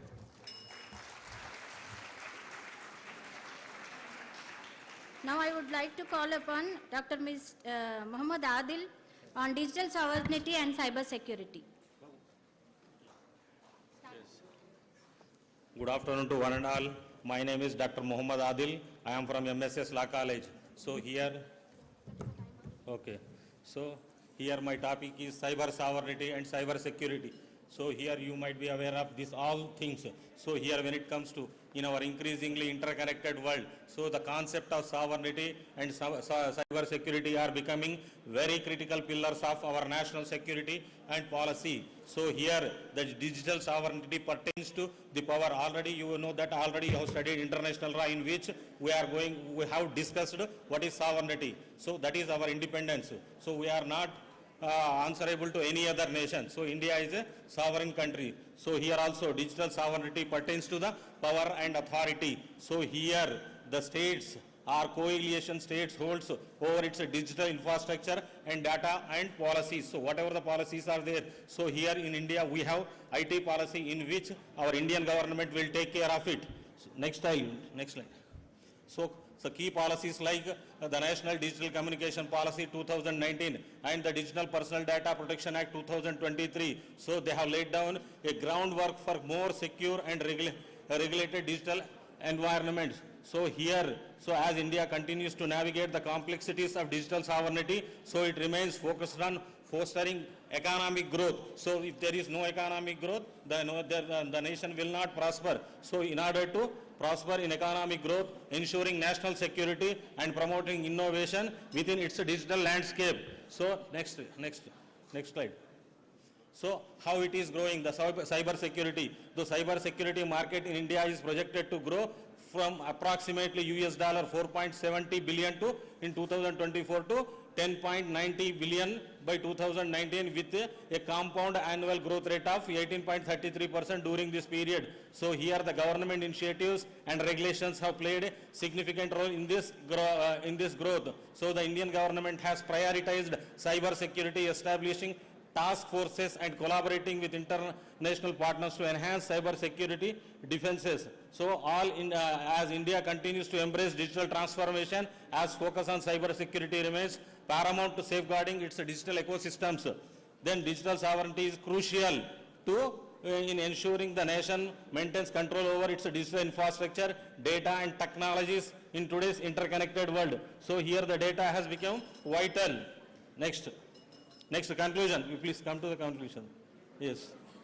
Because you are, yes, so cyber security is yet another crucial dimension of India's digital strategy as evidenced by the increasing frequency. It is no doubt that threats in the cyberspace are becoming more advanced. Okay, right. It's here it is, time is there. 5 seconds are there. Before that, it is not good. It's bad.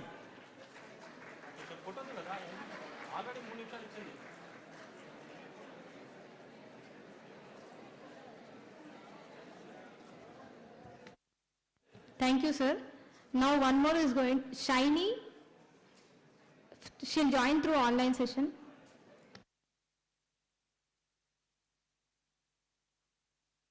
All are very eager to present their papers through online as well as offline.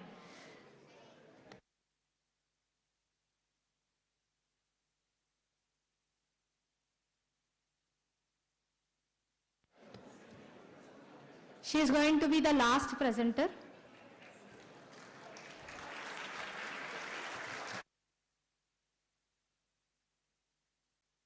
I hope I'm audible. Am I audible, please? Hello? Yes, ma'am. Audible. Yeah, fine.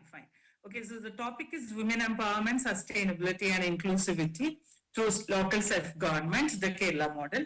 I've taken this concept of women empowerment in the background of 73rd and 74th Amendment of the Constitution, through which decentralization was constitutionally introduced in the country. Now, through this amendment, the Kerala government introduced Kudumbashree, a flagship program focusing on women empowerment, and these amendments has been instrumental in eradicating poverty, thereby promoting women empowerment at the grassroots level through participatory democracy. This poverty eradication program called Kudumbashree has changed the lives of millions of families in the state of Kerala. Now, women empowerment can be achieved only by making women conscious of their rights and also by ensuring a collective action through which women are made aware of their strength and the need to enhance their capabilities. Now, Kudumbashree is present in every village of Kerala, and this is only possible due to its strong network. Now, here what they do is like the government actually through Kudumbashree has brought in food security, health insurance, housing facility, and entrepreneurship actually. The major aim of this project is to convert microfinance-led financial security model into a very comprehensive model of local economic development. Now, the basic structure of Kudumbashree comprises a small group of women, almost consisting 20 to 40 of them, and they are involved in collecting waste to running institutions very efficiently. There are actually 3 hierarchical order in the community level operation here. They have this NHG, which is called as the neighborhood groups, area development societies, and community development societies. The membership of the Kudumbashree is open to every adult member, but it is only limited to 1 member of family. And one of the reasons attributed to the success of Kudumbashree is that they hold weekly meetings in the neighborhood households, which help in developing bond between the families.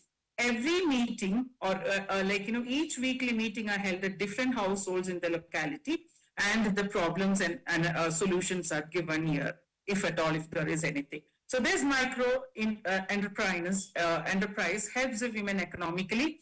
One can see Kudumbashree canteens, catering units which runs on subsidized or subsidies of the government, farming units, foodware units, horticulture, food processing unit. I know whoever has gone to Kerala would have definitely seen this, would definitely have seen this basically. So there are many trainings centers for skill developments also by Kudumbashree. And it's very important to say that Kudumbashree represents nearly half of the families in the state of Kerala, and poverty alleviation is one of the main goal of it. Today, Kudumbashree has become the voice of socially and economically weaker section in the society. Since the concept of Kudumbashree is built around local initiatives, it does not require much of external support. Hence, any woman in the family can join in these initiatives. To aid the mothers and the women who are working, Kudumbashree also has this major concept called as Balasabha, where the children can be sheltered during the daytime. They are provided healthy food, and some of the the food grains and all are supported by the government basically, or the government provides it. The Clean Kerala initiative, through which the household waste are collected, is an ideal example of its social commitment. They have a wing called as Haridas Karmasena, and then these people represent these women actually involved in sustainable waste management under the leadership of Sujitwa Mission basically. Kudumbashree is also recently they have started promoting, or they have the first transgender neighborhood communities, and this is started in Kottayam district of Kerala. And through this program, they provide skill-based capacity trainings also. Now, apart from this, there are also certain concerns when it comes to Kudumbashree. The problem with this is that there are this is used as a political tool in these days. Political parties utilize these working forces to garner political support, and these could be a reason for polarization. Another thing is the funds.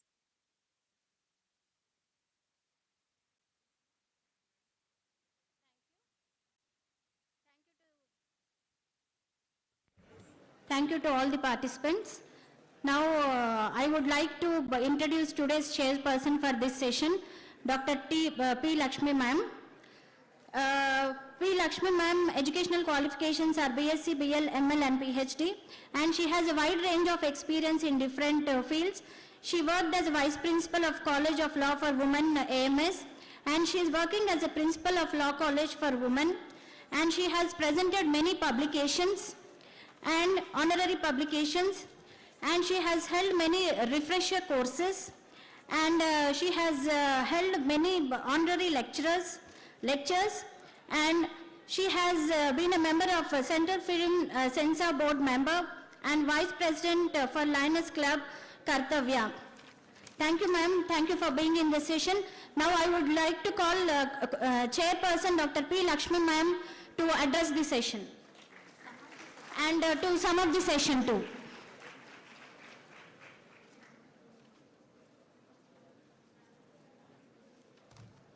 Good afternoon to all. The senior advocate Ravichandra Garu and different advocates who are there, and my colleagues, faculty from different law colleges, and my dear students. I feel happy to be here and address you on this occasion because my specialization is labor law. Continuously I am dealing with the constitution and also contracts. Majority of the people are under the impression I may be from corporate law or from the constitution. Maybe God grace, because of that, I have a knowledge, I can say a minimum knowledge with reference to these subjects.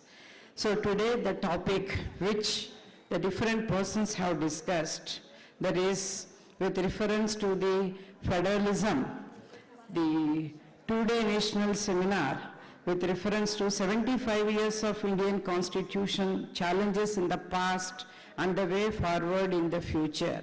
So in this, the last three sessions, that is federalism and state relationship, some of the speakers have discussed with reference to center-state relationship, water disputes, and also overlapping of the center and legislative powers and the extent of federalism under the Constitution.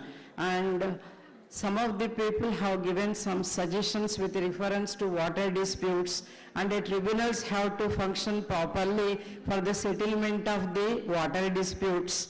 And one of the speakers has already discussed, even though the tribunal has made the judgment, but implementation failure. So all these speakers, basically they are emphasizing on the federalism is linked with political structure. Because of that reason, even though we are saying India is a federal state, but that concept was not implemented properly because of state and center relationships. And another thing is the role played by the governor for the maintenance of the state and central relationship, that was also discussed. So in some of the places they are representing, because of the political scenario only, the problems are coming and it has to be set aside. And some of the speakers, they discussed with reference to human rights and social justice. What is meant by a human right? What were covered under the Constitution?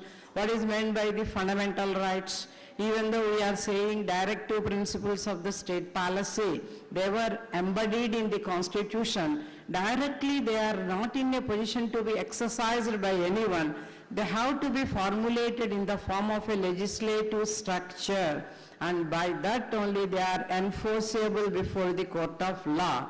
So based on that reasons, the speakers have discussed what is meant by human rights, what are the fundamental rights, what is the coordination between the human rights and the fundamental rights, and what is the role played by the Constitution for uplifting the fundamental rights of the citizens. And the last topic that was discussed is freedom of speech and expression. So freedom of speech and expression itself used to be considered as a fundamental right. Article 19(1)(a) is giving this right, but this is not an absolute right. Reasonable restrictions can be imposed by the law under Article 19(2) of the Constitution. So because of that reason, so many speakers have discussed so many things with reference to digital era, or with reference to the electronic system and right to privacy. And another thing is with reference to the what we can call the right to speech, right to privacy, because Article 1(a) says freedom of speech and expression, but that reflects in so many fundamental rights. We can say Article 21, right to life and personal liberty, is clubbed with Article 19(1)(a). It is not an independent right. And which you are well aware, during the emergency, fundamental rights were not available to the citizens.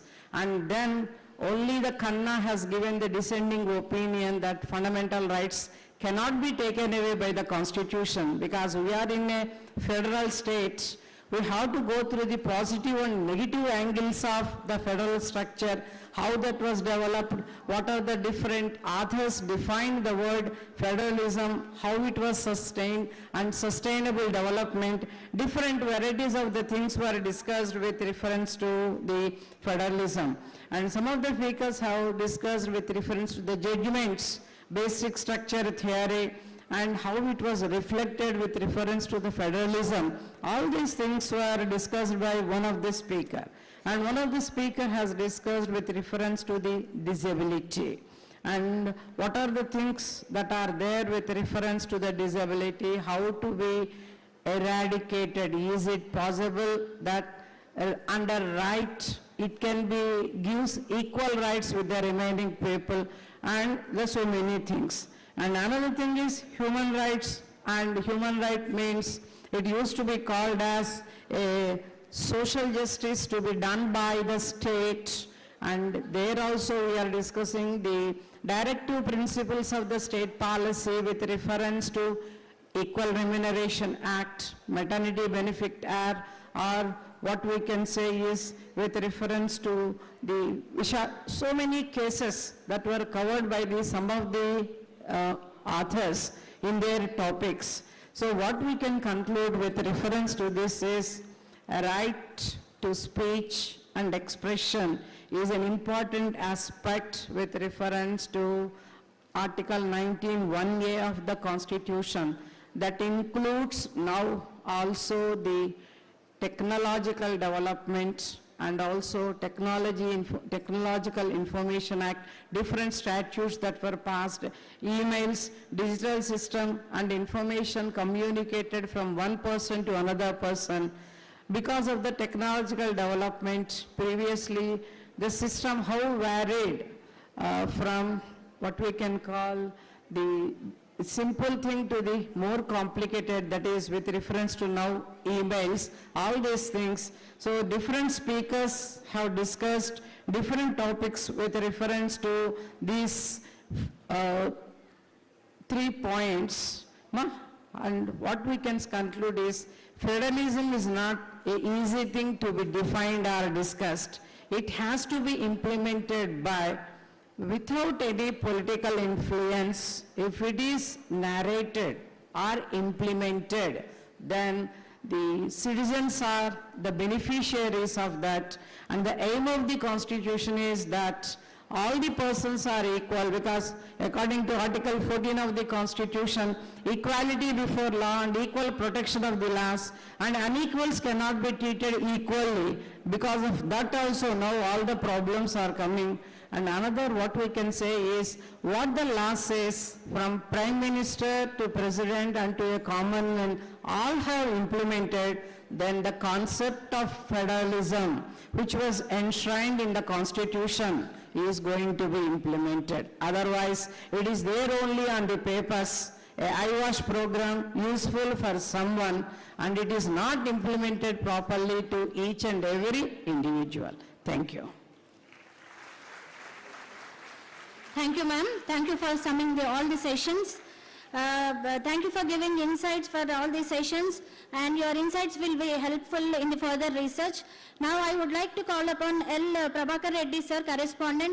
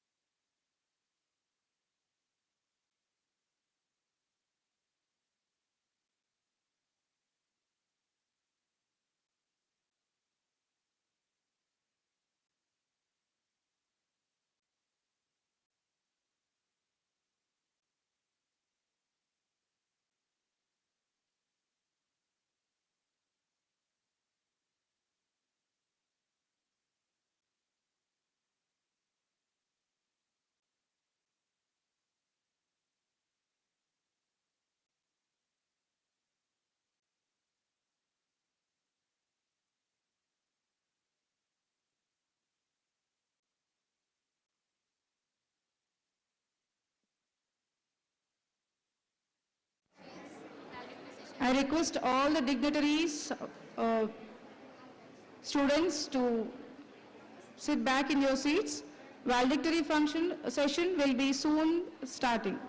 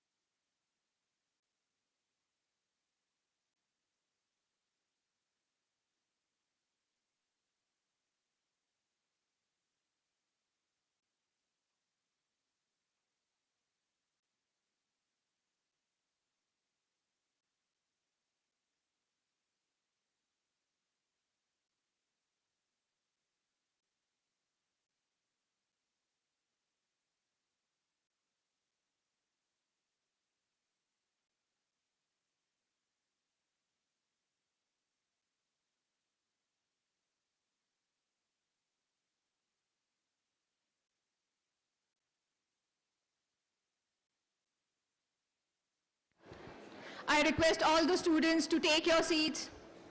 I request all the students to take your seat. Come back, students.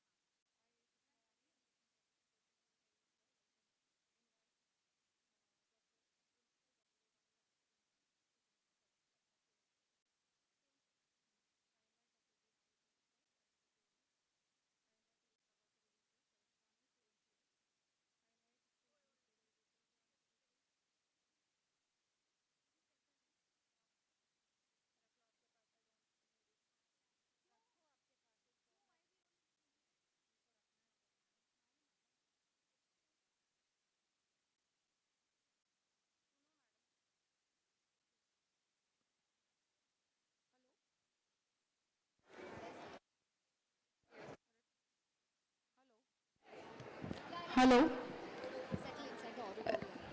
All the students, please settle down in the hall. I request all the students, faculty members, please settle down in the hall. We are starting with valedictory session. A very warm welcome to each of the dignitaries present here.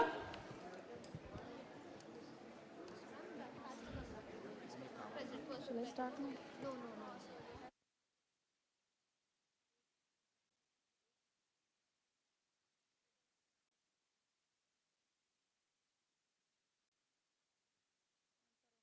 On karo. Start.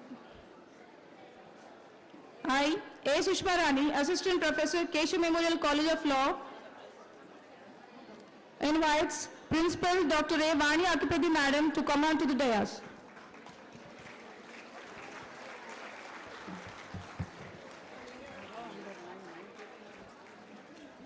I would like to invite Dr. J. Nageshwaran sir, Director, KMS.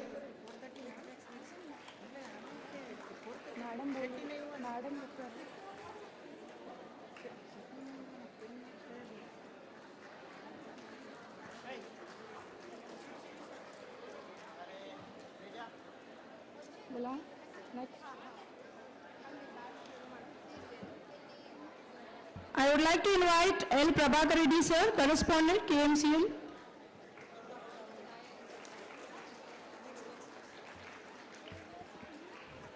I would like to invite Dr. A.V. Subramaniam sir, Secretary, KMES.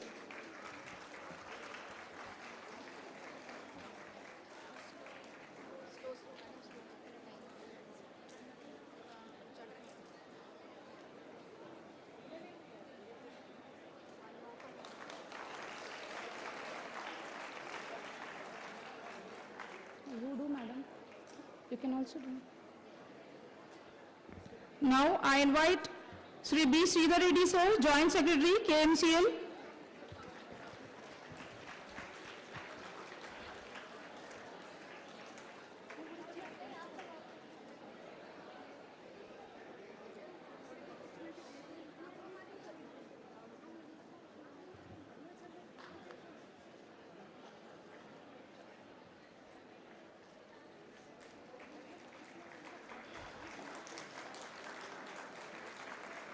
I invite Dr. A.V. Subramaniam sir, Secretary. Now I would like to invite C.A. Sri J. Narasimha Rao sir, Vice President, KMES.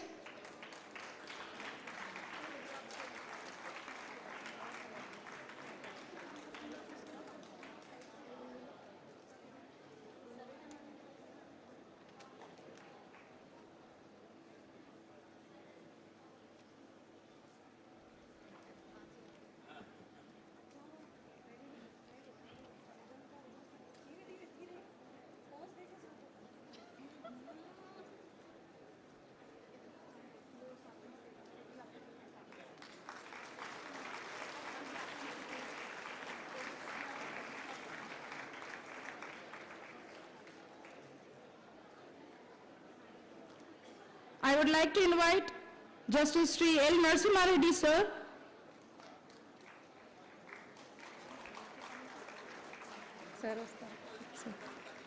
I invite our chief guest, Professor Sri Krishna Deva Rao sir, Vice Chancellor, Nalsar University College of Law, to come on to the dais.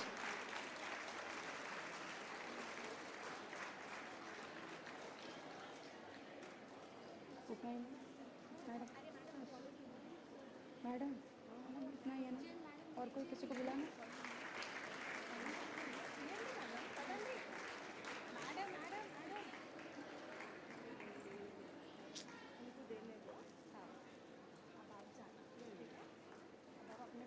अभी कौन है president sir sir आए ना secretary sir को दिया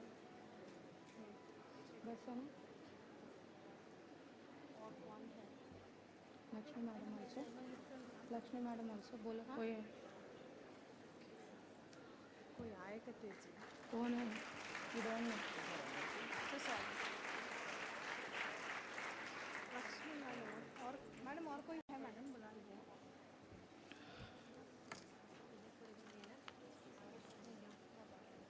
I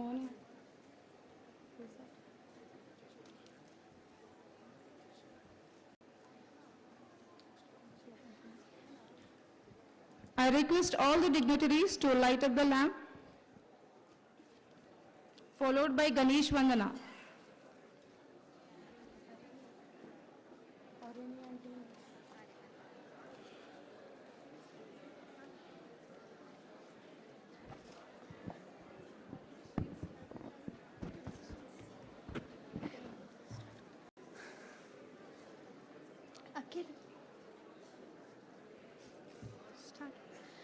शुभं करोतु कल्याणं आरोग्यं धनसम्पदा शुभं करोतु कल्याणं आरोग्यं धनसम्पदा शत्रुबुद्धिविनाशाय दीपज्योतिर्नमोऽस्तुते शत्रुबुद्धिविनाशाय दीपज्योतिर्नमोऽस्तुते दीपज्योतिर्परब्रह्मा दीपज्योतिर्जनार्दन दीपो हरतु मे पापं दीपज्योतिर्नमोऽस्तुते दीपज्योतिर्नमोऽस्तुते दीपज्योतिर्नमोऽस्तुते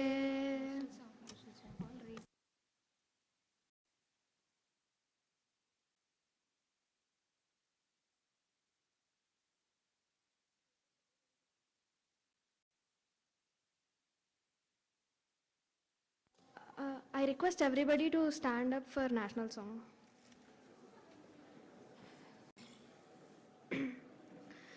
Vande Mataram, Vande Mataram, Sujalam Sufalam,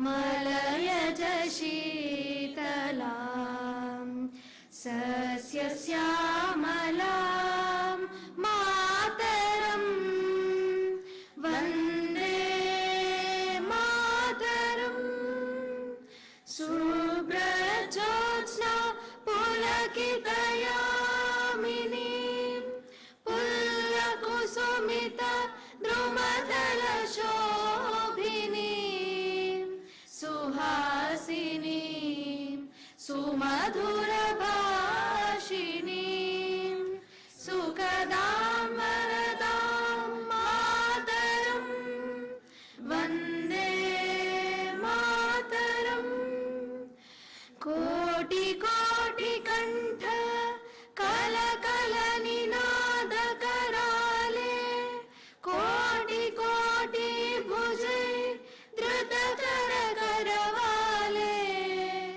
Abana ke no maaye to bhale, bahubala dharinim namami tarinim, ripudalavarinim Mataram, Vande Mataram, Tumi Vidya, Tumi Dharma, Tumi Hridi, Tumi Marma, Tvam hi prana sharire, bahute tumi ma shakti, hridaye tumi ma bhakti, tomarai pratima gadi mandire, mandire, Vande Mataram, Tvam hi Durga Dasha Praharana Dharini,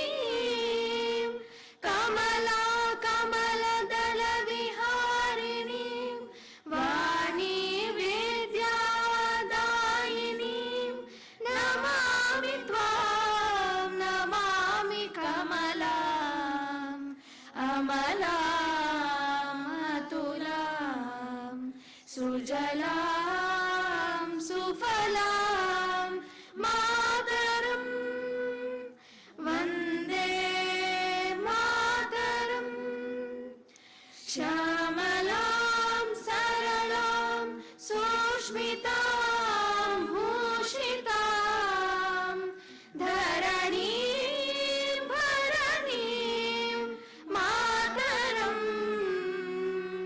वन्दे मातरं वन्दे मातरं वन्दे मातरं जय बोलो भारत माता की।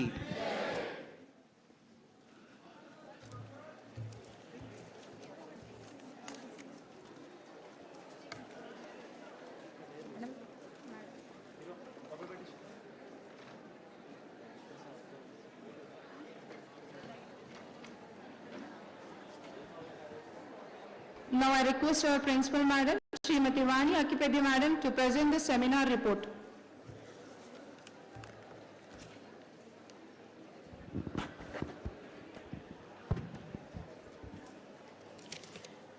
Good evening, all of you. Respected dignitaries on the dais and the chief guest, Sri Krishna Devarao Garu, Vice Chancellor, Nalsar University. A very, very warm welcome to you, sir. And yes,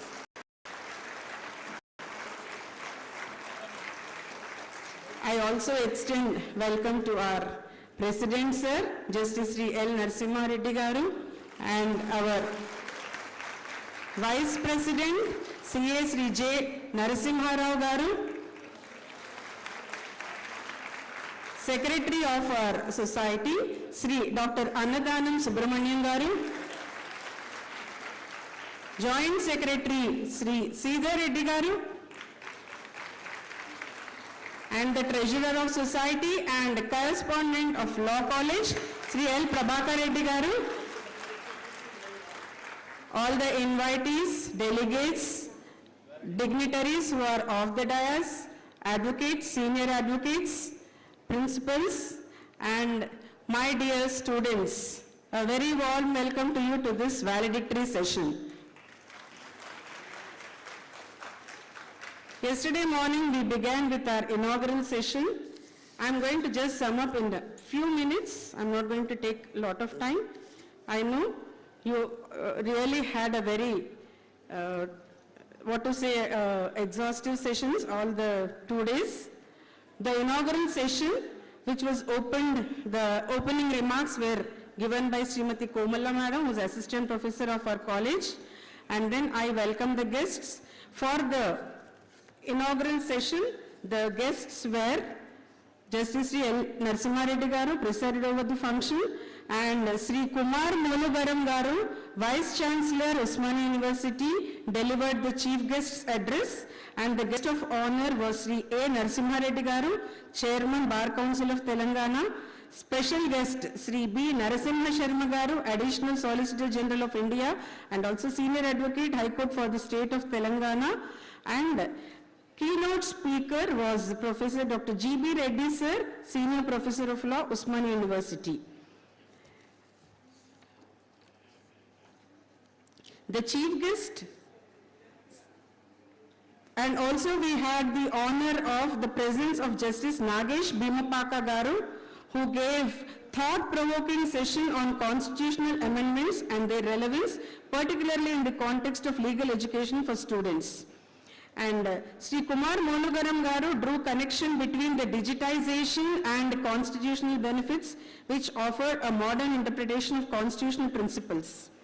And our chief guest, Justice Sri L. Narasimha Reddy Garu, addressed on the significance of Constitution, and it has enriched our understanding and inspired us to reflect on its profound impact. He declared the seminar open. And then our special guest, Sri B. Narasimha Sharma Garu, shed light on the challenges of codification and the evolving role of the Constitution. And Sri A. Narasimha Reddy Garu, guest of honor, gave an enlightening perspective on how the Constitution unifies our diverse nation and fosters progress and growth. Professor G.B. Reddy Sir also delivered a very powerful keynote address. He praised the immense efforts behind the Constitution and the vision of its framers and its critical role in establishing a strong and stable nation. He also raised certain relevant, important challenges that we are still facing today. and the vote of thanks was given by Rajalakshmi Madam. This inaugural session was followed by the session, technical session number 1, that is a journey of transformation. For this also the guests were Professor G.B. Reddy sir, sat through all the presentations, and the keynote address was delivered by Professor P. Ishwara Bhatt Garu, who was former Vice Chancellor, West Bengal University, National University, and also Karnataka State Law University. And Gangi Reddy Garu, Professor, Assistant Professor from ICFI, Bangalore, he served as the co-chairperson. Professor Ishwar Bhatt Garu highlighted that the making and following of the Constitution is an ongoing process. He explained the Constitution's creation in 4 stages, and he emphasized the importance of amendments and noted that its success hinges on active citizen participation. He also addressed the Constitution's enduring success and challenge. Dr. G.B. Reddy Garu elaborated on how Constitution remains a living document, continuously evolving to meet new challenges. And Gangi Reddy Garu concluded the session by focusing on transformative nature of the Constitution, stressing the need for laws to adapt with changing times. And the second session, which was a very power-packed session with Justice Madhavi Devi Garu and Srimati Nandini ma'am, professor from the Damodaram Sanjivaya National Law University, Vizag, and co-chaired by Srimati G. Ramadevi, member Child Welfare Committee. Justice Madhavi Devi Madam highlighted issues surrounding women's rights and questioned the progress of equality since independence. And most important contribution in her speech was her contribution in enabling women to work in Singareni mines by passing a writ petition. It was a proud achievement to hear it from Madam itself. And then Professor Nandini discussed the evolving status of women using relatable examples from her power-packed, animated presentation. She emphasized the uniqueness of women, advocating for a perspective that celebrates their multifaceted abilities rather than merely equating them to men. And co-chairperson Dr. Ramadevi also highlighted certain experiences that she encountered as a member Child Welfare Committee, and she also gave the example of Sakhi, where cases not only are registered for child rights but also for women rights. Then the third session yesterday, or the concluding session, was on Uniform Civil Code.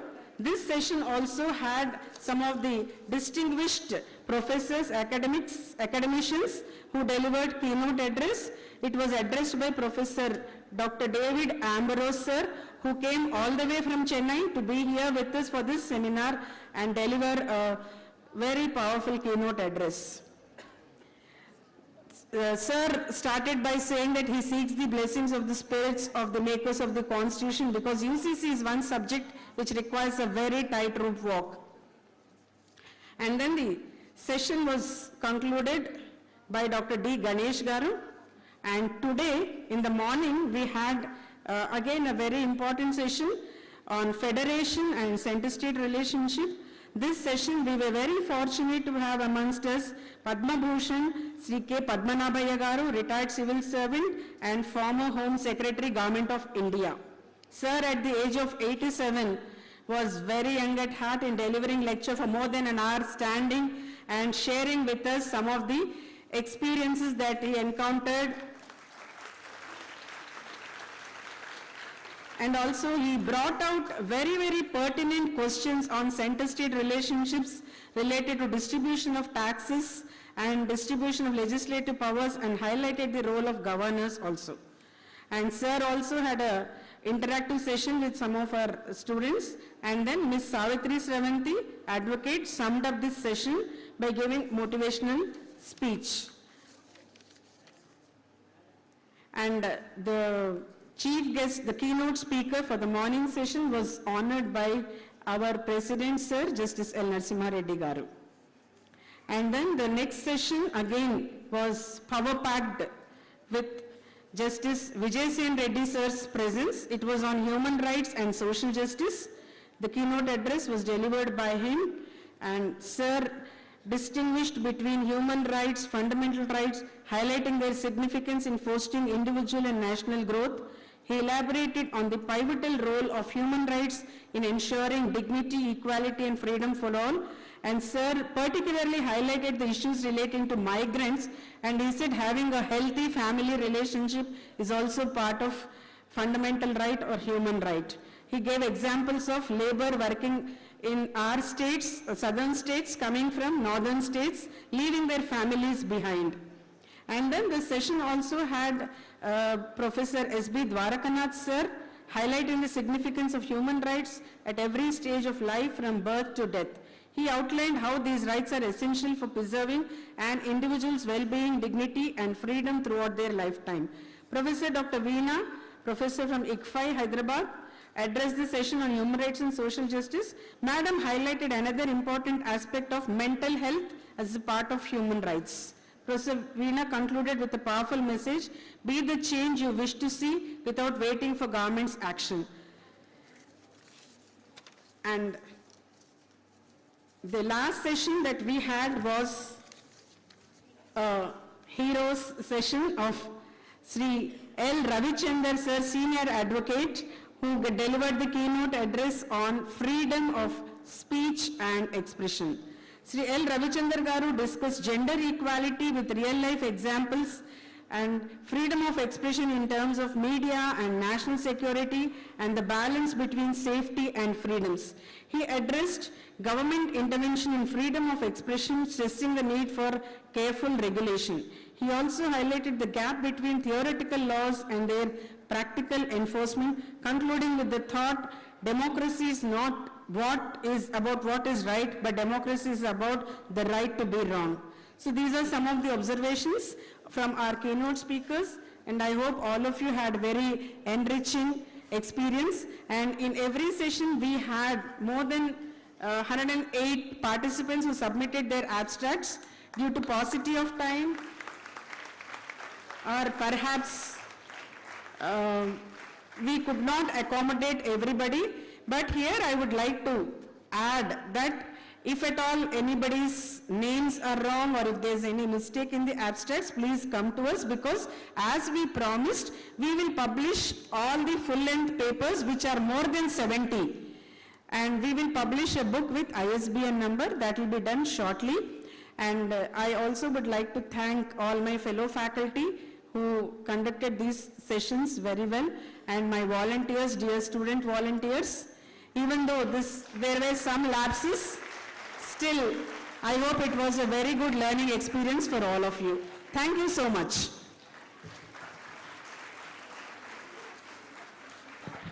Thank you, madam. Now I would like to invite Dr. J. Nageshwara sir, Director, KMES.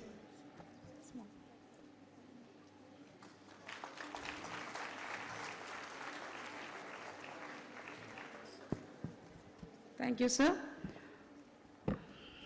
I would like to take privilege of introducing CA Sri J. Narasimha Rao sir. Sir is a practicing chartered accountant from 1971. Sir is a founding partner in Narasimha Rao and Associates. He was a director in State Bank of Hyderabad from 1993 to 1999.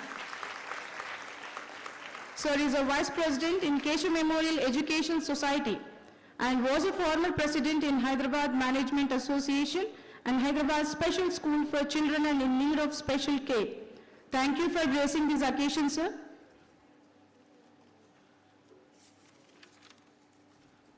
I would like to invite Srishti Prasad Madam to introduce President, sir.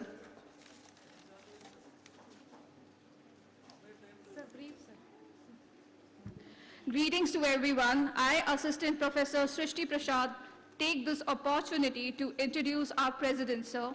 Retired Chief Justice L. Narasimha Reddy, sir, is from an agricultural family, Telangana state. He pursued his bachelor's as well as master degree from Osmania University. He was elected as the Secretary of AP High Court Advocates Association, sworn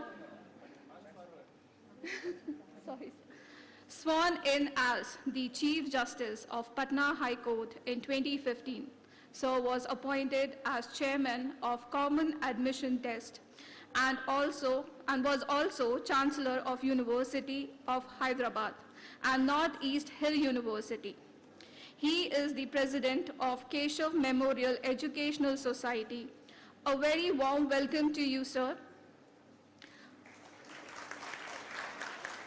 I request sir to address the gathering.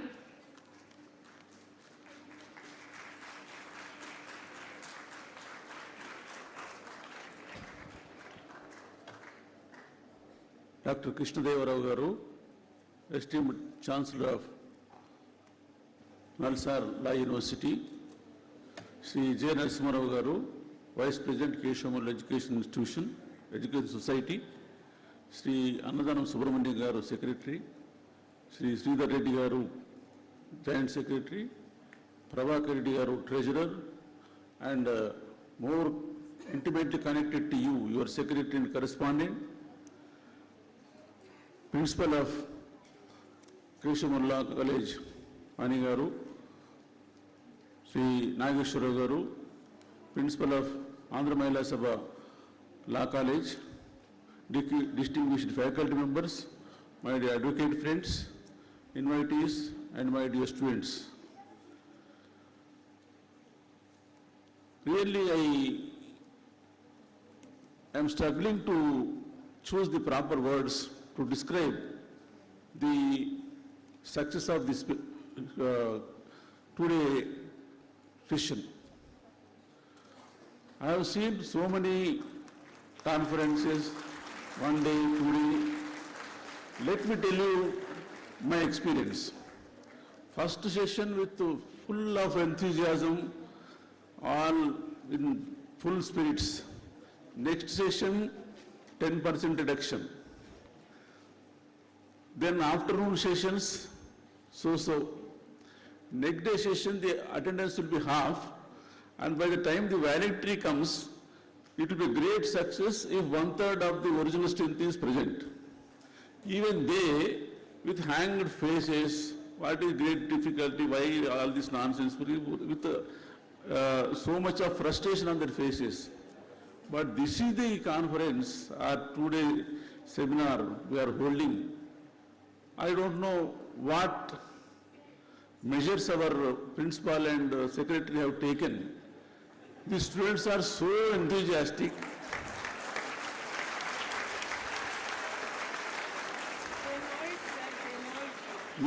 Even if you threaten saying that if you don't attend the seminar, I will fail you, fall like next year pass చేసుకుంటా నీకేది పోదు. అట్లా కూడా కాకుండా ఏం చేసినారు కానీ మాయ మీరందరూ ఇంత అటెంటివ్గా ఇంత ఫుల్ నెంబర్లో it is a great success and ultimately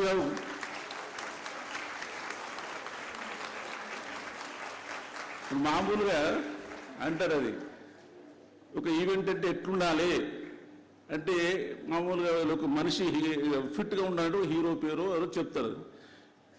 conference అంటే ఎట్లా హోల్డ్ చేయాలంటే కేశవ్ లా కాలేజ్ చేసినట్టుండాలా.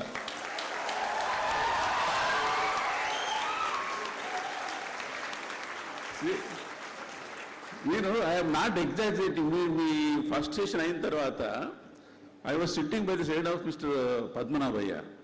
పద్మనాభయ్య ఇట్లాంటి ఒక 1000 కాన్ఫరెన్స్ చూసి ఉంటారు ఆయన ఏజ్కు. both those who are sponsored by state, various institutions and all that. He was saying, ఏమిటండి పిల్లలు ఇంత అటెంటివ్గా ఇంత స్పిరిటెడ్గా ఉన్నారు ఈ సెషన్లో, it is a rare thing అని. అంటే ఆల్ క్రెడిట్. నేను మళ్ళీ వీళ్ళను కొంచెం బెదిరించేయని అడుగుతాను, మీరు ఏమేం చేసినారా స్టూడెంట్స్ను, మీ లెక్చరర్స్ను, ప్రిన్సిపాల్ను మీరు బెదిరించినారా లేకుంటే ఏమన్నా బ్లాక్మెయిల్ చేసినారా, ఎందుకు ఇట్లా ఉండరు? But at the end of the day, we are all proud of it. You made every participant, every speaker so enthusiastic. ఎందుకంటే ఈ వాళ్ళ ముఖాలు వేసుకొని కూసుకున్నారు అనుకోండి, మాట్లాడే వాళ్ళు ఎందుకు వచ్చిన వాళ్ళు ఈ ఏరు మోకాల దగ్గరని తొందరగా వేసి ఏదో షాలో కనో పట్టుకొని పోతారు అంతే. కానీ మంచిగా చూసేసరికి ఇంకా చెప్పాలని అట్లా. That is the beauty of a conference which is done with full spirit. And I really congratulate each one of you, particularly. Now, this conference, I am reminded of a conference held by Government of India when I was student of law in 1970s, 78, Center-State Relations in Ravindra Bharati. Appu national stalwarts, evaru mana C.K. Daftari, Nariman, Justice Grover, so many galaxy, Upendra Bakshi, galaxy of speakers were there, and as students we attended, and the deliberations there were very high order, and today here the deliberations are also of equally of the same importance. But my request is, you know how much effort each speaker puts behind making preparing the speech, and that should not go waste. My request is, you are all youngsters, so much of career is before you. Whatever you have heard over the past 2 days, plant it in your mind. Over the period, given a congenial atmosphere, those ideas will expand and grow, and ultimately you may turn out to be a good speaker in the respective fields. In whatever field you are, you may shine. This is a rare experience, and try to harness the experience. You don't think that for 2 days we were made to sit here and all that. It's a very great experience. You just take advantage of it. Coming to Krishnadeva Garu, sir, we are very thankful to you for sparing your time, because the Vice Chancellor of such an esteemed university coming to an ordinary law college like this is a very big gesture. So far as Nalsar is concerned, I too have some connection with it in the sense, Nalsar University was started by the High Court of Andhra Pradesh, with the initiative taken by Andhra Pradesh, and we attended. I as an advocate was active in that, in both in selecting the land, attending the inaugural sessions and all that, and there was a committee of 3 persons, Sri Mohan Reddy Garu, Sri S. Ravi and myself. We were interested in the task of framing the syllabus for the first batch of Nalsar, and we did it. So that way, I too have something to do with the Nalsar, and we are also trying to, with the best efforts of our principal, our faculty, and more than that, the students, we are also trying to maintain as high standards in the field of law as possible. And it is a matter of pride for us that one of our students turned out to be university first also. We are not after ranks, but their performance is by and large very far. It is a continuous process. We will move forward. With these words, I welcome Sri Krishnadeva Rao Garu, and once again, I congratulate the parties, whether it is Mr. Prabhakar Reddy from management side, Sri Principal Garu from the administration side, or the faculty. See, while interview pendil aithe kuda itla tayargaru inta enthusiastic untaru. Anta sense of belonging toni వాళ్ళు అట్లా చేసి వాళ్ళ ఇంట్లో కార్యమైనట్టుది. And more than all that, each and every student, I congratulate and thank you for making this conference successful. It is also a matter of coincidence. That at a time when the Parliament was discussing the Constitution, in the Constitution of India on completion of 75 years, we did the same thing here.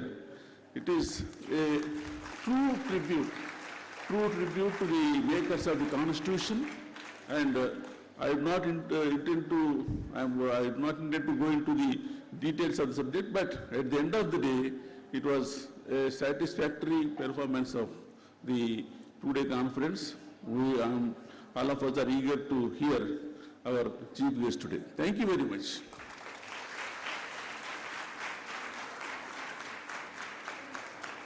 Thank you, sir, for your inspiring words.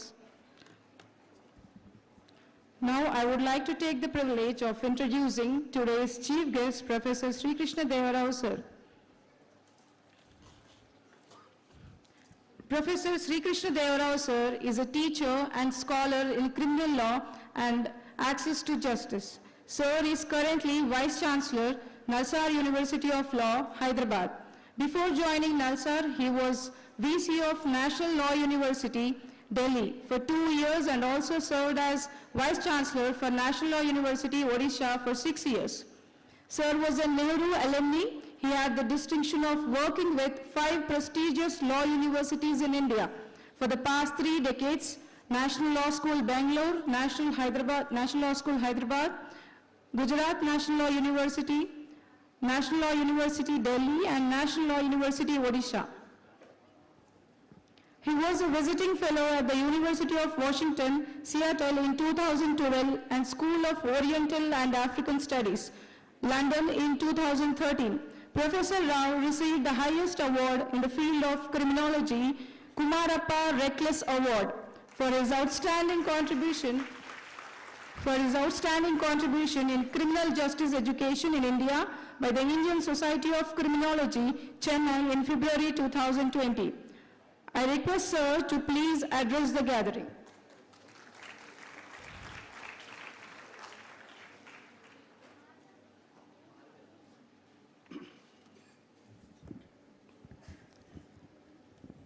Honorable Sri Justice L. Narasimha Reddy Garu, President Keshav Memorial Education Society, J. Narasimha Rao Garu, Nageshwar Rao Garu, Subramanyam Garu, Sudhakar Reddy Garu, Principal Keshav Memorial Law College, Vani Garu, all other members of the Keshav Memorial Education Trust, all teachers and my dear students. I must appreciate and congratulate Keshav Memorial Law College for conceptualizing this idea and organizing this 2 days wonderful conference, a national seminar.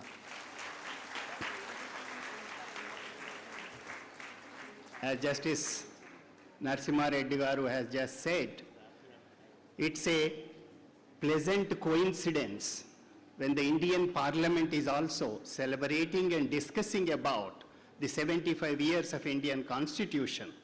I think that's the major credit goes to the entire faculty and the Keshav Memorial Law College for organizing this.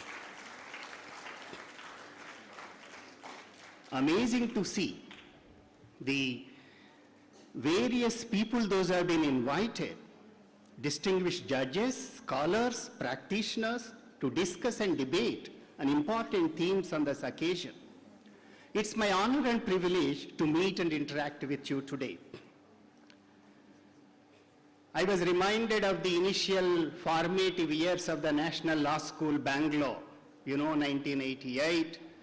I was associated in the initial formative years, 1990 to 1998. A great visionary, hard taskmaster, Professor N.R. Madhavamenon, who was a Pitamaha, is ever born in the Indian legal education field. So we used to have gatherings like this. As a teachers and student, we never used to miss any interaction, anybody who comes. Of course, it's difficult now in the law schools, as Narasimha Reddy Garu has already pointed out, to all the people to come listen. That's a great thing. I must congratulations to all the students and the faculty. The great Indian epics, Ramayana and Mahabharata, are told and retold multiple times. Every time you hear something new, something worthwhile, and something brings many nuances to its fold. The Indian Constitution is yet another great Indian modern epic. The telling and retelling provides new meaning, understanding, and its relevance. It embodies the ancient cultural values as well as progressive aspirations of the Indian people. It's a statement of national identity and has significant role in our lives, particularly legal fraternity. We can think about India, the dream of India, the unity of India, diversity of India, identity of an Indian. You call Bharat or India, that's the Indian Constitution. Let me briefly share some ideas and thoughts today. Firstly, about the story of writing Constitution, I know many people have said, but briefly I'll look at. Secondly, I'll look at 4 pillars of the Indian Constitution. Thirdly, I'll discuss 2 challenges in the past, basic structure doctrine and burial of habeas corpus case, and lastly, 3 issues for future thinking. I'll be very brief. Making of the Indian Constitution. The story of writing the Indian Constitution begins not with formation of Constituent Assembly in 1946, but a century earlier. The complex process of actual writing through efforts of 300 extraordinary men and women and 15 women, profound thinkers, practical politicians, and experienced administrators. They sat almost 3 years from December 1946 to November 1949. Dr. B.R. Ambedkar, Jawaharlal Nehru, Sardar Patel, Rajendra Prasad, name many people, eminent legal luminaries, down-to-earth representatives of the legislative assemblies, shepherded the debates and discussions that culminated in today's Indian Constitution. Public consultation was an essential limb of constitution-making process in India. The Constitution of India reflects the values and aspirations of citizens who experienced the oppression from colonial rule for over 200 years. It has immense historical and legal significance and lays down the road for modernity and social reform. Our Constitution has been the culmination of the salient features of constitutions across the world tailored to suit the newly independent India. Let me look at the second issue, 4 pillars of the Constitution. The 4 pillars of the Constitution is firstly preamble. The 85 words in the preamble embodies the fundamental values, philosophy, and objectives of the Constitution. Pandit Thakur Das Bhargava, member of the Constituent Assembly, said, "It is the soul of the Constitution and a proper yardstick with which one can measure the worth of the Constitution. It reflects the constitutional trinity of liberty, equality, and fraternity." And look at, justice has been given the first place in the preamble.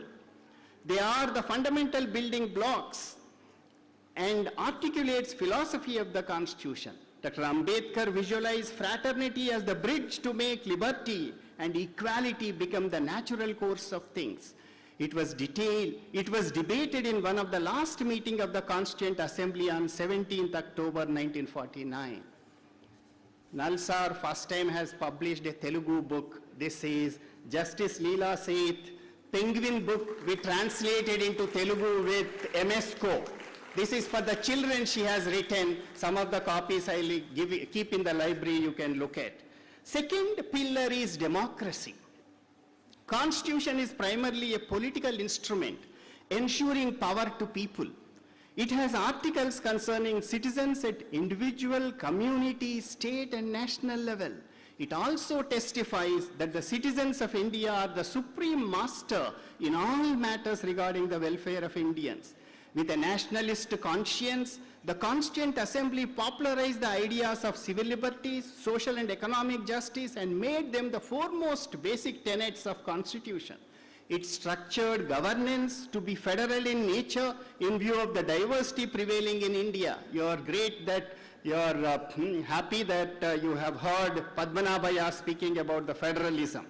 So that's the federalism is an essential feature in the democracy.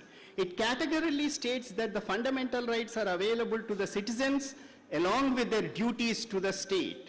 It further elaborated 3 institutions of the government providing their powers, limitations, and their interrelations. But the disturbing trends in democracy is increasing criminalization of politics. People who have serious criminal charges pending against them are regularly being elected to parliament and state legislature. If you look at the Association of Democratic Reforms, ADR reports, their studies, their research demonstrate these trends. Another major issue in democracy is the financing of political parties, and electoral politics is a major black hole in the democracy. It raises several issues of ethical, moral, and legal legitimacy. Third issue, pillar of the Indian Constitution, is rule of law. Professor A.V. Dicey's work on rule of law is the first major work on this subject. He was a common law jurist, professor at Oxford, and later the first professor of London School of Economics. It is primarily the supremacy of law, declaring that no one is above the law and the law should apply to everyone equally, irrespective of high office that they hold. These two principles continue to form the bedrock of all rule of law formulations even today. The rule of law was one of the political ideal that the Constitution wanted to achieve it. It is a principle of fairness, reason, equality, liberty, and life. Rule of law excludes arbitrariness. The principle of certainty and equality, that all people are equal, runs through the Constitution. Somebody asked, name one article which is the significant feature of the Indian Constitution. Because we know we call as a triangle, we call 14, 19, 21. Everybody has their own choice. But many people have said Article 14 is the amazing article in the Indian Constitution. Third, last pillar of the Indian Constitution is judicial review and independent, impartial, and accessible judiciary. Judicial review is an integral part of the rule of law and constitutional system. The power to interpret the law and exercise of this power can be seen in Articles 32 in conjunction with Article 142 to do complete justice, and Article 226 of the Indian Constitution. They are part of the inviolable basic structure of the Constitution. The interplay of the concepts of judicial independence and judicial review have made the Indian Supreme Court as the most powerful institution of governance in India. Indian Constitution has stood the test of time and has been ever evolving to suit the needs of the citizens. The Constitution is not a mere law, but it's a living organic document. The Supreme Court, through its landmark decisions, Maneka Gandhi, Navtej Singh Johar, Joseph Shine, Justice K. Puttaswamy, several others, important judgments, landmark cases have followed a progressive approach of creatively interpreting the Constitution. The expansive reading of the fundamental rights has successfully widened their scope and provided numerous additional protections to the people of India. It adopted a pragmatic lens to view contemporary realities of society and played an inclusionary and transformative role to keep the wheel of social transformation moving in society. Let me come to the two challenges and four thinking of way for future. The first one is, I think last 2 days, you must have discussed about the evolution of the basic structure doctrine of Keshavananda Bharati case. But briefly, I'll just look at that. You know, Swami Keshavananda Bharati was a religious leader of a mutt in Kerala whose properties were about to be acquired by the government of Kerala through the Land Reforms Act. This law was challenged by Keshavananda Bharati, leading to the landmark decision on 24th April 1973. Keshavananda Bharati held that the Parliament's constitutional amending power was limited by the basic structure doctrine. First time this basic structure doctrine was propounded. And you know, this is the Indian Supreme Court completely sat for 6 months.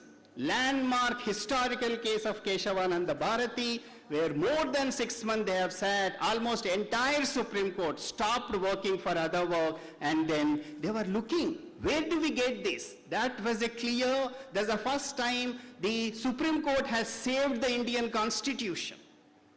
And all the judges were looking at 7:6, 13 judges at that time in the Indian Supreme Court, how to save the Constitution. Whether Supreme Court is supreme, judicial review is supreme, Parliament is supreme. I think that was the time they were looking at where is the principle. Fortunately, The one judge, the lone judge, Justice H.R. Khanna, provided the all-important seventh vote for what became the majority view.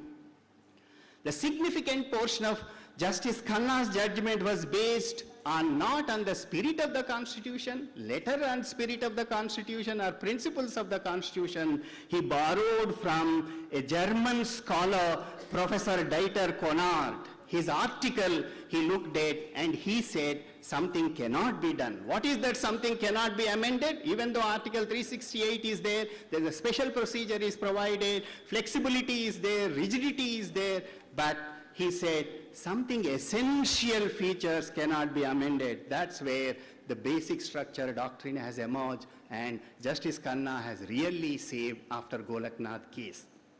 Let me look at one of my teacher and a great scholar in constitutional law. He said, two avatars of basic structure doctrine. I would like to briefly mention about this. What are the two avatars of basic structure doctrine? First avatar, BSD, basic structure doctrine, has succeeded in doing content filling of the values that constitute identity of the Constitution. In subsequent years, we have seen the values have been invoked to stall parliamentary amendments to the Constitution, whether it's a judicial review of Minerva Mill case, judicial independence and National Judicial Appointment Commission case, equality as a reasonable classification, I.R. Coelho case, Indira Sahani, M. Nagaraj case, and secularism in S.R. Bommai case. The basic structure doctrine has had a stellar record in protecting intrinsic identity of the Constitution, and however, we have seen sometimes there is a democratic decay in the elected democracies and threats to the constitutional identity. In the second avatar of the BSD, basic structure doctrine, which is evolving to answer newer threats to the constitutional identity. I'll just briefly mention two. Firstly, can the basic structure doctrine be invoked for amendments that does not touch upon fundamental rights? Can tinkering with the structure of fourth pillar of the institutions like election commission in appointments and removal be seen as a violating principle of democracy? Second one, should basic structure doctrine be invoked more for protecting constitutional means over ends? How basic structure doctrine give voice to constitutional silences and discretions under the Constitution that point towards unaccountable exercise of power? For instance, power given to the Lieutenant Governor in Union territories to veto elected legislature, the pocket veto exercised by governors under the Constitution to reserve a bill indefinitely passed by elected legislature in the state, the limits to the discretionary powers of the Speaker and Governor under the Constitution. So he visualized basic structure doctrine will not stop. Basic structure doctrine, first avatar, second avatar, he visualized. We have to see. Secondly, I look at, in fact, Justice H.R. Khanna is an amazing. People have said, if we have to create any freedom tower or anything for somebody who is in the Supreme Court, who is a highly respected person, that's the Justice Khanna, H.R. Khanna will come the first. Interestingly, Justice H.R. Khanna not only visualized, saved the Indian Constitution in the Keshavananda Bharati, but also he also visualized that you could see the connection between 1973 Keshavananda Bharati case and the ADM Jabalpur case, which came later, which we call is in 24th April 1976, habeas corpus case, this one. And you could see that there is a real connection. There appears to be a direct link between Justice Khanna's influential view in Keshavananda Bharati case regarding the parliamentary power to amend the Constitution and his dissent in habeas corpus case. Justice Khanna's progressive and creative constitutional interpretation in Keshavananda Bharati case continued to reflect dissenting opinion ADM Jabalpur. I will not go into ADM Jabalpur case because all of you know, but I will just mention 5 burials of habeas corpus case now. When it happened, firstly, 44th constitutional amendment to Article 359 prohibited suspension of Article 20 and 21 during any emergency. Secondly, in 2007, Supreme Court said This amendment impliedly overruled habeas corpus case. Thirdly, Justice Venkatachalaya, while delivering the Justice Khanna Memorial Lecture in 2009, said that majority judgment of the habeas corpus belongs to the dustbin of judicial history. Fourthly, 2 judge benches of Supreme Court on 19th November 2010 decision said habeas corpus was wrongly decided and majority decision violated fundamental rights of large number of people in the country. Lastly, habeas corpus case was buried in the 9-judge bench in a K.A. Puttaswamy case on 24th August 2017, expressly and finally overruling ADM Jabalpur case. I think as a students you must learn and you must read this. Let me come to the last part, way forward for the future. I would look at way forward as somebody who has been involved more than 3 decades in the legal education, legal fraternity. I identified 3 issues. First is judiciary. We need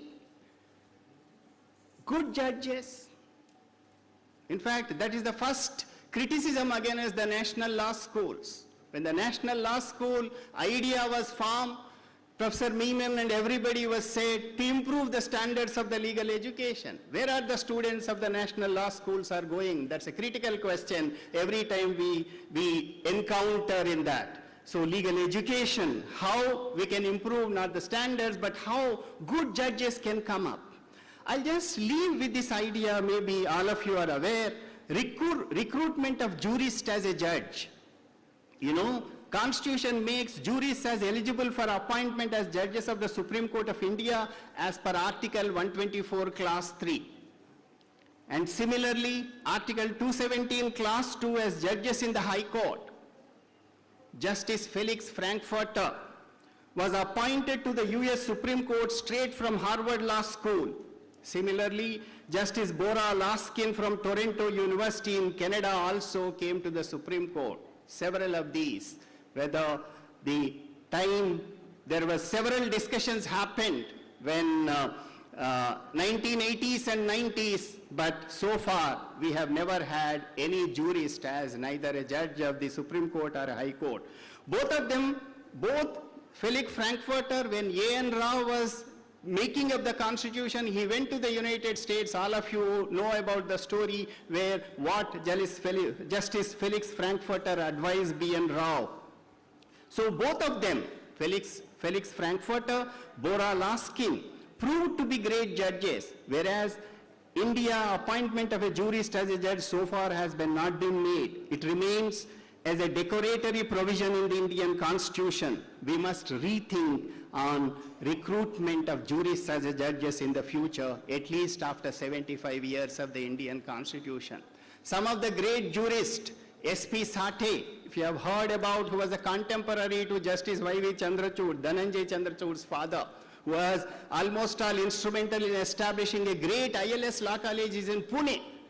First time, perhaps his name was proposed, but he could not become. What just Professor S.P. Sathe said, I did not lose, Supreme Court loosed me. So it is the misfortune of the Indian Supreme Court that jurists could not become as. Second aspect I would look at is All India Judicial Services.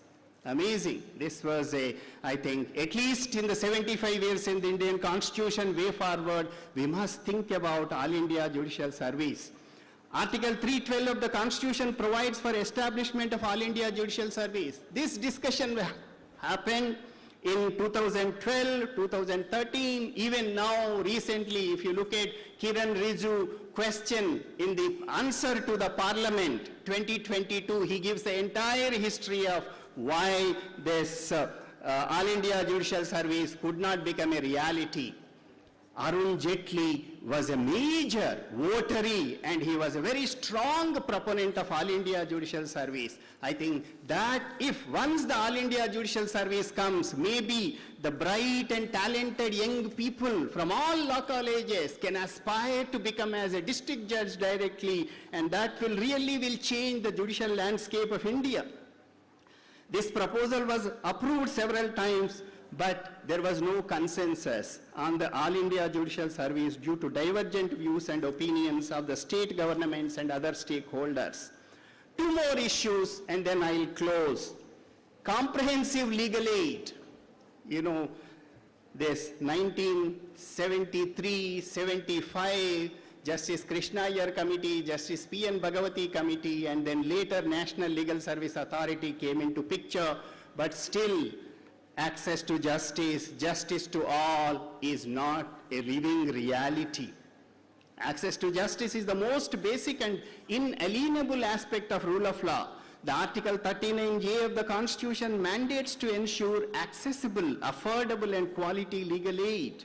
But there is a need for a comprehensive awareness, legal aid, community dispute resolution, plea bargaining, restorative justice, compounding of offenses and expanding alternate dispute resolution, which was Section 89 of the CPC, now 2023 Mediation Act. All these have to be combined to make justice to all as a meaningful reality. You know, the word paralegal entered into the vocabulary of legal aid in 2009, but we need to institutionalize and bring lawyers, social workers, technologists, dispute resolution experts to make access to justice as a meaningful reality in India. Lastly, legal education. Legal education, even though now every state has a law school, but law schools also must be recognized. You know, when the experiment of the National Law School started in 1980s, and many people has contributed, Ramjat Malani, V.R. Reddy, and several people were instrumental in 1985, Bar Council of India taking that, and then law schools were set up. Law schools has developed similarly like an Indian Institute of Technologies in the engineering education, but still they were not given the status like a national institutions recognition. Even NITs have been given institution of national importance. Once the institution of national importance is given, not just only to the national law schools, selected national law schools, but also some of the best law colleges, I think the legal education will definitely change. In fact, the idea of the national law schools is it's a combination of a judiciary, practitioner, legal academy, companies, law firms have to come together and to think about curriculum, teaching pedagogy, methods, and then dispute resolution. That was the dream. That's the American legal education and other parts of the world. And I thought these four way forward, maybe we will discuss and debate together this 1 year of not just only celebrating the glorious Indian Constitution, but we will continue the next 1 year and see what positive changes we can bring. I thank you for Justice Narasimha Reddy Garu, Principal Vani, for giving me this opportunity to meet and interact and share some of my thoughts and ideas. Thank you. Namaskar.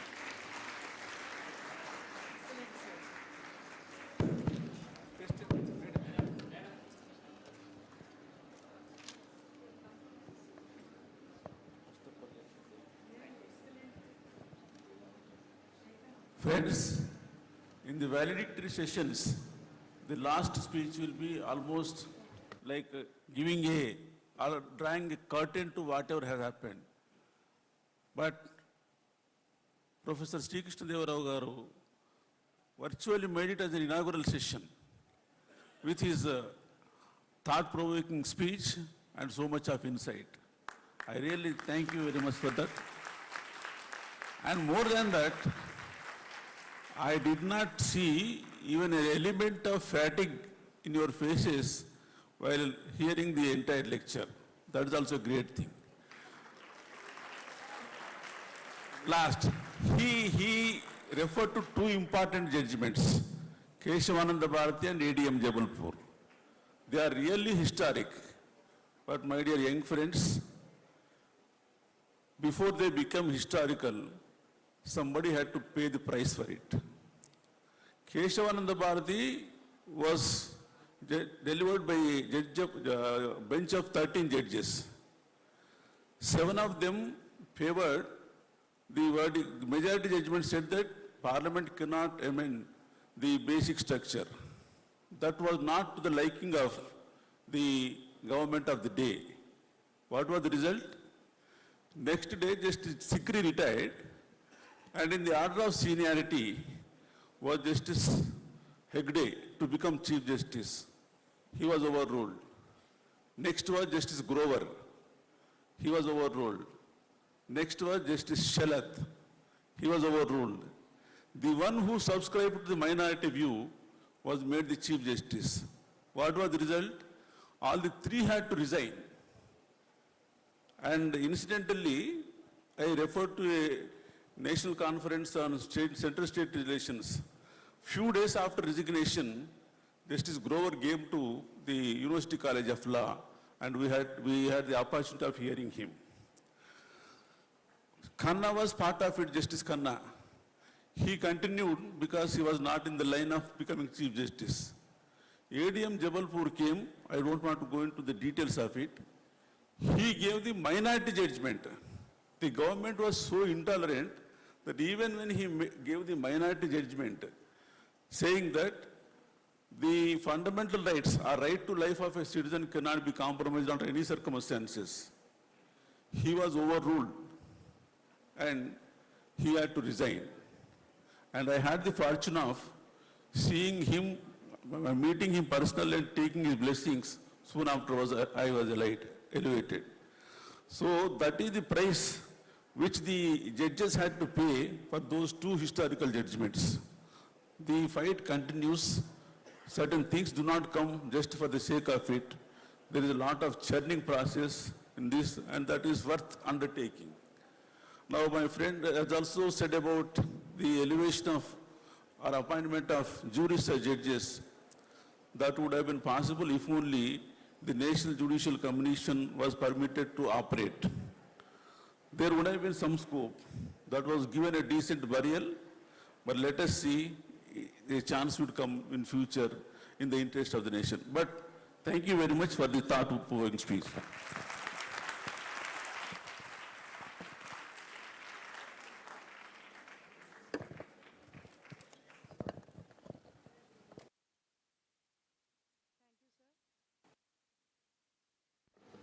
Thank you, sir, for the valuable information.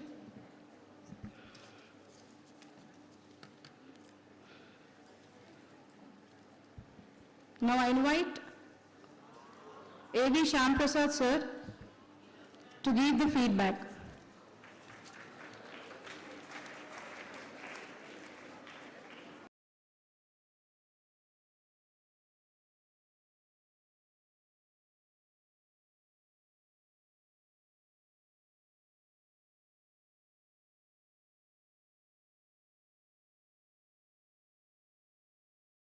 My dear students, Andarki Namaskaram. I am A.V. Shyamprasad, Assistant Professor, Pendekanti Law College.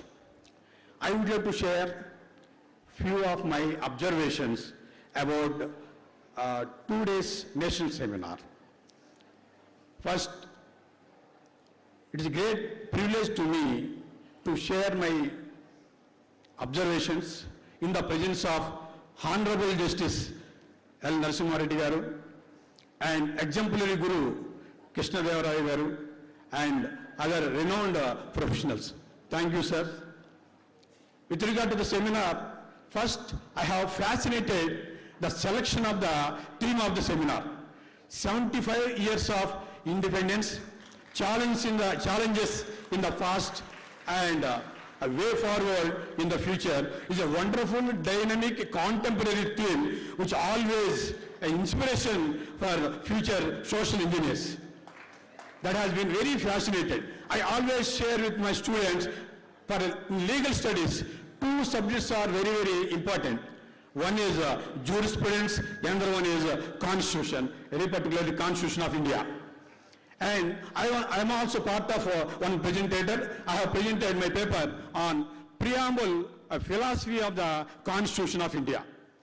And first one jurisprudence, second one constitution, and sometimes in funny way I will share to attract the students, jurisprudence is my mother, constitution is my father. So always we have to remember these points. And in the contemporary situation, majority citizens, they do not have awareness about the constitution.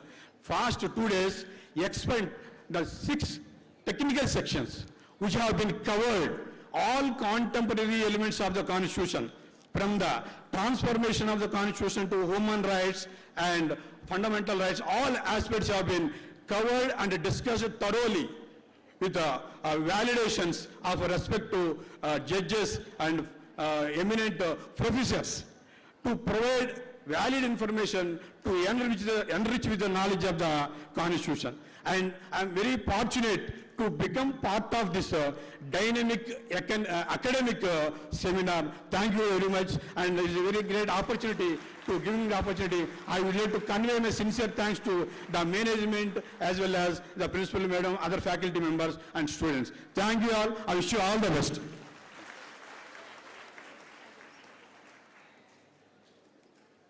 Thank you, sir, for your valuable feedback. Now, I'll invite Deepa Shankar to give the feedback.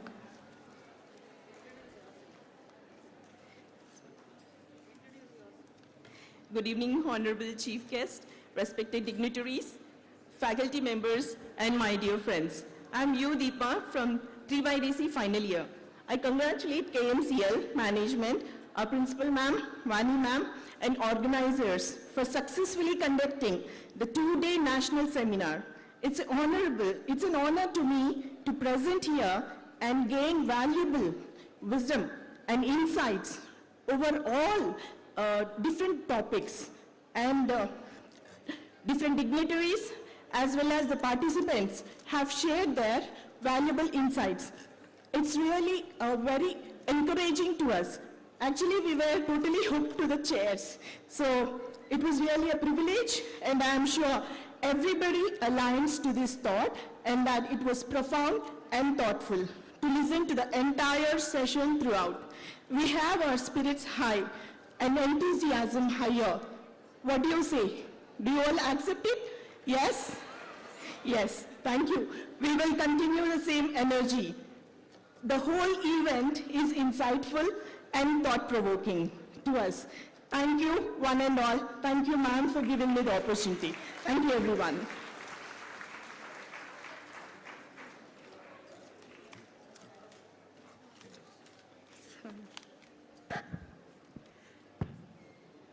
Are your spirits high? Yes. Did I blackmail you to come and sit here? Yes.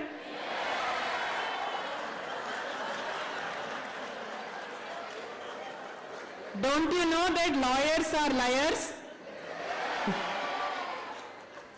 Anyways, the management is kind enough to declare holiday tomorrow.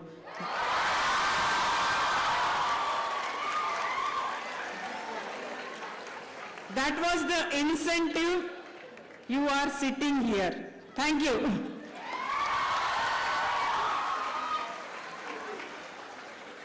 Thank you, madam. Now I request President sir and the chief guest, Sri Krishna Deva Rao sir, to present the certificates for the presenters.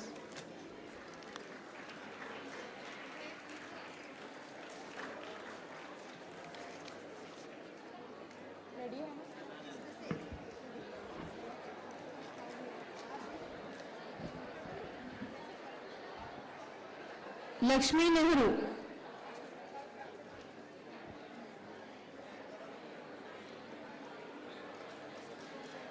Ankit Munawat.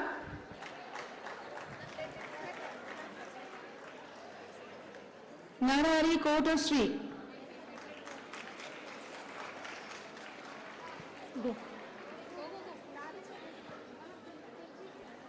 K. Venkata Chakrapani.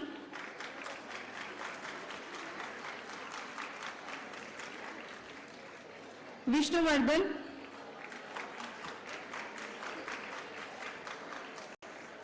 A.V. Shyam Prasad.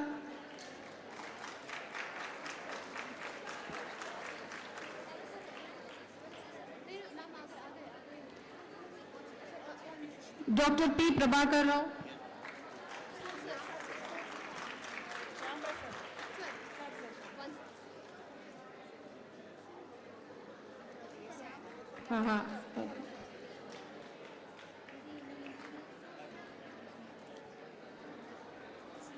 Dr. P. Prabhakar Rao.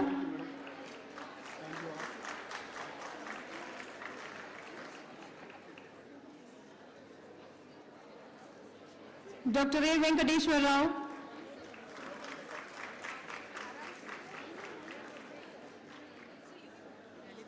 Dr. P. Lalita.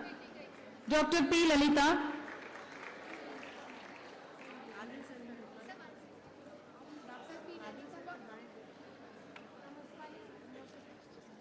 She's coming.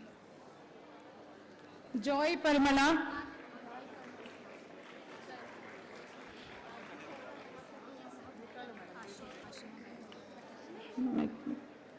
Dr. Mohammad Adil, sir. Let her name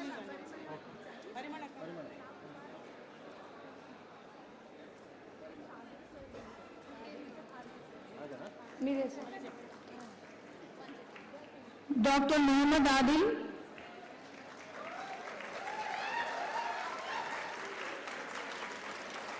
Ashima Bhattacharya.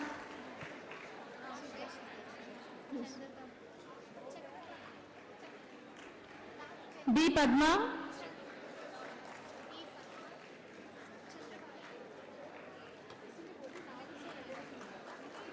On behalf of Professor P. Rajgopal, sir, U. Deepa.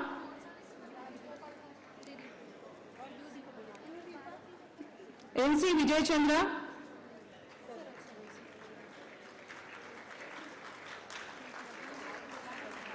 Padmini Baheti.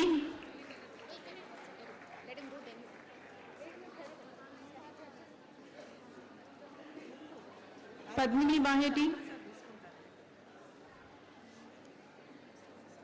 Bhavana Shivala.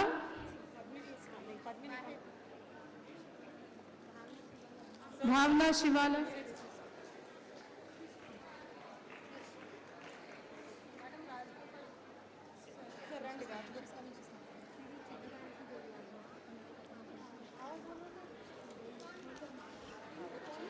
Bhavana Shivala. Yes. Jay Nayan Mupur.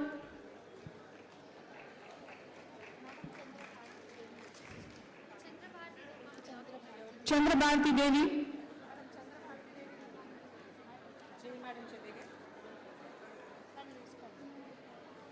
Hare Krishna Kurella. Jay Nayan Mupur. Hare Krishna Kurella. Yes, Hare Krishna Kurella. That's all. That's it.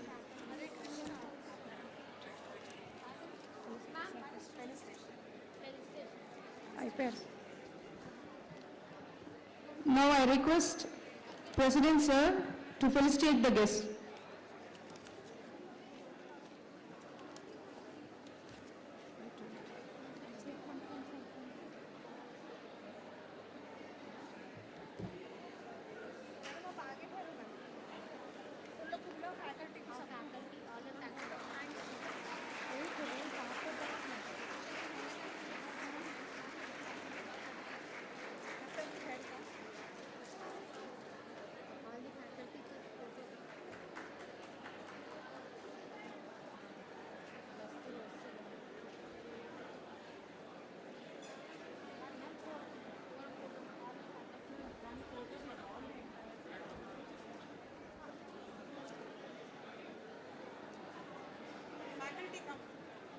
आप ही ले लो privilege vote of thanks का मैं नहीं बोलती ऐसा बोल के बोल देना I will not invite you हाँ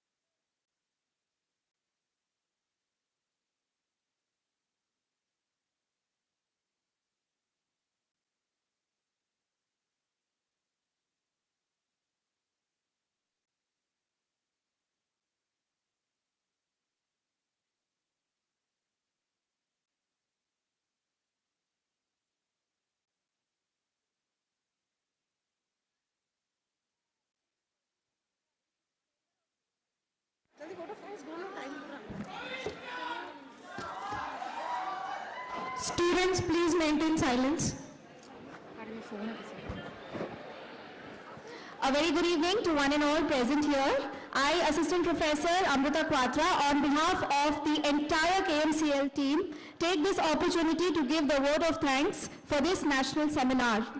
I keep on record our indebtedness to all our honorable keynote speakers, chairpersons, co-chairpersons, and our bright and energetic and ever-supportive students. Thank you so, so much. When one's candle of knowledge is lit, let others light their candle. This is the sole intention of our seminar and workshops that we conduct. We believe we have achieved this in true spirit and we believe that we've achieved this in true spirit, and this is possible only with the unwavering support of our management, faculty, and our dear thanks to our principal ma'am from all the students and the faculty. The speakers have undoubtedly added to our knowledge, and it is evident that our learning will never exhaust our minds. I once again thank each one of you that is present here to make this transformative journey of the Constitution a memorable one. I request everyone to stand up now for the national anthem. Thank you.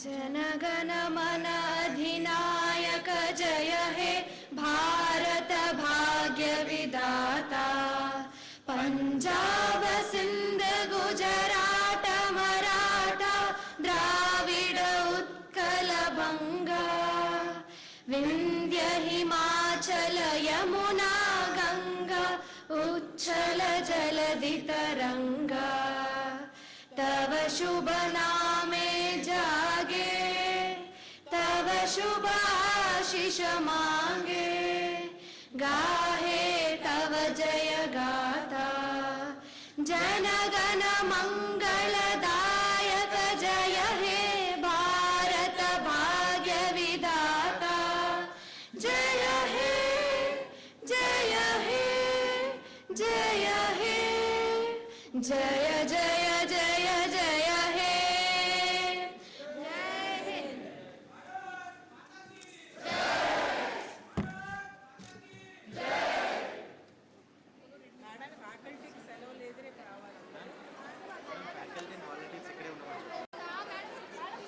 Faculty and volunteers, please stay back. There is no holiday for faculty tomorrow.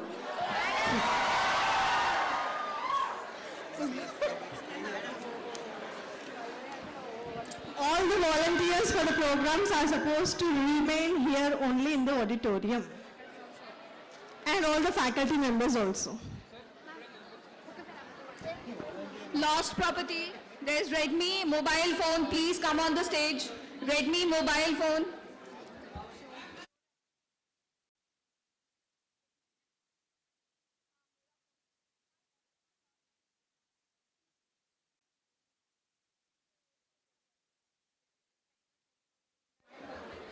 All the faculty of KMCL, please gather at statue, because President Sir would like to interact with all of you. All the faculty of KMCL, please gather near the statue.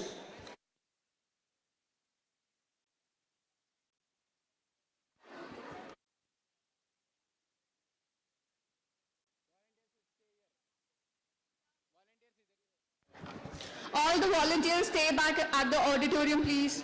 Volunteers, please stay back. I request the volunteers to be at the auditorium.